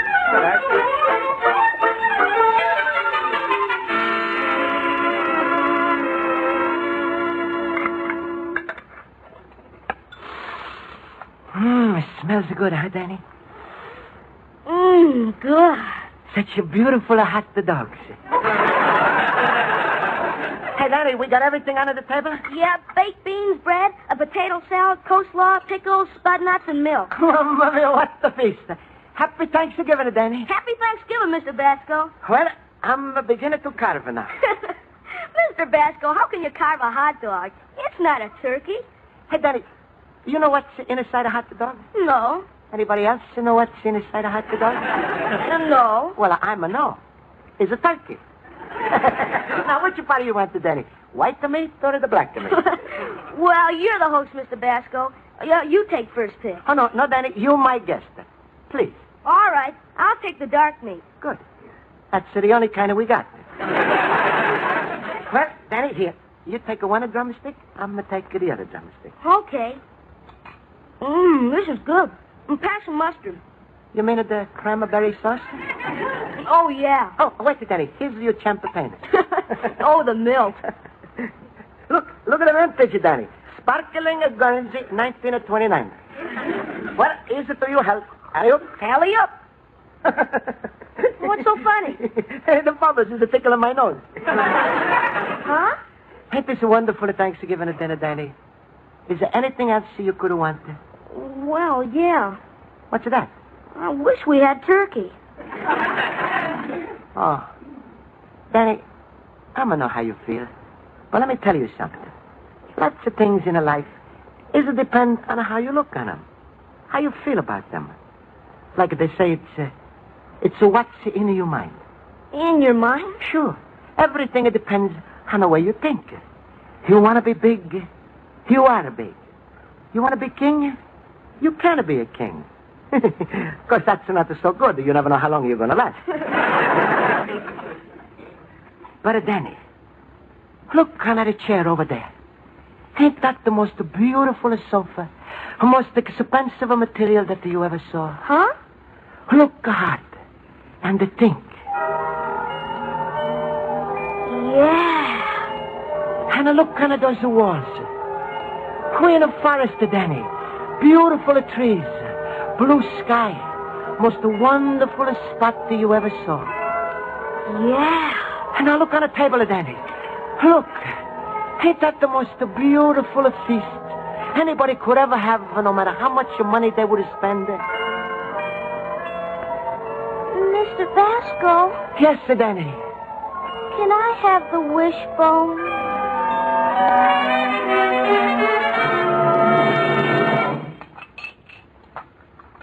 Oh, boy, what a meal that was. Yeah, I'm so full I'm a good bust. Hey, you know, I'm glad Pasquale didn't invite me to the dinner. Well, why didn't he, Mr. Basco? Well, we just have a difference of opinion. How much of a difference? 250 pounds. Well, Danny, it's late now. You better go home and go to sleep. Okay, Mr. Basco, and thanks for everything. You know, last year some society people threw a Thanksgiving party for the newsboys. Well, I hated it. Nothing but a bunch of stuffed shirts. Stuffed shirts? Yeah. That's a strange country. And at Thanksgiving, besides the stuff on the turkeys, they also stuff the shirts. Well, good night, Mr. Basco. I had a wonderful Thanksgiving. Me too, Danny. Whew. Oh, Maria, I'm so full of a Thanksgiving. I'm not going to touch a bite to the Christmas. Luigi, you should be ashamed of yourself. Horowitz. Schultz told me Pasquale didn't invite you. So here, my wife has to send you a turkey leg with all the trimmings. But Horowitz... No talk, you look starved. You got to eat. Horowitz... Eat. Ooh. I feel like my stomach is wet on the hot dogs. Then the Horowitz turkey. Who Oh, Luigi, just as I thought, you are all alone. Oh, sir, I'm all alone, but believe me, it's not like you think. Schultz told me Pasquale didn't invite you, so I brought you some turkey in this bag. Oh, sir, please. Stop begging. I'll have the food ready here in a second. Yo, come on now, eat this. Oh, I'm feeling so full. I'm going to hardly stand up. I think I'm better lock up my door. Luigi, my fellow boober, happy Thanksgiving. All it depends. Sure, so what's in it at the big bag? Turkey! Oh! You're going out of your mind from hunger. You poor little hermit. You were sitting here praying your friend Schultz would walk in with a turkey, huh? Schultz, from now on, anybody who's walking is look like a turkey. Please! Please, am I in the sight? Don't tell me I can see. Starvation is already bloating up your stomach. Come on, I feed you myself. Come on, I feed you myself. Come on, open up the mouth wide.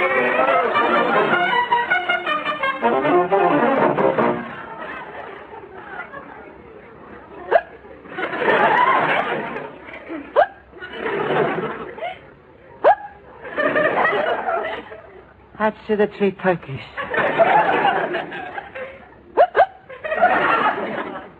The hot dogs. I'm not going to move. I'm not going to take off my clothes. I think I'm going to sleep right under the table. Luigi! Oh, poor Luigi. Look, laying on the floor, weak from hunger. Oh, fella, he's a hiccup from an empty stomach. Luigi, I was a mean man, but I'm going to make up to you. Pasquale, please, be mean. Don't make up to me. Luigi, you saying that because you angry with me, and I'm to blame. No, Pasquale, I'm not angry. I'm sick. You're sick? Only one thing to cure that, the food. Oh, no. Luigi, I apologize for the way I'm treating you, but I brought you something to cheer you up. Turkey? No, Rosa. That's the first time in my life I'm glad to see Rosa. Good, then I'm going to call her in. Rosa! Rosa! Rosa! You called me, Papa.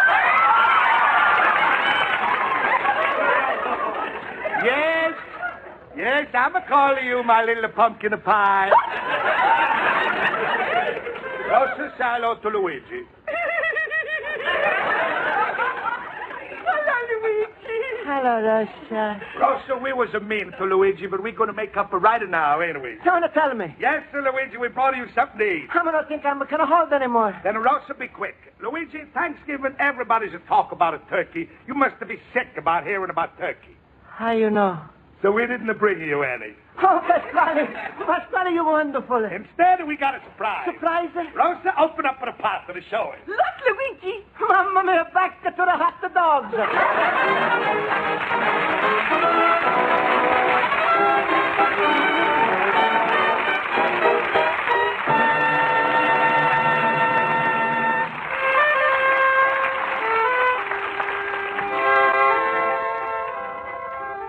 So, Mamma mia, it's hard for me to tell you exactly how I'm celebrate the Thanksgiving. Was a good and a bad, happy and a sad. But one thing I'm sure. I'm finally celebrate the Thanksgiving like a real American. Holding in my stomach. Your loving son, Luigi Vasco, the little immigrant.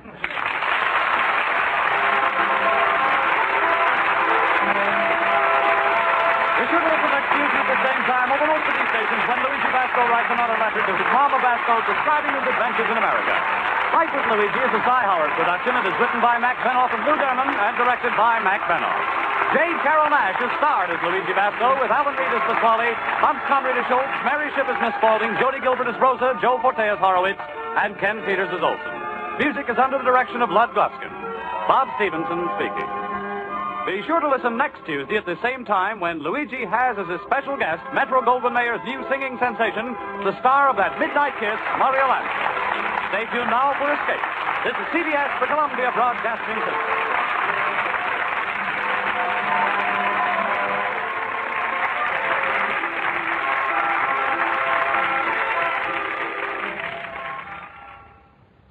It's you're swinging, if you're boating, if you're pitching, if you're floating, you need Nestle's Quicken Milk this summer. If you're training, if you're racing, try the drink that's really bracing. It's Nestle's Quicken Milk this summer. Delicious chocolatey Quick makes the most wonderful energy drink. Gives you all the health of milk plus Quick's own vitamins and iron. Never sticky sweet, so it really quenches thirst. Get cool, get a great chocolatey treat, and get lots of energy builders. Take a tip from all us bright kids. It's the drink that's really right, kids. Ask for Nestle's Quicken Milk this summer. Oh, N-E-S-T-L-E-S, Nestle's makes the very best chocolate. Thanks for listening to Hojo Radio. More classic old-time radio coming your way next. The National Broadcasting Company presents The Adventures of Sam Spade, Detective.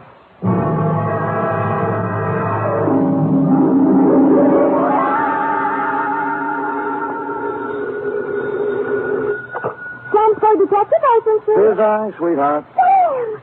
Oh, he's worried to death.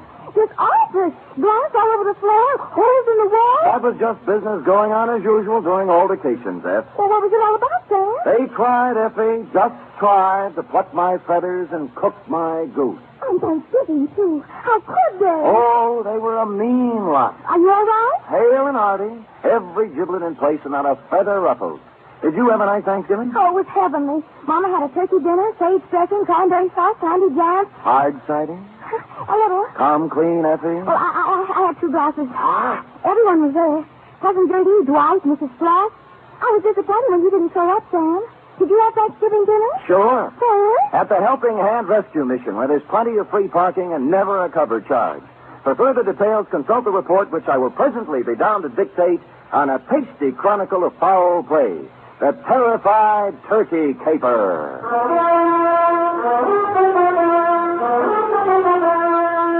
For NBC, William Spear, radio's outstanding producer-director of mystery and crime drama, brings you the greatest private detective of them all in The Adventures of Sam Spade. Sam, hey! Oh, you were waiting for me. Having Thanksgiving dinner at a rescue mission, and Mama cooked it perfectly wonderful. Thank your mother for me, Aunt. Tell her I'll be over to break wishbones with her tonight. And to atone for my social indifferences, here's a little something I brought for you. Oh, Sam! You shouldn't have. It's beautiful. What is it? A blunderbuss. A blunder what? Buff, as in step to the rear of. Oh. Well, what does it do? Shoot, Seth. It's a gun. Our founding fathers used it in foraging for feathered food when they settled this abundant continent. And it's mine. To do with what you will. Where'd you get it? Pencil point? Yes, Sam. Who gave it to Pad you? open? Oh, yes, but I don't know. Knees crossed? Did you mean the founding fathers? Don't peek. Date November 24th, 1950. To Detective Lieutenant I.C. Kelsey, Homicide Detail, San Francisco Police. From Samuel Spade, license number 137596. Subject, Turkey. Dear Kelsey, this was a big week for the cranberry pickers, the butchers, the sage makers, and the stomach pill people. But for private detectives, it was strictly from hunger. My office door opened only twice a day, once to let me in and once to let me out. And when on Wednesday I heard a knock on the door, I went into a paroxysm of delight. Come in! Come in! Come in! Entrez-vous! Entrez-vous! Arise! When I ran out of languages, I got up from behind the desk, walked to the door, and opened it. Standing there was a small, middle-aged man with a pink, bald head. His blue serge suit needed pressing, and he was nervously fingering a strawberry birthmark under his left ear. Mr. Samuel Spade? I am. May I have a moment with you? You may have several, but not in the corridor. It's not in my lease. Oh, I'll come in. Good. Well? You'll have to excuse me, Mr. Spade. I've had so few dealings with private detectives. I find it hard to begin. Well. Perhaps I shouldn't have come at all. Goodbye. No, wait a minute. Maybe I can help you. Well, you see, what's the use? You won't believe me. Nobody does. I'd really better... Oh, now, wait. I'll believe you. All I ask is a chance. Now, let's start with your name. Oh, what, my name? Yes. Yes, my name. To begin with, you won't believe that. Oh, but I can verify it. Yes, I can. It's on the registration book of the old Colony Hotel, in the 1943 phone book, and on my old driver's license. Well, I'll have to know it before I can verify it. Yes, of course you will. It's Tom. Well, now that's not so hard to believe. Oh, you haven't heard the rest of it. It's Tom Turkey. You see, I told you wouldn't believe it. I'd better go. No, let me be the first to believe you. Now, Mr. Tom, what's your problem? Oh, dear, that's even harder to explain. Well, now that I don't believe. But take a breath and jump into it. Yes. My name's Tom Turkey, and they're going to kill me for Thanksgiving.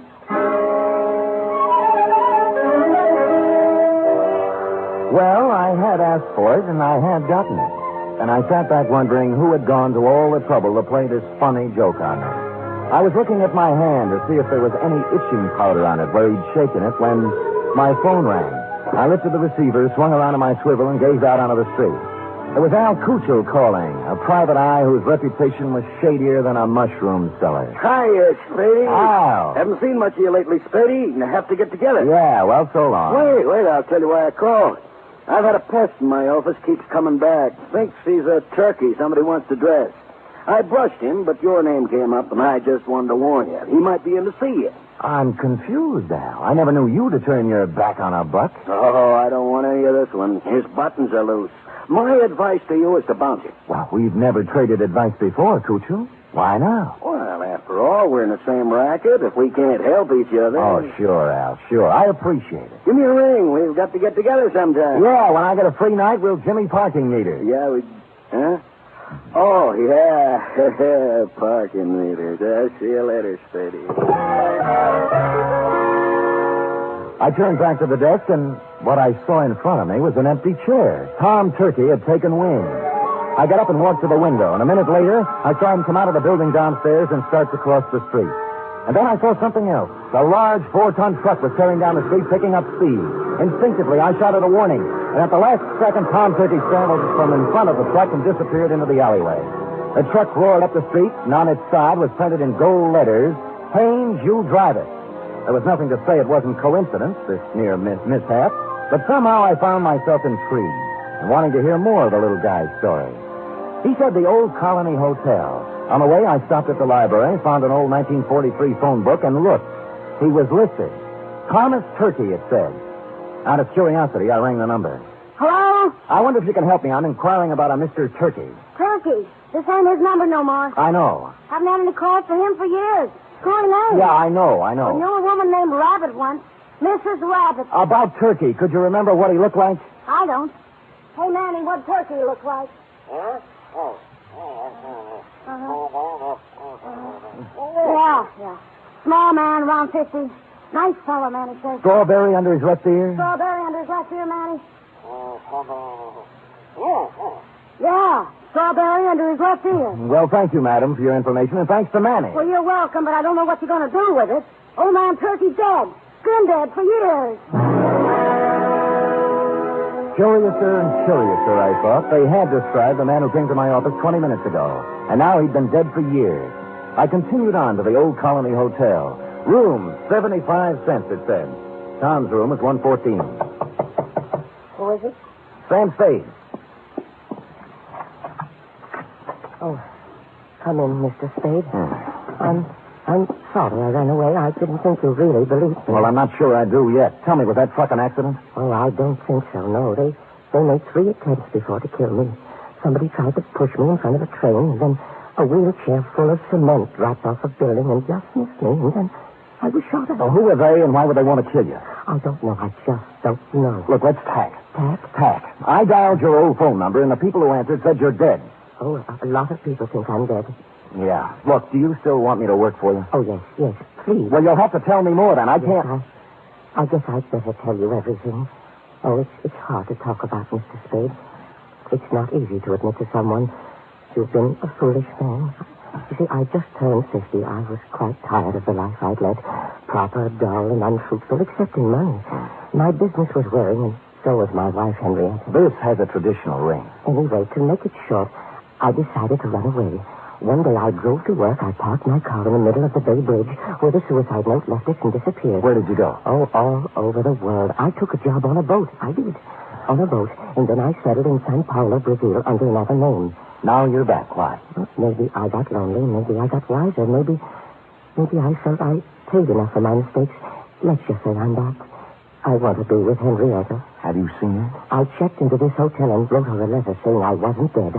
I was back in San Francisco, and I wanted to come back to her if she still would have me. But I told her I wouldn't bother her unless she wanted to see me. That she could contact me here. That was a week ago. And you haven't heard from her? No. And almost right away, these attempts on my life began. I see. All right, what's her address? 3118 Monroe. Oh, she's taken her maiden name again. Black. Henrietta Black. Oh, come on, let's go. No, I'm not going to see her until she asks me. Well, look, you're going to my apartment. Nobody will bother you there. And you're going to see Henrietta? That's right. Oh, thank you. Thank you, Mr. Spade. You do believe me. I think I'm really ready to face the world again now.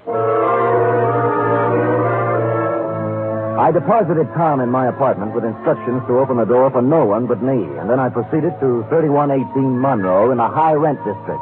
I was ushered through a comely portico by a Japanese maid who told me to wait in a study heavy with mahogany. In a moment, two people came in. The woman wore a black dress, silver pendant, flat shoes, and a complexion the color of apple meat. She was Miss Henrietta Black and/or Mrs. Tom Turkey. The man turned out to be Leander Luce, the lady's attorney, business manager, and canasta partner. You say you have something important to discuss with me, Mr. Spade? I do? I hope you don't mind my asking Mr. Luce to be here. Not at all. Well, Mrs. Turkey, I just talked to your husband, Tom. Mr. Spade, if you please. I say something? a rather feeble attempt at comedy, Mr. Spade. Well, I wasn't trying for a laugh. You are Mrs. Turkey, aren't you? I was. You undoubtedly still are. I'd expected to hear another one of these cruel jokes about my name. At Thanksgiving time, Mr. Spade, someone was always going to stuff Tom, baste him, dress him, slice him. This season, they're going to kill him. They are not going to kill him. He is already dead. He's not dead, Mrs. Turkey, and you should not. I should. Yes, he sent you a letter saying he was back in San Francisco and wanted to see you. Mr. Spade, this has gone absolutely far enough. Not quite. What about the letter? I know of no such letter. I see. Well, thank you for your time. I'm sorry I bothered you. Oh, you used bad judgment in coming in the first place. Yes, maybe you're right. There was falsehood in this someplace, Lieutenant, and it stuck out like a fat girl in slack. The only thing to do was to go back to my apartment, get Tom Turkey, and confront Mrs. T with her husband in the flesh.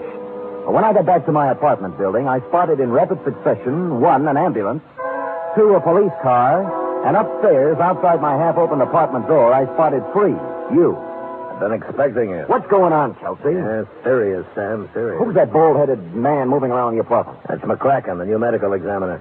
Checking a stiff on your rug. I stepped around you, Lieutenant, and pushed the door all the way open. I saw McCracken kneeling over the body and a couple of men from homicide taking photos. I moved into the room feeling nothing good. A little guy had given me a job, and while I was yakking with his wife, somebody got to him. And in my apartment, where I'd stashed them. McCracken stood up, and I looked down at the body. Then I looked again. Who I saw wasn't Tom Turkey at all. It was the late Private Eye, Al Kuchel.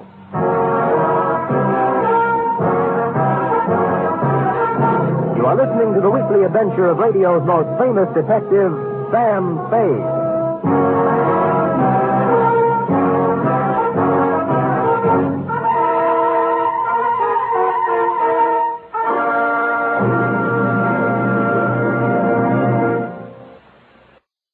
You are listening to Ron's Amazing Stories.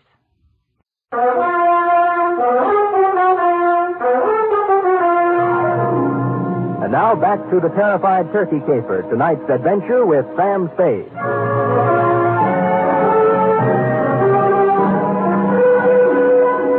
While the men from homicide were taking pictures, etc., you and I, Lieutenant, were going round and round on the question, if I didn't kill the man found in my room, who did? And you were sufficiently impressed with my insult, Kelsey, not to hold me for the murder. We bowed to each other, and I left. Thinking back to the truck that had almost run Turkey down, I went to the Haynes U Drive truck rental garage.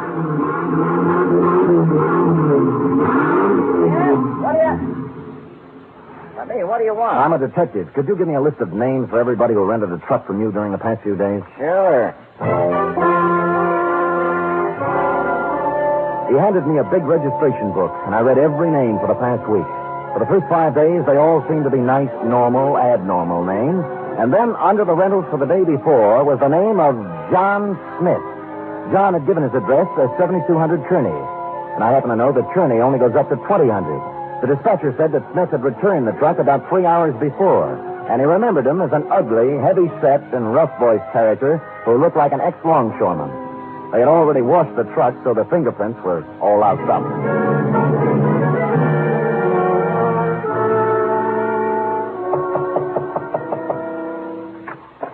Well, it's Mr. Spade again. Look, I'd like to speak with Miss Black, if you don't mind. Come in. Come in. Thank you. This way, into the den. Right. Well, I was sure you'd look into this affair a little more and realize that it was just a blind alley, a hoax of some kind. Where's Miss Black? Oh, she's upstairs, lying down. The whole affair has upset her, and she asked not to be disturbed. I think the wisest course of action for you, Mr. Spade, is just to let the matter drop. You can't let a murder just drop, Mr. Lewis. The police wouldn't hear of it. Huh? Murder? Who? An untracked private detective named Al Cuccio. Well, what does this have to do with Henrietta Black? Al Cuccio called me earlier today and said that Tom Turkey was a crackpot, a little man with delusions. He tried to top me off taking his case. He sounds like a perceiving man. Well, he didn't perceive ending up in my apartment with a bullet in his head. Well, that's too bad, but I still don't I left see... Tom Turkey in my apartment for safekeeping, and when I returned, he was gone and Cuccio was dead. Well, that explains itself, obviously. This detective knew that Tom Turkey was a phony, and Turkey killed him. It can figure that way, and a number of other ways. Mr. Spade, I have no desire to sit here trading subtleties with you. As yet, no one has demonstrated that the real Tom Turkey actually exists, alive. Now, until you do have something more concrete and less mythological, Miss Black requests that you do not come around opening up old wounds. You've made an eloquent point. Just tell me one thing. If I can. When did Tom Turkey disappear? I mean, what month, what day? It was, 1943, November. But I'm not sure of the exact day. I think it was in the 3rd week. Could it have been on Thanksgiving? Very possibly, very possibly. I returned thoughtfully to my office and did a little rapid mental arithmetic and came up with the number 7. From November 23rd, 1943 to November 23rd, 1950 was 7 years to the day. And I pondered this. What did the number 7 mean to the life or death of Tom Turkey? I had just hit upon the answer and was crying Eureka when my office door opened, unlocked, and a visitor came in unannounced. He was ugly, heavy-set, and looked like an ex-longshoreman. I waited to see if the voice checked. You, Spade? Who shall I say is calling? Yeah, Captain John Smith. And here's my calling card. The first bullet grazed my shoulder and tore the padding out of my coat. The second bullet hit the water cooler, and it crashed over, water and all on top of me. Where the third bullet hit, I wasn't sure at the time because darkness came rushing through my head like a freight train.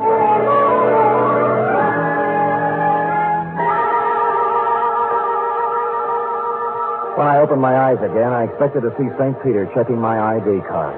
But all I saw were the dust balls under my desk and a fly bathing himself in a pool of water spreading slowly over the floor. There was blood on my hand, but it came from a glass cut. I was in shambles, but alive. Captain John Smith had shoved off, obviously thinking his bullets had done their work.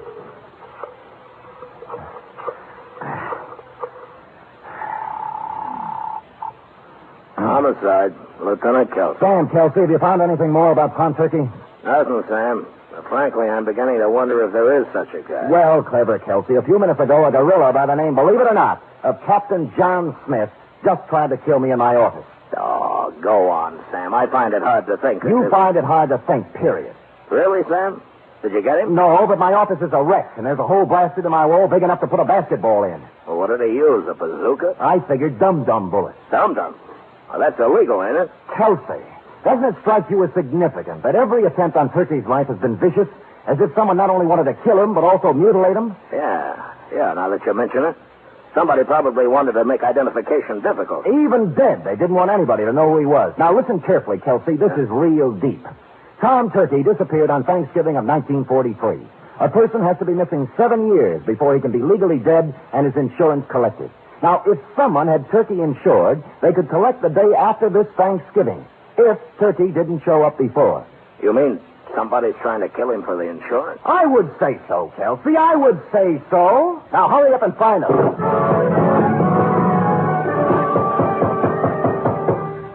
When I put down the phone, I heard a heavy pounding. For a minute, I thought it was in my head, until I turned to face the door, and standing there was a small pilgrim with bandy legs and black stockings, pantaloons, white-collared coat, and stovepipe hat. Hallelujah! He wore silver buckles, and what he was pounding on the floor was an 18th century blunderbuss. Hallelujah!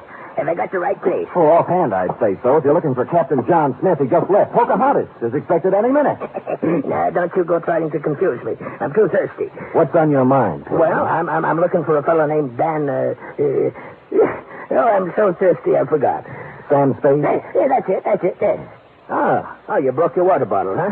Yeah. Good. That stuff's poison anyway. Hallelujah. Hey, say, do you happen to have any hard cider around? Fresh out. Oh. I'm kind of thirsty, you know. Any type of corn squeezing? Here, try this, Dad. Yeah. Good, huh? Oh.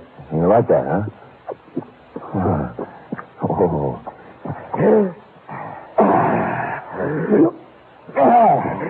Follow me. But before we go, do you suppose we could have a little something for the road? It's bitter cold. I gave him a little, but not too much, because I didn't want him to lose his way. He walked me right down Market Street so he could look in the liquor store windows. He said it gave him a comfortable feeling to know there was so much good in the world. And then we turned right a few blocks until we came to the Helping Hand Mission. Across its gray front, a banner promised special holiday food and comfort to the unfortunate. And on the street in front of it, there was a brass band sending out signals to the fraternity that any minute the great feast of Thanksgiving would begin. The band members and other volunteer workers were all dressed as pilgrims, a quaint conceit. My pilgrim led me to a dark corner of the clubroom, and sitting there unhappily was none other than Tom Turkey. Hello, Mr. Spade. Oh, well, Tom, what happened to my apartment? And why did you run away? Oh, I was afraid. You told me not to answer the door until you came back.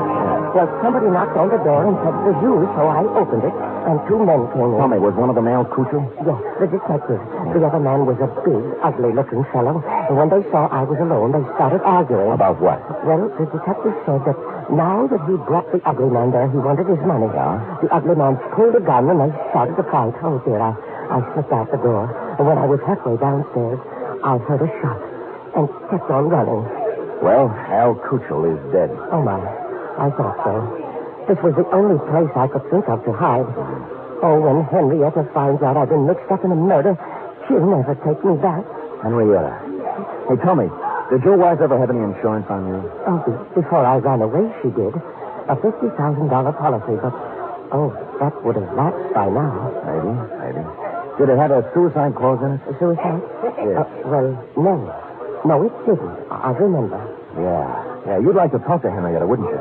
All right, here's your phone number. Call her up and tell her where you are. Oh, well, I don't think I could. I'm too frightened. You've got to do something to help yourself. If you don't, by midnight, you might be a cold turkey. Oh. I'm sorry, just slipped out. All right, I'll do it.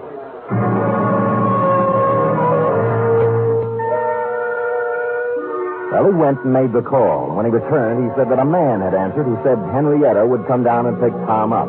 He didn't want to wait, but I sat on him. The pilgrim brought us a dish of turkey dinner, saying he couldn't stand food himself, and we munched a spell. In a little while, a limousine pulled up in front of the mission with someone in back whom I couldn't see. The chauffeur stepped out and came in inquiring for Tom Turkey. It was Captain John Smith himself. When he saw me, a look of shocked surprise came over his unhandsome face. Hoping to catch him off balance, I drove at him. It was the liveliest thing that has happened at the Helping Hand Mission in years, and we had a good house, too. Money was even changing hands. When I heard the odds starting to go against me, I realized I'd better come up with something. Here, use this, partner. And I did. The bandy-legged pilgrim shoved his blunderbuss right in my hand. And I swung. Smith dropped like pheasant on the wing. I looked up. The passenger from the limousine was just coming in. Yeah, what's the meaning of this? It means, Leander Luce, that you're not going to carve Tom Turkey up for your Thanksgiving insurance policy. Hallelujah. Drumstick, anyone?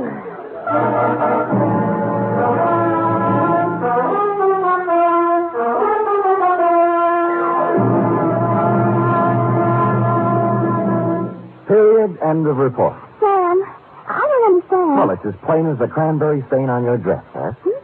Luce, as Henrietta's business manager, had her power of attorney. And secretly, he kept making the payments on Tom Turkey's insurance policy. Oh, and then he'd collect for Henrietta and keep the money himself. Effie, sometimes your lightning mind frightens me. Now go type that up.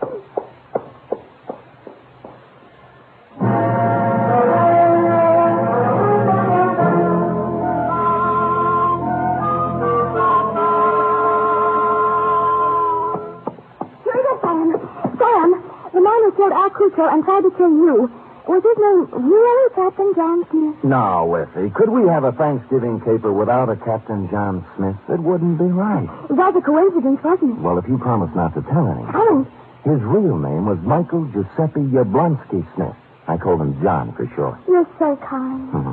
Are we going over to your mother's for cold turkey snacks? Well, all right, but I don't think there'll be much left. Oh? You see, my cousin Julie couldn't find a little boy. And Mother phoned and said they just found him. He was inside the turkey, eating his way out. Effie, is there no way to curb that tongue of yours? There's one way. Well, come here. Oh,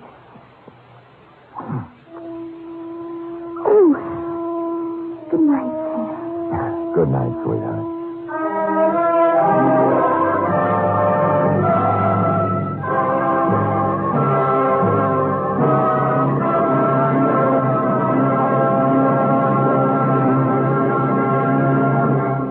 Be sure to go personally to your grocers during this week. You will be well repaid. Splendid values will be featured generally over a wide list of products you use regularly.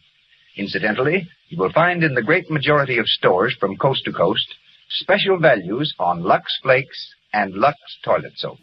Hojo Radio, we're your old-time radio headquarters. Stay tuned. The Anchor Hocking Glass Corporation brings you Crime Photographer.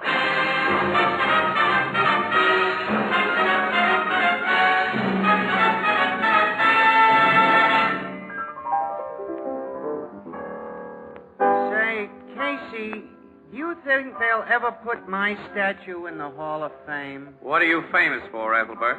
For 27 straight years, I always got the same part of the turkey. That's some kind of a record, ain't it? Well, because you consistently get it in the neck, that might make you notorious, but not really famous. No, Ethelbert. You know, you have to do something really big, something important to deserve a famous name. Like what? Well, like Anchor Hocking, the most famous name in glass.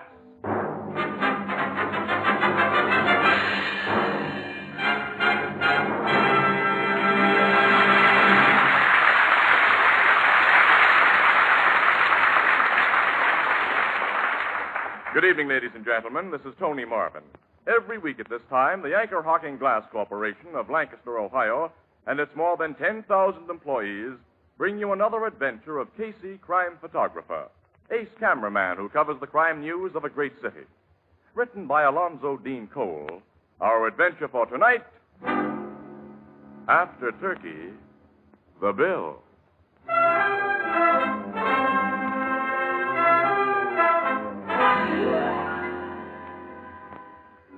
7 o'clock in the evening, a medium-priced uptown restaurant known as Petrakis' Olympian.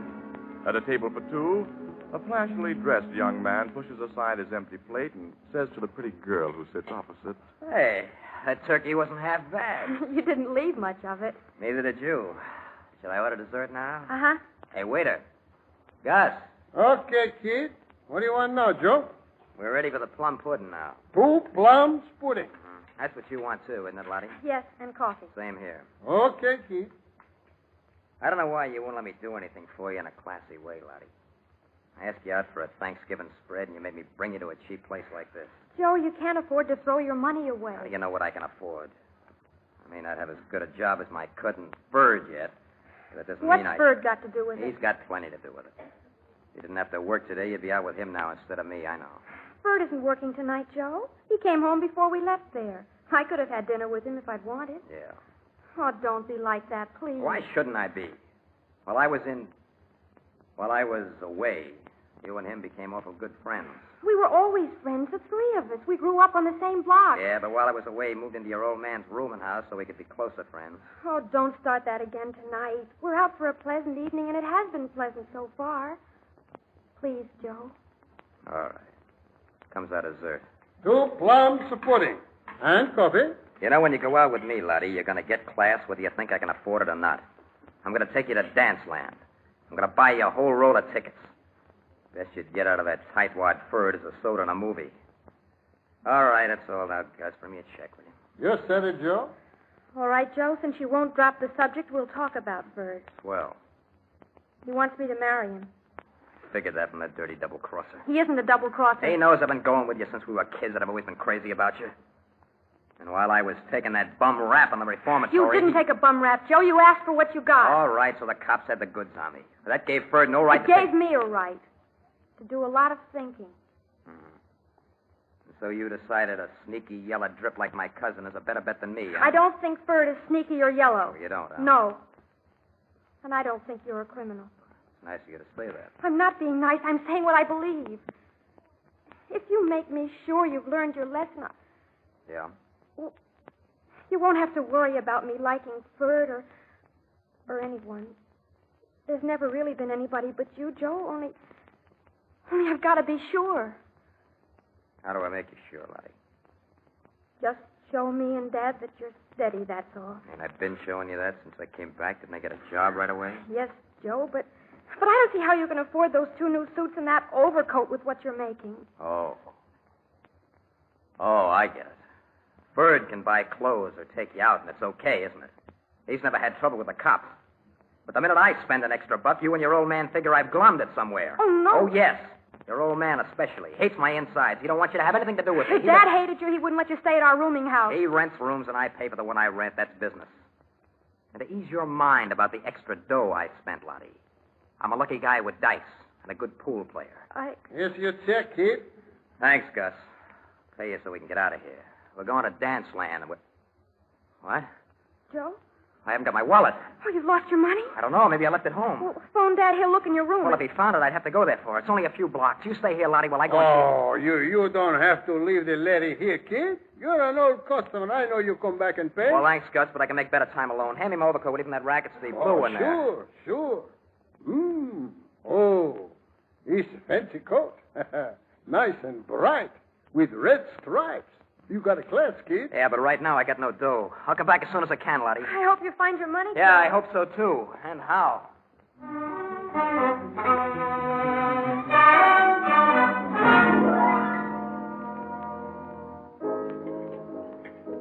Gee, Casey, it's nice of you and Miss Williams to have Thanksgiving dinner here in the Blue Note with me. We're nice people, Ethelbert. Well, the very best. True, warm-hearted, and generous to a fault. Pass the salt. Also Walt. honest, kind, and steadfast. Here's the salt. And Sure. pepper. You know, we're really understating our sterling qualities, Annie. We've risen to the heights of magnanimity, whatever that is, by chewing Thanksgiving turkey in this crummy joint we see every day, simply because our little pal here had to work and could only get away from his bartending long enough to grab a meal on the house. We hope you appreciate our sacrifice, Ethelbert. Oh, I do. Good. Pardon my reach for the Tabasco. To prove your gratitude, Ethelbert, you can pay for our dinners. Yeah, well... Tabasco, Annie? Huh? Thanks. Hey, you've made a splendid suggestion, Casey. Paying our bill will relieve Ethelbert of a small part of his obligation for our company. Say, come to think of it, you two are working today yourselves. You didn't have time to get a full meal any further away from your office than this crummy joint. Ethelbert, you impugn our motives. He destroys my faith in human nature. Yes. The spirit of the day is entirely lost upon this lug. Casey, if you'd pay me what you already owed this crummy joint, I'd be only too happy to buy you dinner. Get it, Walter. This guy's too wise for us, Annie. I'm afraid so, Casey. Casey. Yeah, Walter. You wanted the bar phone, you said you did. Oh, nuts. I'm only just finished my turkey. No, this means no dessert, Casey. I'll see what Burke wants. Well, stall him off if you can. Yeah, I'll do my best, Annie. Hello, Grace. Hello, Casey speaking. Look, Burke, we haven't finished our dinner yet. Oh, all right. Wait till I get my pencil in. Corner of Whitestone and Evans. Well, what happened there?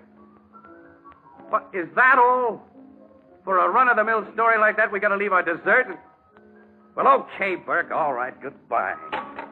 Why I stick to this newspaper racket, I don't know. What was it, Casey? All the Look, we got to get out to Whitestone and Evans, Ann. Some mug just held up a filling station there and got away with a couple of $100 or so. Did he shoot anyone? No. Huh? Just one of those inside page fillers. Burke says news is light and we got to cover it. All right, where is Whitestone and Evans? It's way uptown, not far from Petrakis Olympian Restaurant. You know, we've eaten there a couple of times. Yeah, I remember. Any description of the hold-up guy? Yeah, he wore a flashy blue overcoat with red stripes. See you later, pal. So long, Ethelbert. So long. Say, wait! Who's going to pay for this crummy joint?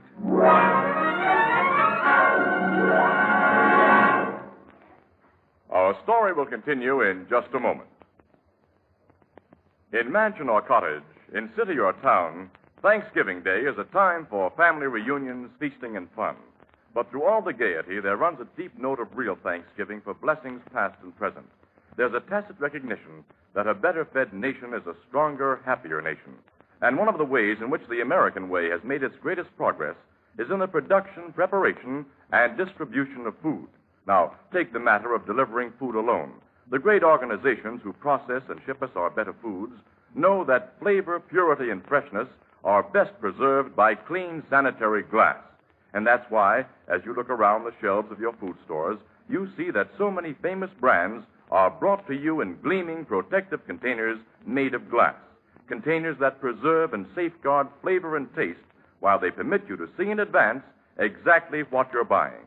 It's noteworthy that many of the leading brands of food of all kinds come to you in Anchor glass containers sealed with tamper-proof Anchor caps.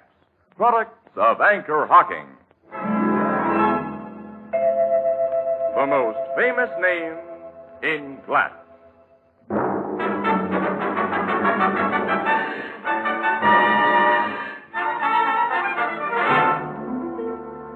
Here's what happened, Miss Williams.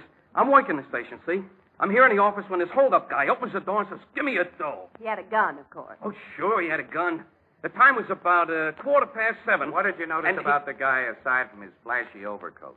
Well, he wore his hat pulled down over his eyes, and a handkerchief was tied around the lower part of his face. Also, he worked fast. What'd he do? Well, he told me to get into the gents' the restroom there and to keep quiet. He locked the door on me, and I heard him open up the money drawer there, and then I heard him leave the joint. I started pounding on the door, and after a while, I managed to bust out. That was about 7:45. And then I phoned the cops. You mind if I shoot a picture of that busted door, Sergeant? Go ahead, Casey. Thanks. You want to picture me, too, won't you, Mr. Casey? Huh? You? Oh, sure, yeah. The door and you. I'll shoot the door first. It's going to give me old lady a big kick to see me written up on the papers. Hey, was this big puddle of grease in front of this door, Jones, when the hold-up guy locked you in? Oh, yeah. I spilled it there earlier, and I didn't have time to clean it up. Now, the mug must have stepped in it, Casey. Along with the description of his flashy coat I've sent out, I included instructions to look for a guy with dirty grease stains on his shoes. Well, the two things together ought to nail him, Sarge. Yeah, I told the Sarge here's something else that ought to nail a guy. Well, what's that? Well, one of the bills he stole out of the money drawer was an old 20 that had been torn in two and kind of stuck together with Scotch tape. I took it in just before the robbery, so I remember it. Well, looks like you cops have plenty to work on, Sarge. Yeah. Well, we got all there is, Annie. Let's blow out of here, get back to the Blue Note, get some plum pudding and coffee. Aha, come on. Hey, ain't you going to take my picture first? Oh, yeah. Yeah, I'll kind of stand here by the empty cash drawer, and point my finger at it. Yeah, that'll be original. Well, stand and point, pal. Go ahead. Great. All set now. Shoot. Jones. Hey, Gus, I'm getting my picture took. Don't walk in front of the camera. I have just heard what happened to you. About that guy in the blue overcoat which hold you up. Well, I'll tell you all about that later, Gus. As soon as I get my picture. No, I tell you and those cops about it now. You'll tell. Who are you? Oh, I am Gus Nikopopoulos. I am waiter in Petrakis Olympian restaurant 3 blocks from here. And I know who is the kid who robbed my good friend Jones. You know? Yeah, I know as soon as I am told the news about that fancy overcoat. What are you talking about? Yeah, What are you talking about? I tell you cops everything. Even where to find this hold-up kid. He tell me he is going with his girl to Dunceland.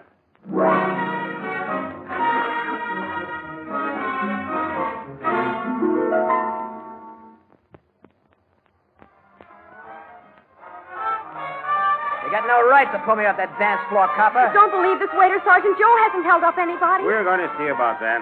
Close the door, will you, Casey? Okay, Sarge. Now, this overcoat we got from the check room, it's yours, isn't it, Bowers? Yeah, that's my coat. And you, Jones. Say the guy who stuck you up wore a coat just like it? It's the same coat, Sergeant. You're nuts. The store I bought this blanket had a couple of dozen just like it. Now, take it easy, kid.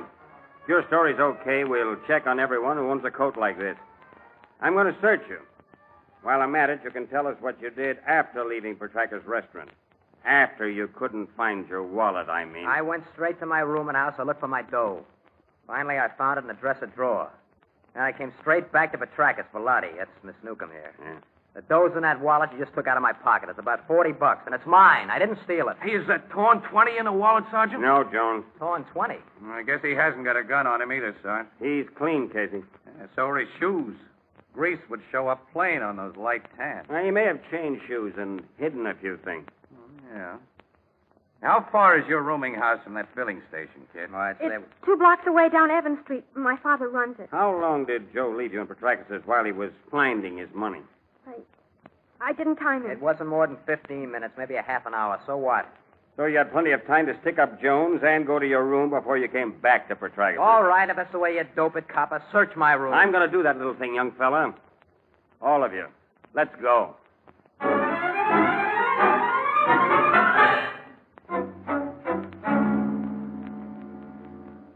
Lottie, why have you and Joe come home with all these people and these policemen? Everything's all right, Dad. They've made a mistake about Joe, but it's going to be all right. A mistake about Joe? A big mistake, Mr. Newcomb. I don't understand. I'm Sergeant Healy, 5th Detective District. There was a stick-up a few blocks from here tonight, and Joe Bowers here is under suspicion. A stick-up? Joe? He didn't do it, Dad. I know he didn't. You were with him, Lottie. You must know. Your daughter wasn't with him for a long half hour. Mr. Newcomb, I haven't taken time to get a search warrant, so I'd like your permission to go over Joe's room. Give him a go-ahead. I have. He'll find nothing to tie me up with any heist job. All right with you, sir? Oh, yes, sir, of course. Thanks. Take me to your room, Bowers. Come on. Everybody else stay here with this uniformed officer. Miss Williams and I'd like to go with you and Joe, Sarge. Okay, Casey. Well, thanks, Sergeant. My room's on the next floor. It's right up those stairs. Well, lead the way, kid. And don't try anything tricky. Why should I try anything? All you got on me is that a stick-up guy wore an overcoat like mine. And that's all you're gonna get. There's the door of my room, cop. Open it. Make yourself at home. Give me your key. The door isn't locked. I never bother. I'll turn on the lights. Now do your stuff. I will. You won't find anything locked up here. Because I got nothing worth stealing. And nothing to hide. Now, if you were going to work on my cousin's room across the hall, you'd need a fistful of keys. He's one of those careful, secretive guys. You got a cousin living across the hall? Yeah, his name's Spade, or Ferdinand. And is he a crumb? I take it you don't like him. I like him about as much as he likes me, maybe more. But he's been making a play for my girl. He isn't getting anywhere. How you doing, copper? You see anything of the dough I'm supposed to have stolen, or the gat you think I used in that stick-up? Not yet, kid. And you won't. I'm 100% in the clear. Oh, yeah? How did this get under your carpet? What? Casey. A torn $20 bill. Stuck together with Scotch tape. I never saw that bill before. And I think Jones will identify it as the one taken from his cash drawer. Wait a minute. There's more dough under this rug, Sarge. A couple of $100 at least. I spotted it, Casey. I don't know how it got there. I didn't pull that stick up. Cut the comedy, Joe. This money nails This you. is a frame-up. I tell you, it's a Where'd frame-up. you hide your gun? I never had a gun. I swear I did. Come clean, kid. Where's the gun? Wait a minute. Will you give me a break? Let me think. Let me think a minute. Yeah. Yeah, there's just one mug who'll pull a thing like this. And if you're right, guys, you won't let him get away with it. Question Ferd, Sergeant. Question my cousin Ferd. His room's right across the hall. Might be a good idea, Sergeant. Okay. Let's go over.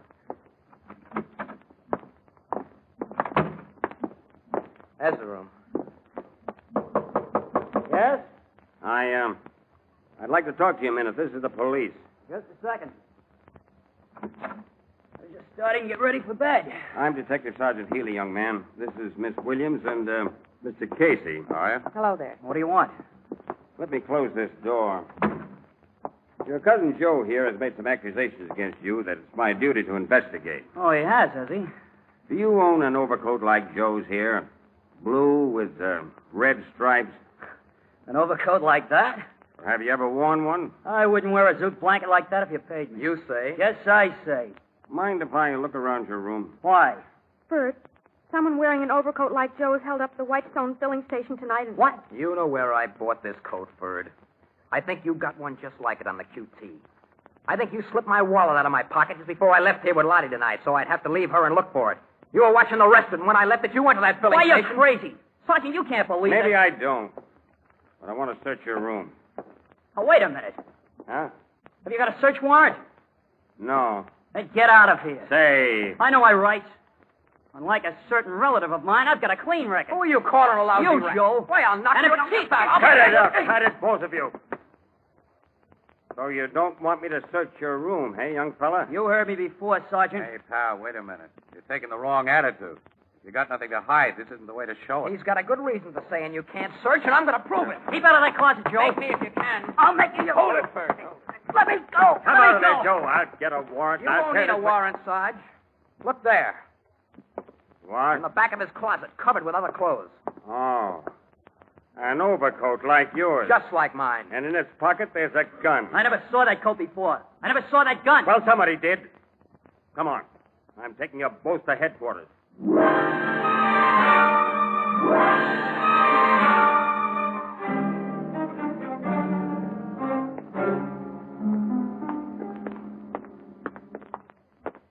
I don't know how that overcoat got in my closet, Sergeant. I swear I never saw it or that gun before. So you've been saying, Ford. Both of you get into this car. You did this to me, Joe. Sure, I got wise to your frame up, you louse. I threw it right back at you. We'll continue our discussion at the station house. Of course, you'll only hold me long enough to get my testimony. I'll be back home in an hour or so. Maybe. You and Miss Williams tagging along after us, Casey? No, Sarge. I may give you a buzz later, though. We still have our Thanksgiving dinner to finish. So why don't you two get jobs that won't make you work on holidays? Why don't you? You mean like Captain Logan? I've been thinking about it for the last 25 years. Good night. Night, So long. Sergeant Healy. Come on, let's get in our car, Casey, and get our stuff to the I'm paper. going and... back to that rooming house, Annie. Why? Are you convinced that Cousin Bird framed Cousin Joe? Well, his attempt to prevent a search of his room didn't look very good. Annie, I'm just thinking.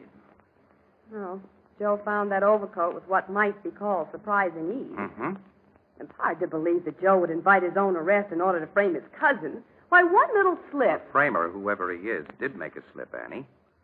His plan didn't anticipate a grease puddle. And he had to get rid of a pair of shoes that may walk back and kick him. Well, none of the shoes in Joe's room or in Bird's had any grease stains on them. No? Sergeant Healy hasn't forgotten those missing shoes, and he'll be back pretty soon to really look for them. Well, I'm going to start looking right now. I'll ring Newcomb's bell. Sometimes I wish your snooping instincts were more restrained, Casey. I'd like a cup of coffee now and talk. Hi, Mr. Newcomb. Mr. Casey? Yes, may we come in? Of course, but We didn't go with Sergeant Healy and his prisoners.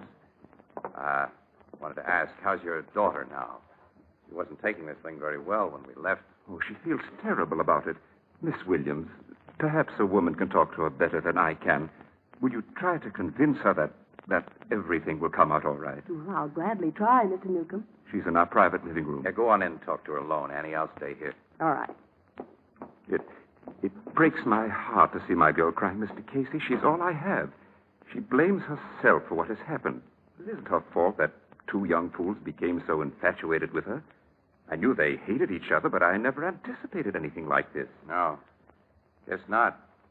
Of course, you had some reason for coming back here, Mr. Casey. Yes, I came back to ask your permission. Yes? I want permission to ask a few personal questions Between ourselves and off the record. Very well. You haven't wanted Joe for a son-in-law, have you? In my place, would you? The boy has served a reformatory sentence that, according to my observation, has failed to steady him or improve his sense of values. Ferd has been Joe's opposite, I imagine. He always seemed so. Lottie strikes me as a pretty sensible girl, Mr. Newcomb. Unless one of those fellas confesses he framed the other, or it can be definitely proven, she'll doubt both of them too much to marry either one of them. Yes, I think that's so. And as there'll be no confession or definite proof, things should work out exactly as you planned. As I planned? You're the guy behind this double frame-up. Oh, Mr. Casey. You didn't think I'd be back, did you? You shouldn't have changed back into those comfortable old shoes after Sergeant Healy left here. You did a lousy job of cleaning off that grease. Oh, but... You held up that filling station and framed both the boys to keep your daughter from marrying either one of them. I was very foolish, wasn't I? Yes, I think so. Shall I call Sergeant Healy? All right. You can call Sergeant Healy, Mr. Casey. I'm ready to confess. Wait a minute. Wait. Let me take a close look at those shoes. What? The pool of grease in that filling station you heard us talk about wasn't deep enough to reach far above the soles of a shoe. Hey. You greased those shoes yourself. You spread it on so thick it covers the toes and heels. I didn't spread it on. Pal, you're a beautiful liar. And I'm a beautiful dope. You greased those shoes and put them on knowing the cops would come back and spot them. You were willing to take the rap. Because your kid is in love with one of those punks. You can't prove that. Nobody can. And when I confess, that's all that's needed. You forget. The police lab will compare the grease on these shoes with a filling station grease, and it won't be the same. And then Sergeant Healy will go right back to work on Joe and Ferd. The police laboratory can tell? Yes, definitely, Mr. Newcomb. But if it couldn't, don't you think your confession would be much harder for your daughter to take than the loss of a little rat she thinks she cares for? But I couldn't bear to see her cry anymore. All I could think of to do was what I tried. You see, I know the guilty boy, Mr. Casey, and she's loved Joe ever since they were children. You know Joe? I found his grease-stained shoes hidden in the cellar tonight. His taste in shoes is like his taste in overcoats, so I could make no mistake. Oh. Well, let's get him and take him to the cops. Later, Mr. Newcomb, your daughter's going to realize that the lowdown she'll get on Joe tonight is a cause for real Thanksgiving.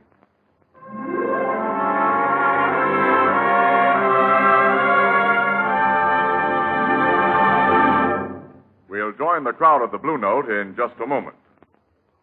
This is Harry Marvel to remind you how important the new Anchor Glass one-way no-deposit bottle is to your enjoyment of ale and beer. It's a custom-made container made just for you. No one has used it before, and no one ever will use it again. When you're through with it, you dispose of it as you would any other food container. There's no deposit, no fuss or bother. And the new Anchor Glass one-way bottle assures you of sparkling ale and beer without cloudiness and with no foreign flavor or aroma. Beer that's truly brewery bright. Most of the brewers of New England and those who ship ale and beer into New England have adopted this bottle for your protection and added convenience. For the Anchor Glass one-way bottle not only costs the brewer less than any other type of single-trip container, but it also gives you much more for your money. So here's a good rule. When buying ale and beer, always demand a glass bottle. And for extra convenience, demand your favorite brand in the new Anchor Glass one-way no-deposit bottle, a product of Anchor Hocking, the most famous name in glass.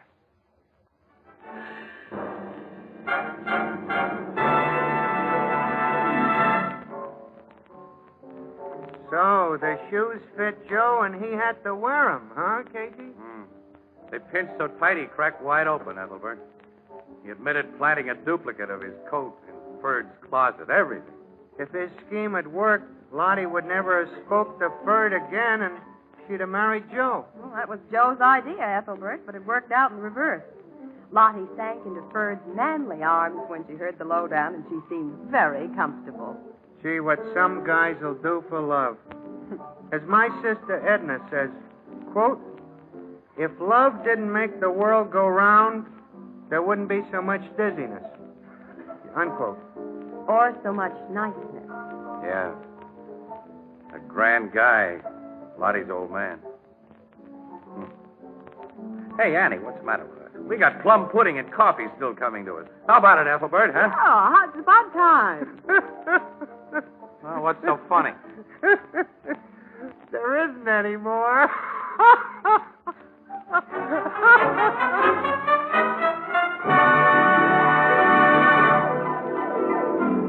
Crime Photographer, starring Stotts Cotsworth as Casey, is brought to you each Thursday by the Anchor Hocking Glass Corporation, makers of Fire King Oven Glass, Anchor Glass Containers, Anchor Caps and Closures.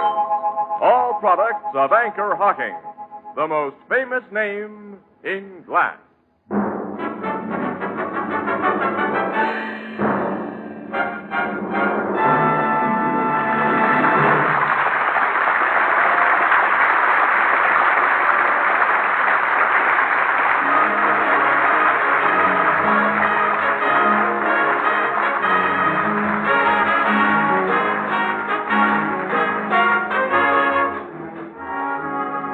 Crime Photographer is directed by John Dietz. The original music is by Archie Blyer, and the program features Miss Jan Miner as Anne and John Gibson as Ethelbert. Herman Chittison is the Blue Note pianist. If civilization is to survive, we must reaffirm our religious faith. It's up to each of us. Do your part by supporting and attending your church or synagogue.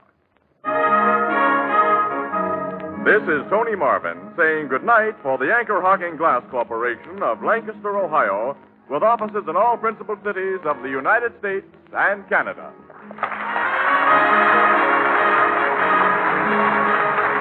This is CBS, the Columbia Broadcasting System.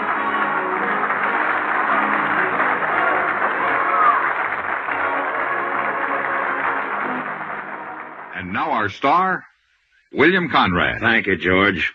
You know what I like about L&M's is they're mild and mighty easy on the draw.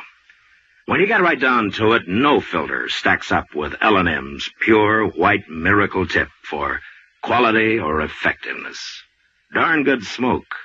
See for yourself. L&M stands out from all the rest. Hojo Radio, where the classics come alive. Granny's, Abner. I believe that's our ring.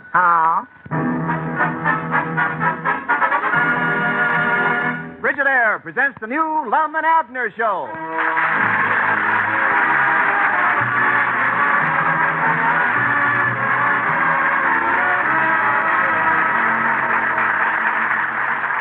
Tonight, Frigidaire, a division of General Motors, brings you a brand new kind of visit with those old characters down in Pine Ridge.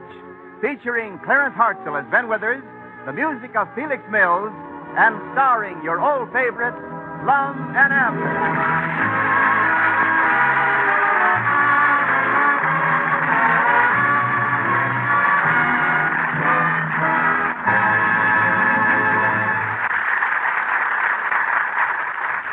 America's #1 refrigerator is Frigidaire. Yes, any way you look at it, America's #1 refrigerator is Frigidaire. #1 in popularity. For more Frigidaire refrigerators serve in more American homes than any other make. #1 in thrilling new advantages, as you can see for yourself at any Frigidaire dealers. And #1 in dependability. For Frigidaire refrigerators are made only by General Motors. And this association of experience with experience, of skill with skill, is your guarantee of lasting satisfaction. So when it comes to a new refrigerator for your home, remember this. The first name you think of is the right one to buy. Frigidaire, America's #1 refrigerator.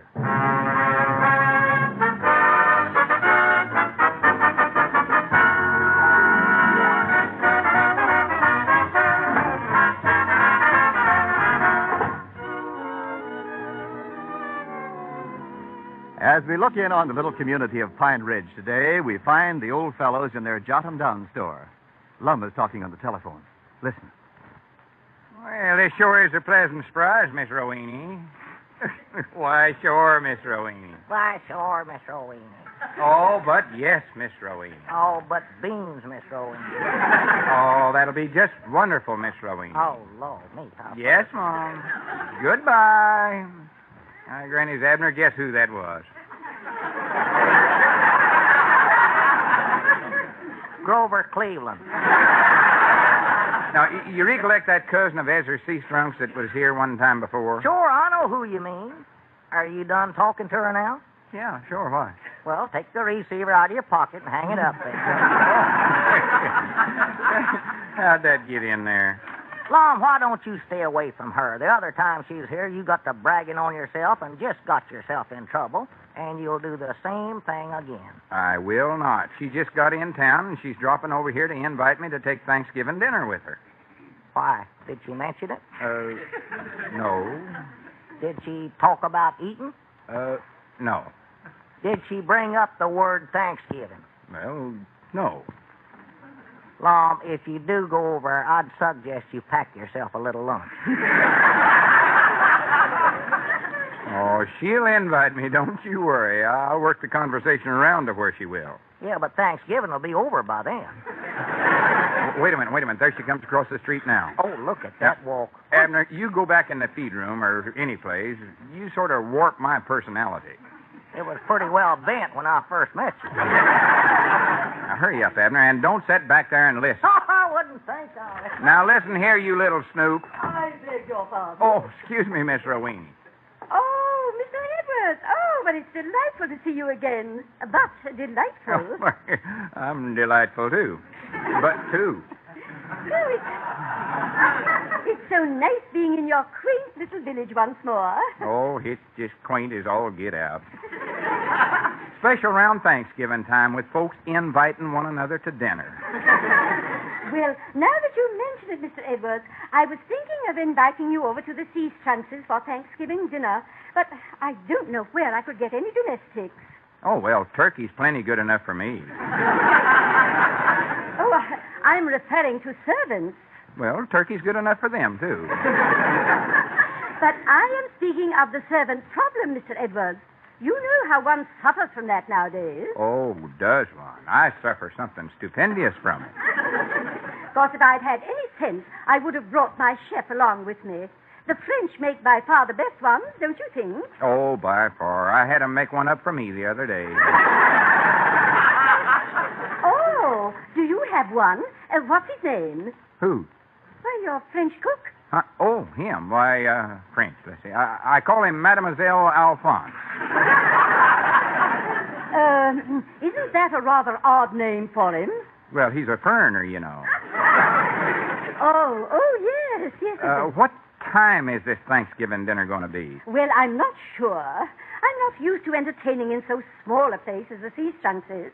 My home in London, Ohio, it wasn't elaborate, but it was adequate. 20 rooms and a solarium. What size place do you have, Mr. Edwards? Oh, it ain't much. Just a little 30-room mansion. But it's home to me. Do you have a solarium? No, I never cared much for swimming.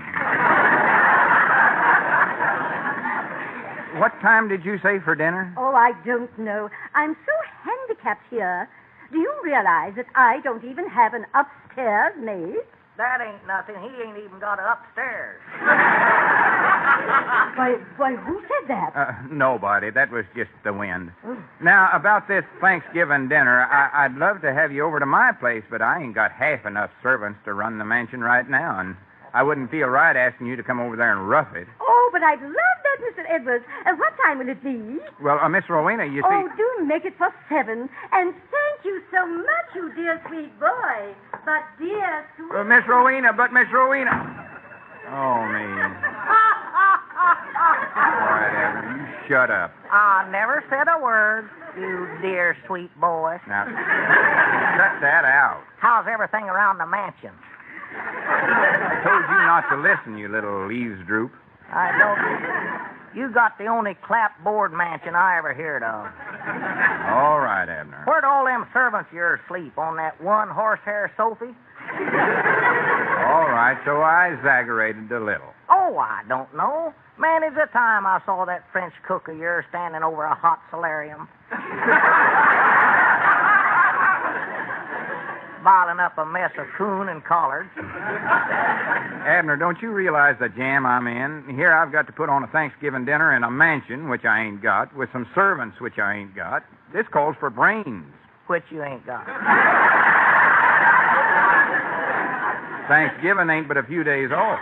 Yeah, I doubt if you could build a mansion by then. Not even with Alphonse helping you. Oh, I might as well forget the whole thing. Or to kept my big mouth shut. Amen, brother. Even if I did have a nice place, I don't know where I'd get any servants. Or, wait a minute. Abner? Oh, no, you don't. Now, no, listen, no, Abner. Now, listen, Lum. Abner. No. I ain't asked you anything yet. Lum, in the first place, I can't cook. In the second place, I can't talk French. In the third place, I wouldn't do it in the first place.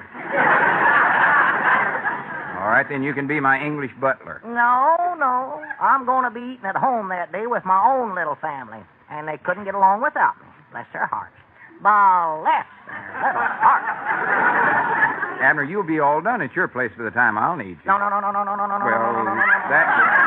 that takes care of my butler. Now, who can I get for... Wait a minute. There comes Ben Withers. I wonder if he can cook. Hi, Grannies. Come on in here, Ben, old boy. Just a feller I want to see. Can you talk French, Ben? Well, if you want to learn to speak French, the man you want is Cicero Gundel. Who's he? Yes. Look, Ben, all I'm interested in is getting a French cook. I see. And you want to know how to converse with him in his native tongue. No, Ben, I don't... Fine.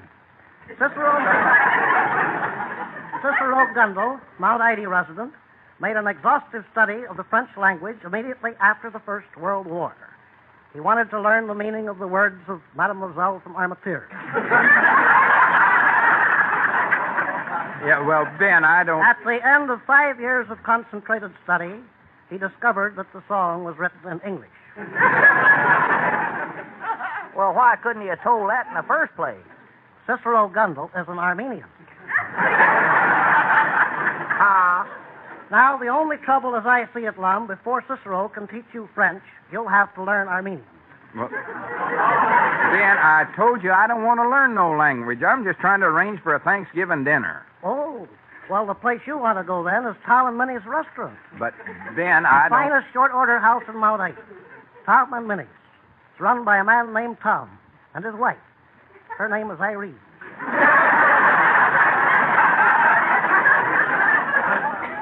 Irene? Well, who's Minnie? Fine. On Thanksgiving Day, you can get a chicken fried steak there cut in the shape of a turkey wing. Perhaps you've eaten there, Lum. No, I ain't. Maybe you hit it in 1937. That was the year it was closed up by the Board of Health. Ben, all I'm trying to do is put on this dinner for Ezra Seastrunk's cousin, Miss Roweny. But I need a batch of servants to do it. Now, Abner here's been assigned to the butler job. I never said I'd sign nothing. And I thought maybe you could be my French chef, Ben. Oh, thank you very highly, Lum. But I've been invited over to the Walt Bateses for dinner that day. That is, if they don't go out of town. Wait a minute. Is there a chance the Bateses is going to be gone on Thanksgiving? Doggies, Lum, that would be the place for you to sneak into. It ain't exactly a 30-room mansion, but it's the biggest house in town. Oh, I wouldn't think of such a thing. Hardly. Yeah, call them up and see if they're sure enough going to leave. Yeah, all right, sure. But don't let on why you want to know for her.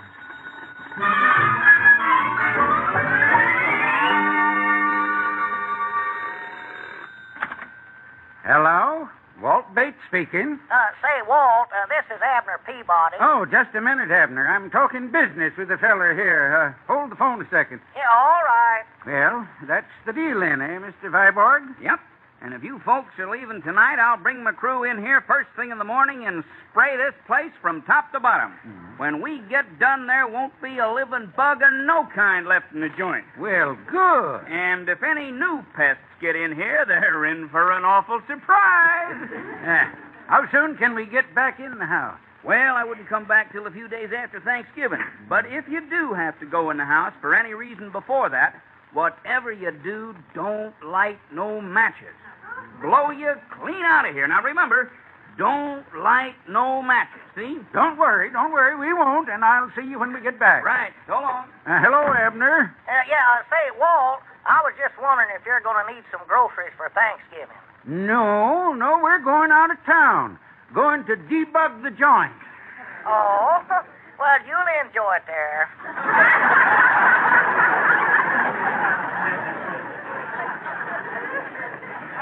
Have a nice Thanksgiving, and don't hurry back.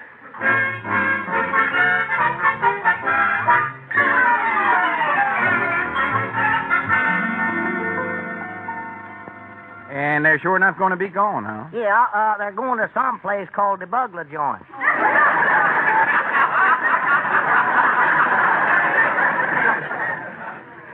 The Buick Junction, perhaps. Well, something like that. Never heard of it. Well, looks like I'm all set then. We'll cook the dinner right over there in Walt's kitchen. Yeah, and build up a nice fire in that big fireplace of his. Yeah. Yes, and light some candles on the dinner table. Oh, wait till Miss Rowena sees all that. Granny's we'll put on the biggest one blowout she's ever been.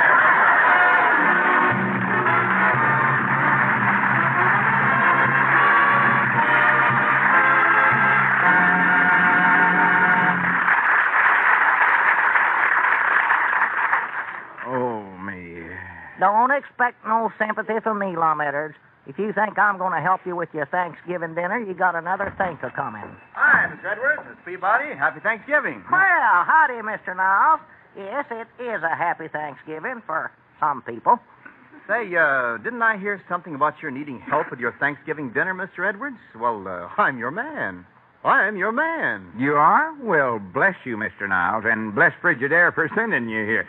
Now, what about the turkey? Is that quite a problem? No problem at all. For anybody with a roomy new Frigidaire refrigerator, just prepare your turkey a day or two ahead of Thanksgiving and keep it in your Frigidaire.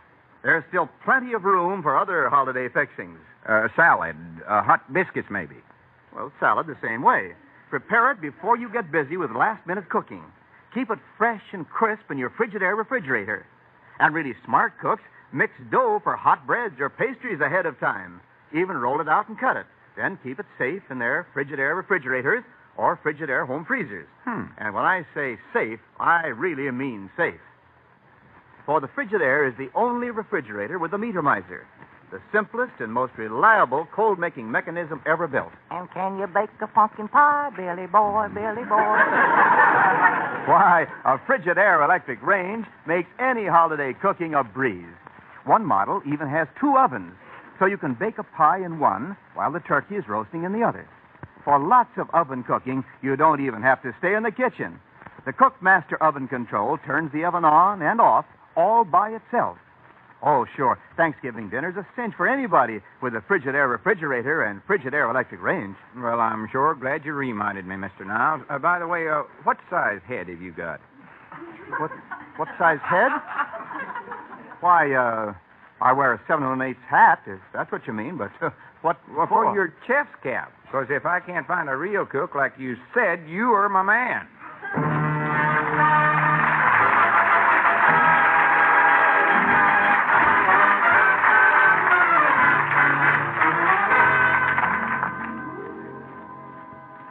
Doggies, Lum. The Bates has got a nice house here, but don't it seem to you that it smells kind of peculiar in here? Yeah, it does, but I think when we start the fire in the fireplace, that'll clear everything out of here. You want me to light it now? No, wait till Miss Rowena gets here. She'll get a big bang out of that. Abner, you better get into your buttle suit. Lum, I ain't going to wear that thing. Them breeches is for a boy. They just come to my knees. That's where they're supposed to come. And them socks are women's stockings. White cotton lisle, just like Elizabeth wears when she dresses up. Now, Abner, stop fussing. Ben Withers is having to wear a worse get-up than you, and you don't hear him hollering. Why? What have you done with him? He's done nothing. Wait a minute. There he comes now. He's got it on. Is that Ben? Oh, for the land's sake. Now, don't laugh at him, Abner. Lum, I refuse to wear this costume. I am severing relations with you as of now, and that's retroactive from here on. Then it's too late to back out now. Let's see. I better check on the victuals. Hey, Alphonse. Oh, Alphonse. Yeah, let's see what he's got on. Come in here, Alphonse. Bob? Hey, wait a minute, Lum. Is Cedric Alphonse? I thought the Frigidaire fella was going to be. No, he was, but I found out he couldn't talk French. And Cedric can, I suppose. Cedric, let's hear you say something in French. Oh. What does that mean in English? Seems to lose something in the translation. Alphonse, how are you coming with your chef work? Oh, fine. I've learned 2 French words already. Oi, oi. Yeah, but have you got the dinner cooked? Oh, was I supposed to do that, too? Oh, for pity's sakes. Well, it's too late to cook it now.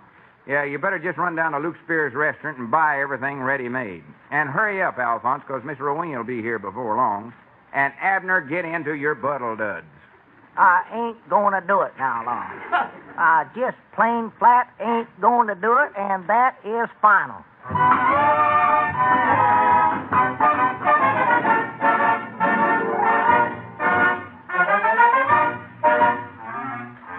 Lom, are the seams in my stocking straight?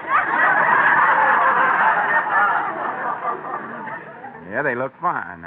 Might pull them up a little more. Swan, your legs look like 2 ropes with knots tied in them.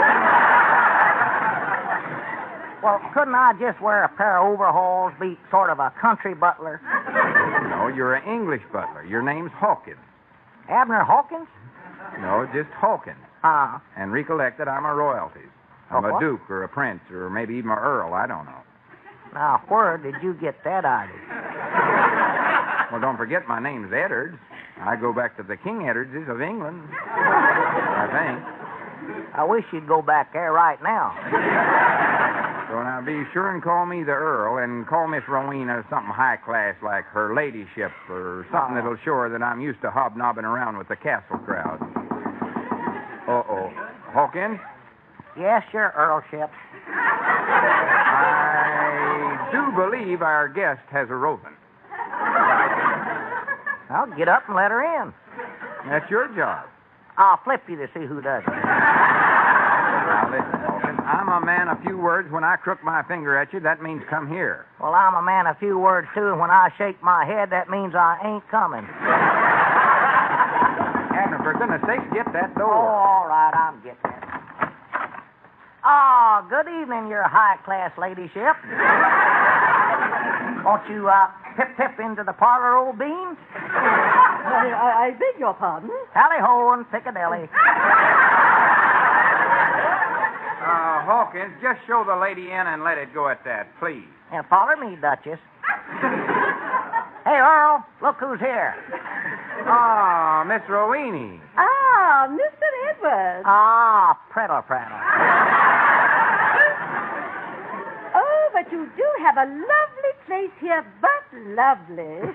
Oh, it's all right to knock around in. Keeps me off the street. Hawkins, I wonder if you'd mind doing something with my furs. Law, I don't know what to do with them. Little sheep dip wouldn't hurt them.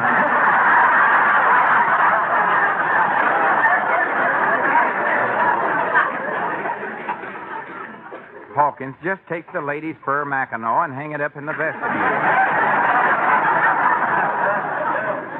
Yeah, I reckon that's the best thing to do. Get it out of sight. Right-ho, beans, tally-ho, and blimey. You know, Mr. Edwards, your man has a rather peculiar accent. Yes, it is peculiar. What part of England is he from? Oh, you know, here and there. Is he an Essex man? No, the only thing he's ever driven's a Saxon. Oh, Mr. Edwards, what a lovely old fireplace you have. Might we have a fire in it? Oh, but indeedy. A little fire always livens up a holiday, don't you think? Oh, indubious. Hawkins. Did you buzz your Earlship? Yes. Hawkins, will you please touch a match to the logs? It would be a pleasure indeed, sir. Thank you, Hawkins. Not at all. Your Earlship. Got a match on you, Duchess? Beg your pardon, Hawkins, find some matches yourself and hurry up. While you're preparing the fire, I think I'll powder my nose. Do you have an upstairs maid? Oh, but natural. Oh, Bernice. Spade.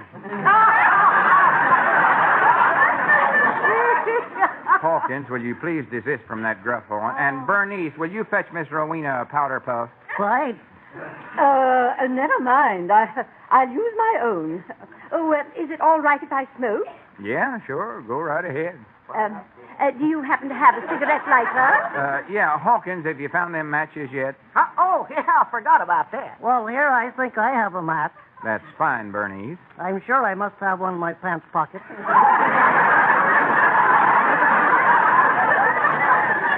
Bernice. What? Oh, my stars, what's the matter with me?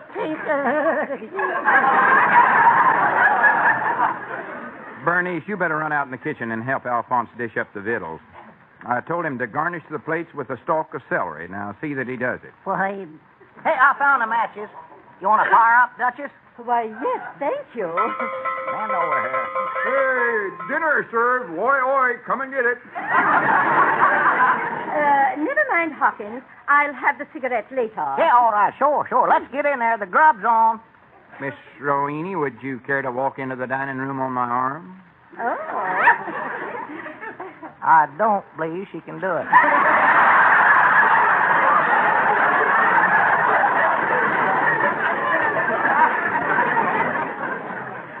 I do hope you've worked up a good appetite, Miss Rowena, because Alphonse has knocked himself out cooking up a batch of high-class French victuals. I hope he has some canapes. Yeah, I got a can of peas, a can of hominy grits, everything. Hawkins, shut up. Miss Rowena, you sit over there, and I'll sit here. Thank you. Hey, wait a minute here. You ain't set a place for me and Bernice. Of course not. You're the servants, you idiot. Well, I'll be a polka-dotted possum. All right, dog, as if that ain't gratitude for you. Hawkins, just mind your own business. I'm sorry, Miss Rowena. This servant problem of mine is getting worse all the time. Yes, I can see that. Well, let's dive in, Miss Rowena. Oh, Hawkins, come back here and light the candles. It's getting dark in here. Yeah, all right. Don't know where I got strength enough to strike a match, though, as hungry as I am. Mr. Edwards, I hate to bring this up, but my food seems to be all stuck to the plate. That's peculiar. So is mine. That's them French cooks for you. Oh, Alphonse.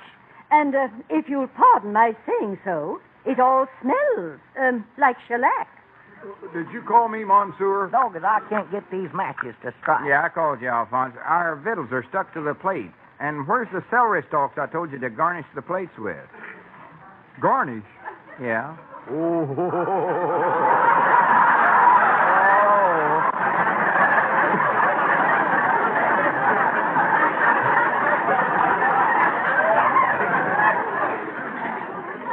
I thought you said Barney.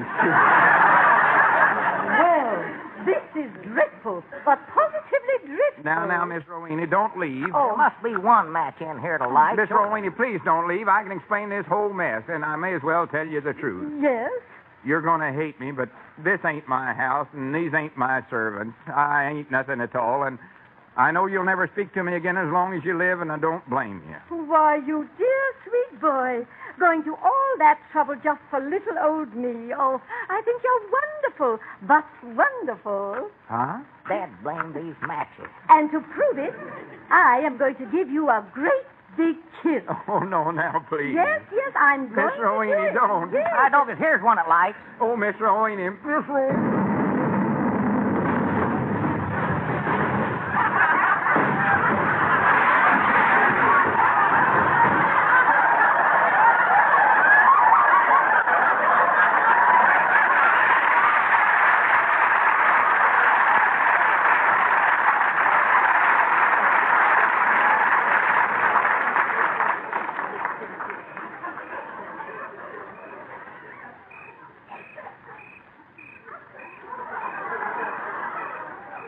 Hi, Granny's just rowing.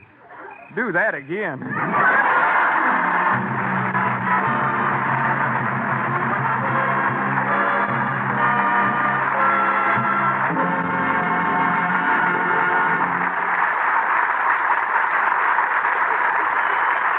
and Abner will be back in just a moment, but first, here is an important question. When you're preparing Thanksgiving dinner, or any dinner, wouldn't you like to avoid last-minute rush by fixing some things ahead of time? It's extra easy with a Frigidaire home freezer. Stuff a turkey days ahead and keep it frozen. Store several pies, baked or unbaked. Freeze a supply of dough for hot breads. Everything's safe in a Frigidaire home freezer. It's powered by the Meter Miser.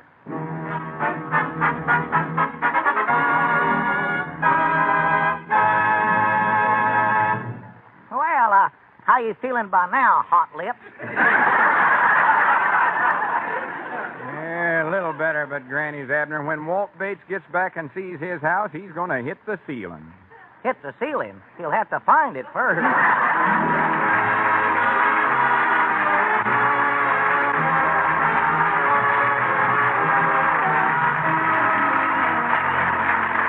The new Lum and Abner Show is brought to you each week by Frigidaire Division of General Motors, manufacturers of a complete line of home appliances, air conditioners, and refrigeration equipment for American business. The script is written by Roz Rogers and Betty Boyle, with music by Felix Mills.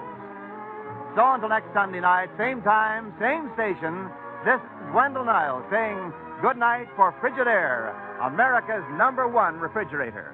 And now stay tuned for Cabin B-13, which follows immediately over most of these same stations. This is CBS, the Columbia Broadcasting System.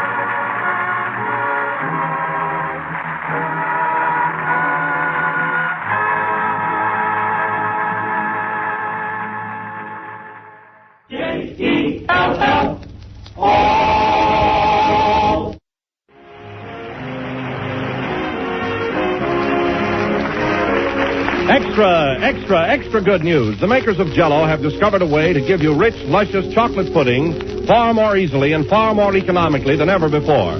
With the new Jell-O chocolate pudding powder, you can make old-fashioned pudding, smooth, creamy, and chocolatey, just like the ones Grandmother used to make back in the good old days. Now you can have them again, and this is all you have to do.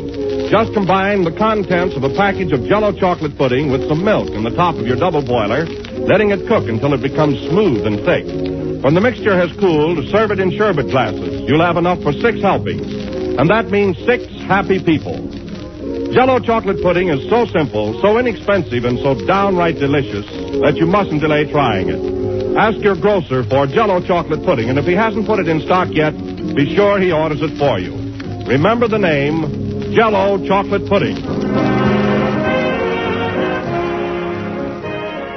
Keep it tuned right here to Hojo Radio for more classic old-time radio. And now, tonight's presentation of radio's outstanding theater of thrills, Suspense. Tonight, the story of a little girl and the terror in a vacant lot. We call it The Screaming Woman. So now, starring Sherry Jackson, here is tonight's suspense play, The Screaming Woman. I'm Margaret Leary, and I got to tell you how it happened. It was Thanksgiving Day, and it was nice and sunshiny, almost like summer except cooler. Mama was cooking the turkey, and I was watching. And Mama said to me, "Oh, good heavens, I forgot. Your Aunt Betty's made some cranberry relish for us. Run over and get it, Margaret, so her feelings aren't hurt. And hurry, dear, this turkey's done to a turn."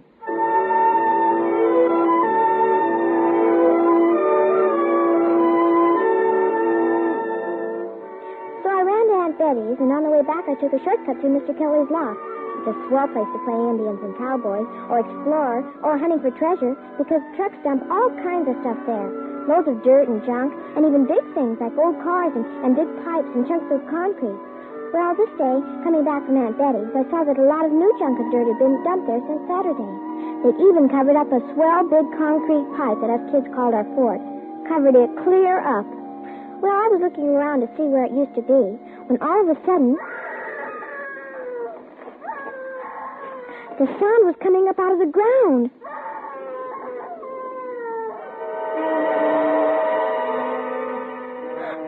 woman was buried under the junk and dirt and glass, and she was screaming all wild and horrible for someone to dig her out.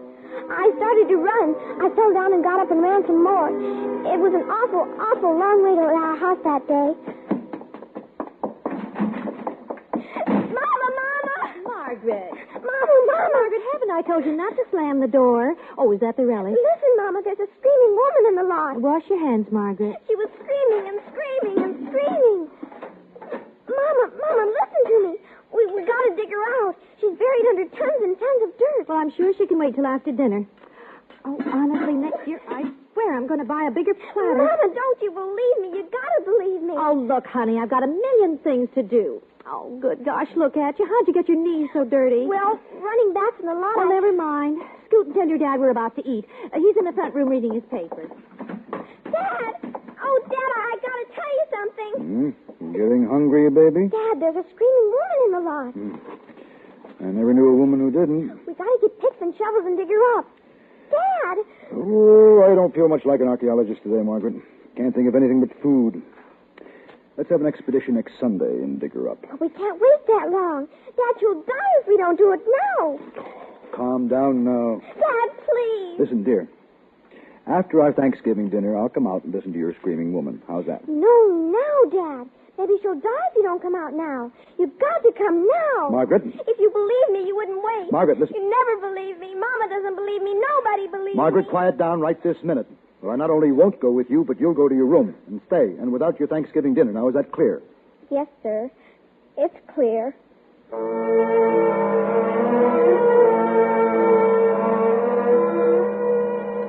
Margaret, you heard Mother. Don't gobble.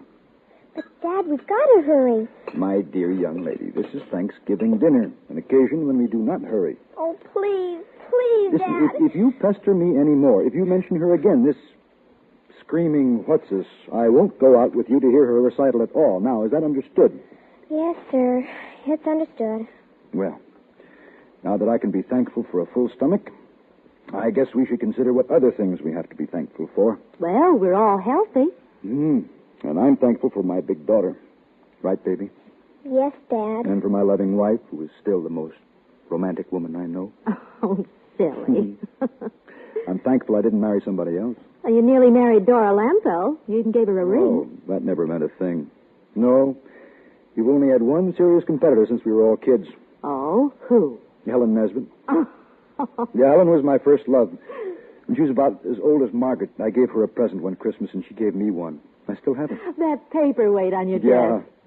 It's funny how we hang on to things that were important when we were kids. Dad. Now, just a little longer, Margaret. Oh, Dad, Oh, please. go on, dear. You'd better take her out to the lot before she collapses. Okay, come on, Margaret. Let's hear this wailing banshee of yours.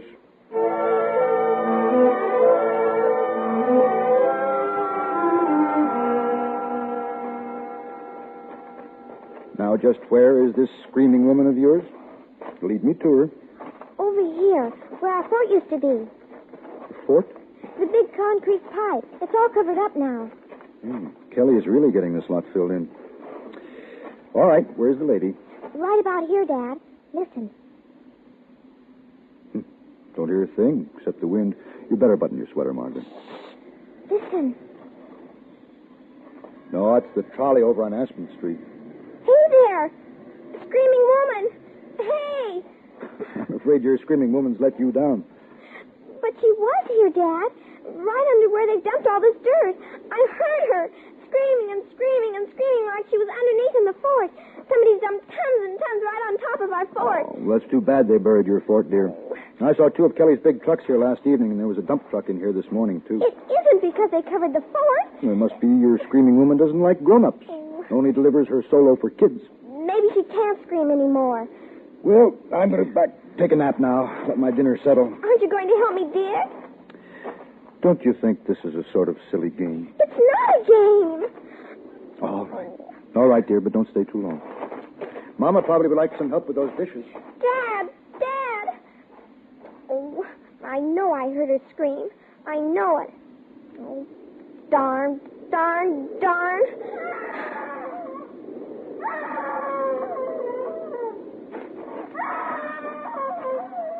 You are there. You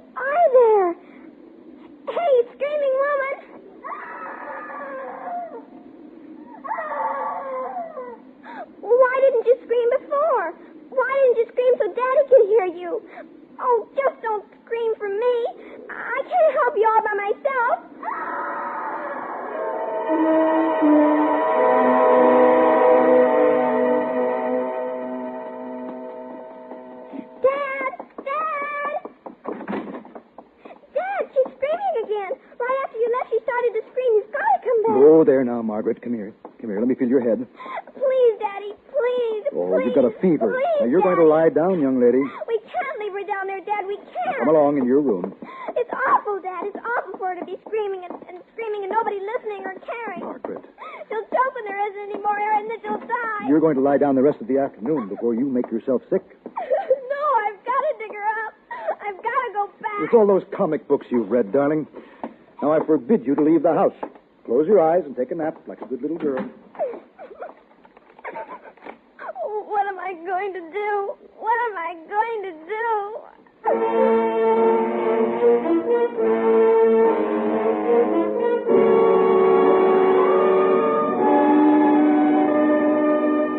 You are listening to The Screaming Woman, tonight's presentation in radio's outstanding theater of thrills, Suspense.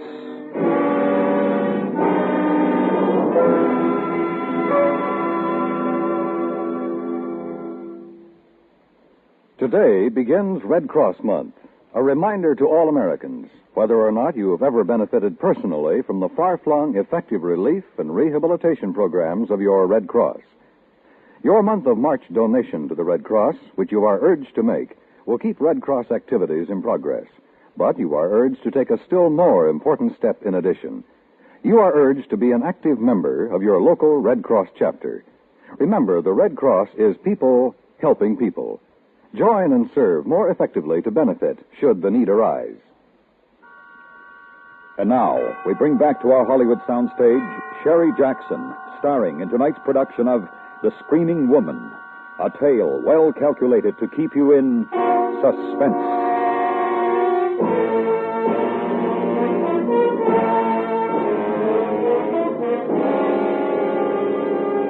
After a while, I stopped crying. I had to get back to the lot where that woman was screaming, but I was locked in.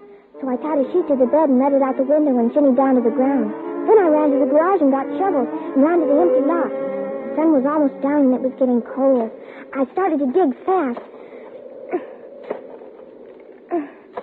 Hi, Maggie. It was Dippy Smith. He goes to my school. What you digging for? For a screaming woman. She's down on the ground, and I'm going to dig her up. You can help me dig, Dippy. There's an extra shovel. I don't hear nothing. Well, listen. Just listen. No, I don't hear nothing. Well, just wait. You will. Hey. There. Did you hear it? Hey, that's okay. Do it again. Do what again? The scream. Do it again. Go on. I'll give you this Aggie if you teach me to do it. Hot dog! Did you get that ventriloquist book for $10 from the Magic Company? You got one of those tin things in your mouth? I won't tell you unless you help me dig. Okay, swell, give me the shovel. Hot dog! And you gotta dig fast, like this.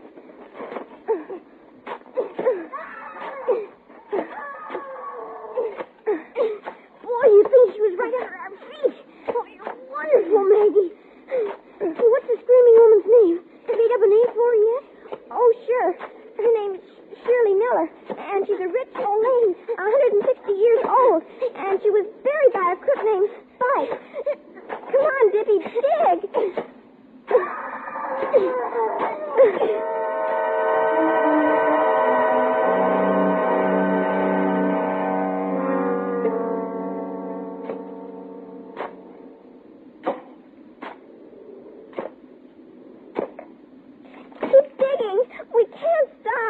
I'm tired. I think I'll go home.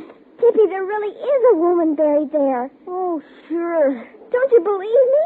I wasn't throwing my voice. Honest, I wasn't, Dippy. Hey, you couldn't talk and scream together.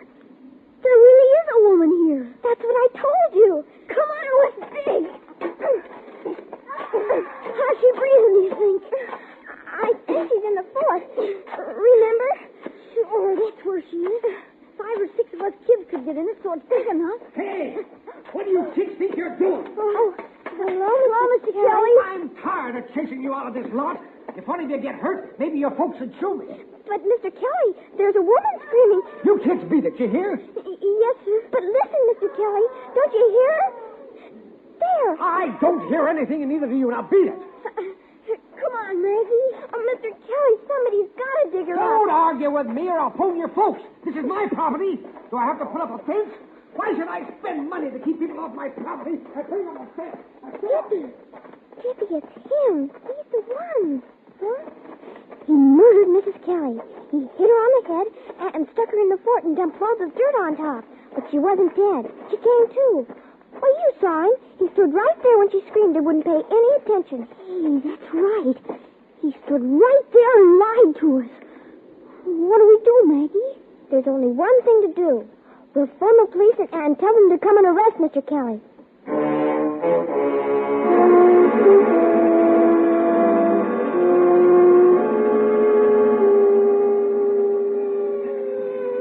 They sure got here fast, Maggie. Don't make a sound. Stay down. Mr. Kelly might get desperate and shoot or something.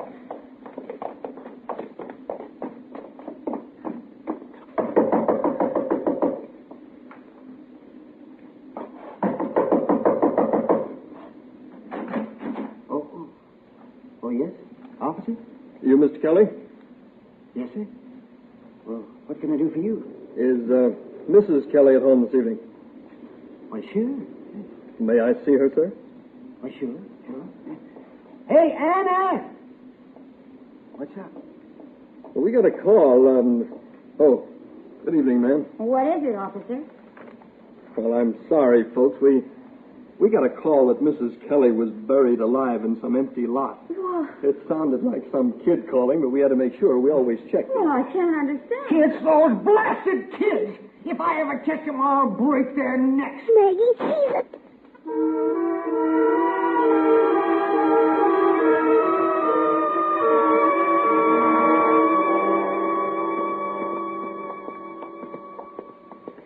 Boy, if Kelly telephones my dad, I'll get a licking. What'll we do about the screaming woman? Oh, to heck with her. I'm not going near that lot again. Wait a minute, Dippy. I know why he didn't hear the screams. Kelly's sort of deaf. Mama says he's hard of hearing. Well, he heard us, didn't he? He heard the cops. He reads people's lips.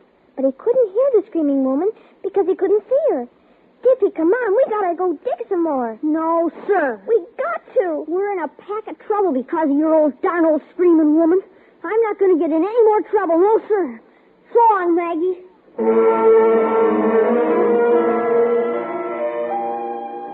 And he went off and left me all alone. It was dark now, and Dad would be hunting for me. If he found me, I'd get a licking and be put to bed, and then nobody would help the screaming woman at all. There was only one last thing to do, to go all over the neighborhood from house to house and find out who was missing. So I rang bells and knocked, but everybody was home, and I was about to give up when I came to the Nesbitt's house. The house was quiet, like nobody was home. I saw a dim, spooky light inside somewhere, so I just kept knocking and knocking and knocking. What do you want? Nothing, Mr. Nesbitt. I want to see Mrs. Nesbitt. She's not here. She's going to the store. Oh. Then she ought to be back pretty quick. I'll come in and wait. Hey, wait a minute. I'll just sit down here and wait. I sure like a rocking chair. Don't mind me. Go right ahead doing whatever you were doing, Mr. Nesbitt. I wasn't doing anything. Oh. It looks like you were packing or something with all those boxes and trunks around. Going away? No. Mrs. Nesbitt's been sorting things out, getting rid of a lot of stuff. Oh. Burning it up in the fireplace. Oh, yeah. That's right. Dad always burns our junk out in the alley. Cloth smells awful when it burns. I think Look, kid, Helen may have gone on from the store to visit a friend. Well, if she doesn't come soon, I'll leave. Yeah, and I'll tell her you were here. What did you want to see her about? Oh, nothing much. Hey, that's too bad. What? I guess you lost the key to that box. You had to break the lock. It was broken already. I bet your folks don't know where you are, kid. No, sir. They think I'm in bed. What friend did Mrs. Nesbitt go visit? I don't know. Look, kid, I ought to tell you. She won't be back tonight. Oh? No. She went to the store, like I said, but She was going from there over to Beechwood to visit her mother on the bus. She'll be gone 2 or 3 days. Oh, that's a shame. Why? Mama was expecting Mrs. Nesbitt to come over tomorrow. Maybe just so. You better not tell your mother. You see, it's kind of a secret about Helen going away. She doesn't want people to know for a while. Oh. You know how to keep a secret, kid. I guess so. I'll give you something for not telling. I'll give you a reward now. Let's see here. All right. Here's something for a kid. A doll. A doll? Yeah. Helen was going to give it to you. I heard her say when she was sorting this stuff. I'll give this to the little Leary girl. That's funny. Mrs. Nesbitt always calls me Margaret. Well, sure. That's what she said. Margaret. Yeah, you see, it's quite a doll. Old-fashioned. It's made of leather, and the face is china or something. You see? Uh-huh. Thank you, Mr. Nesbitt. It's a reward for not saying anything about Helen being gone, you understand? Now, come on. I'll step on the porch light. Mr. Nesbitt, I saw your dump truck in the lot this morning. What do you mean? Were you in the lot this morning? No, I was home. I looked out the window. Please, Mr. Nesbitt, let go of my arm. You've been playing out there today, answer me. Don't. That hurts. I wasn't playing. It's no fun now with the fort covered up and... The fort? What's that? Nothing. Nothing, Mr. Nesbitt. Tell me what you're talking about. Nothing but that old concrete pipe. You know something. That's why you came here. You've been snooping around that lot and you found out something. What do you know? I don't know anything. Let me go. Mr. Nesbitt, if you don't let me go. Hey, come back. Come back, kid. I'll give you something else. Come back, kid. Come back. Mr. Nesbitt yelled because I kicked him and bit his hand. Then I ran, but I heard him run after me. It was dark and quiet and scary on the street, and more scary out there in the lot. I ran straight across the place where I'd heard the screaming, and it was so quiet. And all of a sudden, there was a man in the lot, right in front of me. Margaret, stop. Oh, Dad. Margaret, where have you been? Do you have any idea how your mama's worried? Do you know how late it is? Dad, he's after me. We've been up and down alleys and clear down to Clark Street. I was about to call the police. The screaming woman. It's Mrs. Nesbitt who's down there. I'm going to give you a good licking. Mr. Nesbitt killed her, and now he wants to kill me. I've had all of this idiotic talk I can stand. It's true. He said she's gone away, and he was burning her things. You've got to believe... Margaret, that's enough. Now stop it right now. What have you got there? Where did you get that doll? Mr. Nesbitt... I gave it to her, Leary. Kid stopped by the house, and I remembered Helen said she wanted to throw it away. Helen said to throw it away? He's lying, Dad. He gave it to me so I wouldn't tell about her. It was locked up in a box. He didn't have a key. He broke it open. She's a high-strung kid, Leary. All the stuff she was telling me. He's lying, Dad. Why are you lying, Charlie? Lying? Well, how do you get that? Helen was going to give it to Margaret on her birthday. She told me so. It was a present I gave her a long time ago. She wouldn't have thrown it away, any more than I'd thrown away the paperweight she gave me. Why are you lying, Charlie? I'm not. Don't look at me like that, Leary. As God is my witness.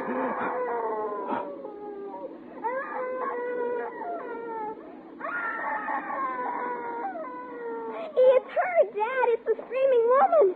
As God is your witness. No! Leary! No! Margaret, run to the house. Phone the police and tell them to hurry. Tell them we've got to dig.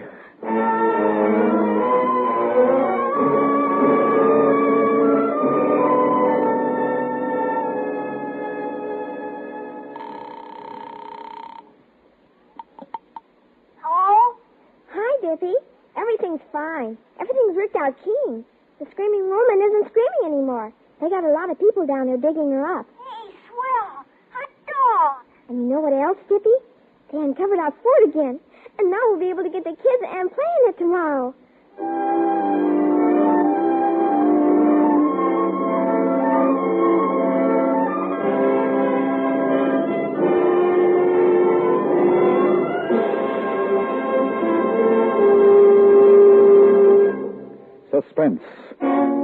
Sherry Jackson starred in The Screaming Woman by Ray Bradbury. Next week, the story of a man who tries to escape his past and is faced with no future. We call it Nobody Ever Quits. That's next week on Suspense.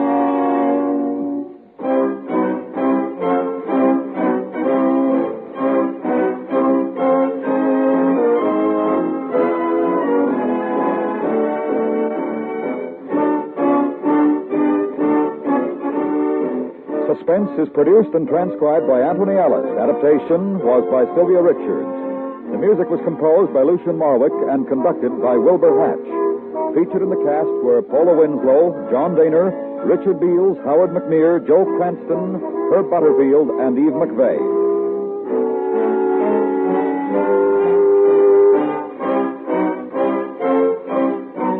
Join the FBI in Peace and War Wednesday nights on the CBS Radio Network.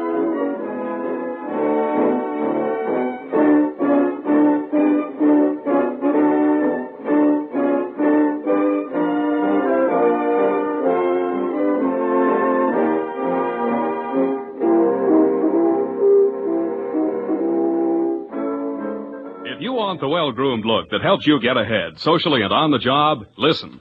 Recently, thousands of people from coast to coast who bought Wild Root Cream Oil for the first time were asked, how does Wild Root Cream Oil compare with the hair tonic you previously used? Better than 4 out of 5 who replied said they preferred Wild Root Cream Oil. And no wonder. Wild Root Cream Oil grooms the hair neatly and naturally, relieves annoying dryness, and removes loose dandruff. What's more, non-alcoholic Wild Root Cream Oil is the only leading hair tonic that contains soothing lanolin. So ask for Wild Root Cream Oil Hair Tonic. Again and again, the choice of men who put good grooming first. By the way, smart girls use Wild Root Cream Oil too, and mothers say it's grand for training children's hair. Thanks for listening to Hojo Radio. We'll be back again very soon.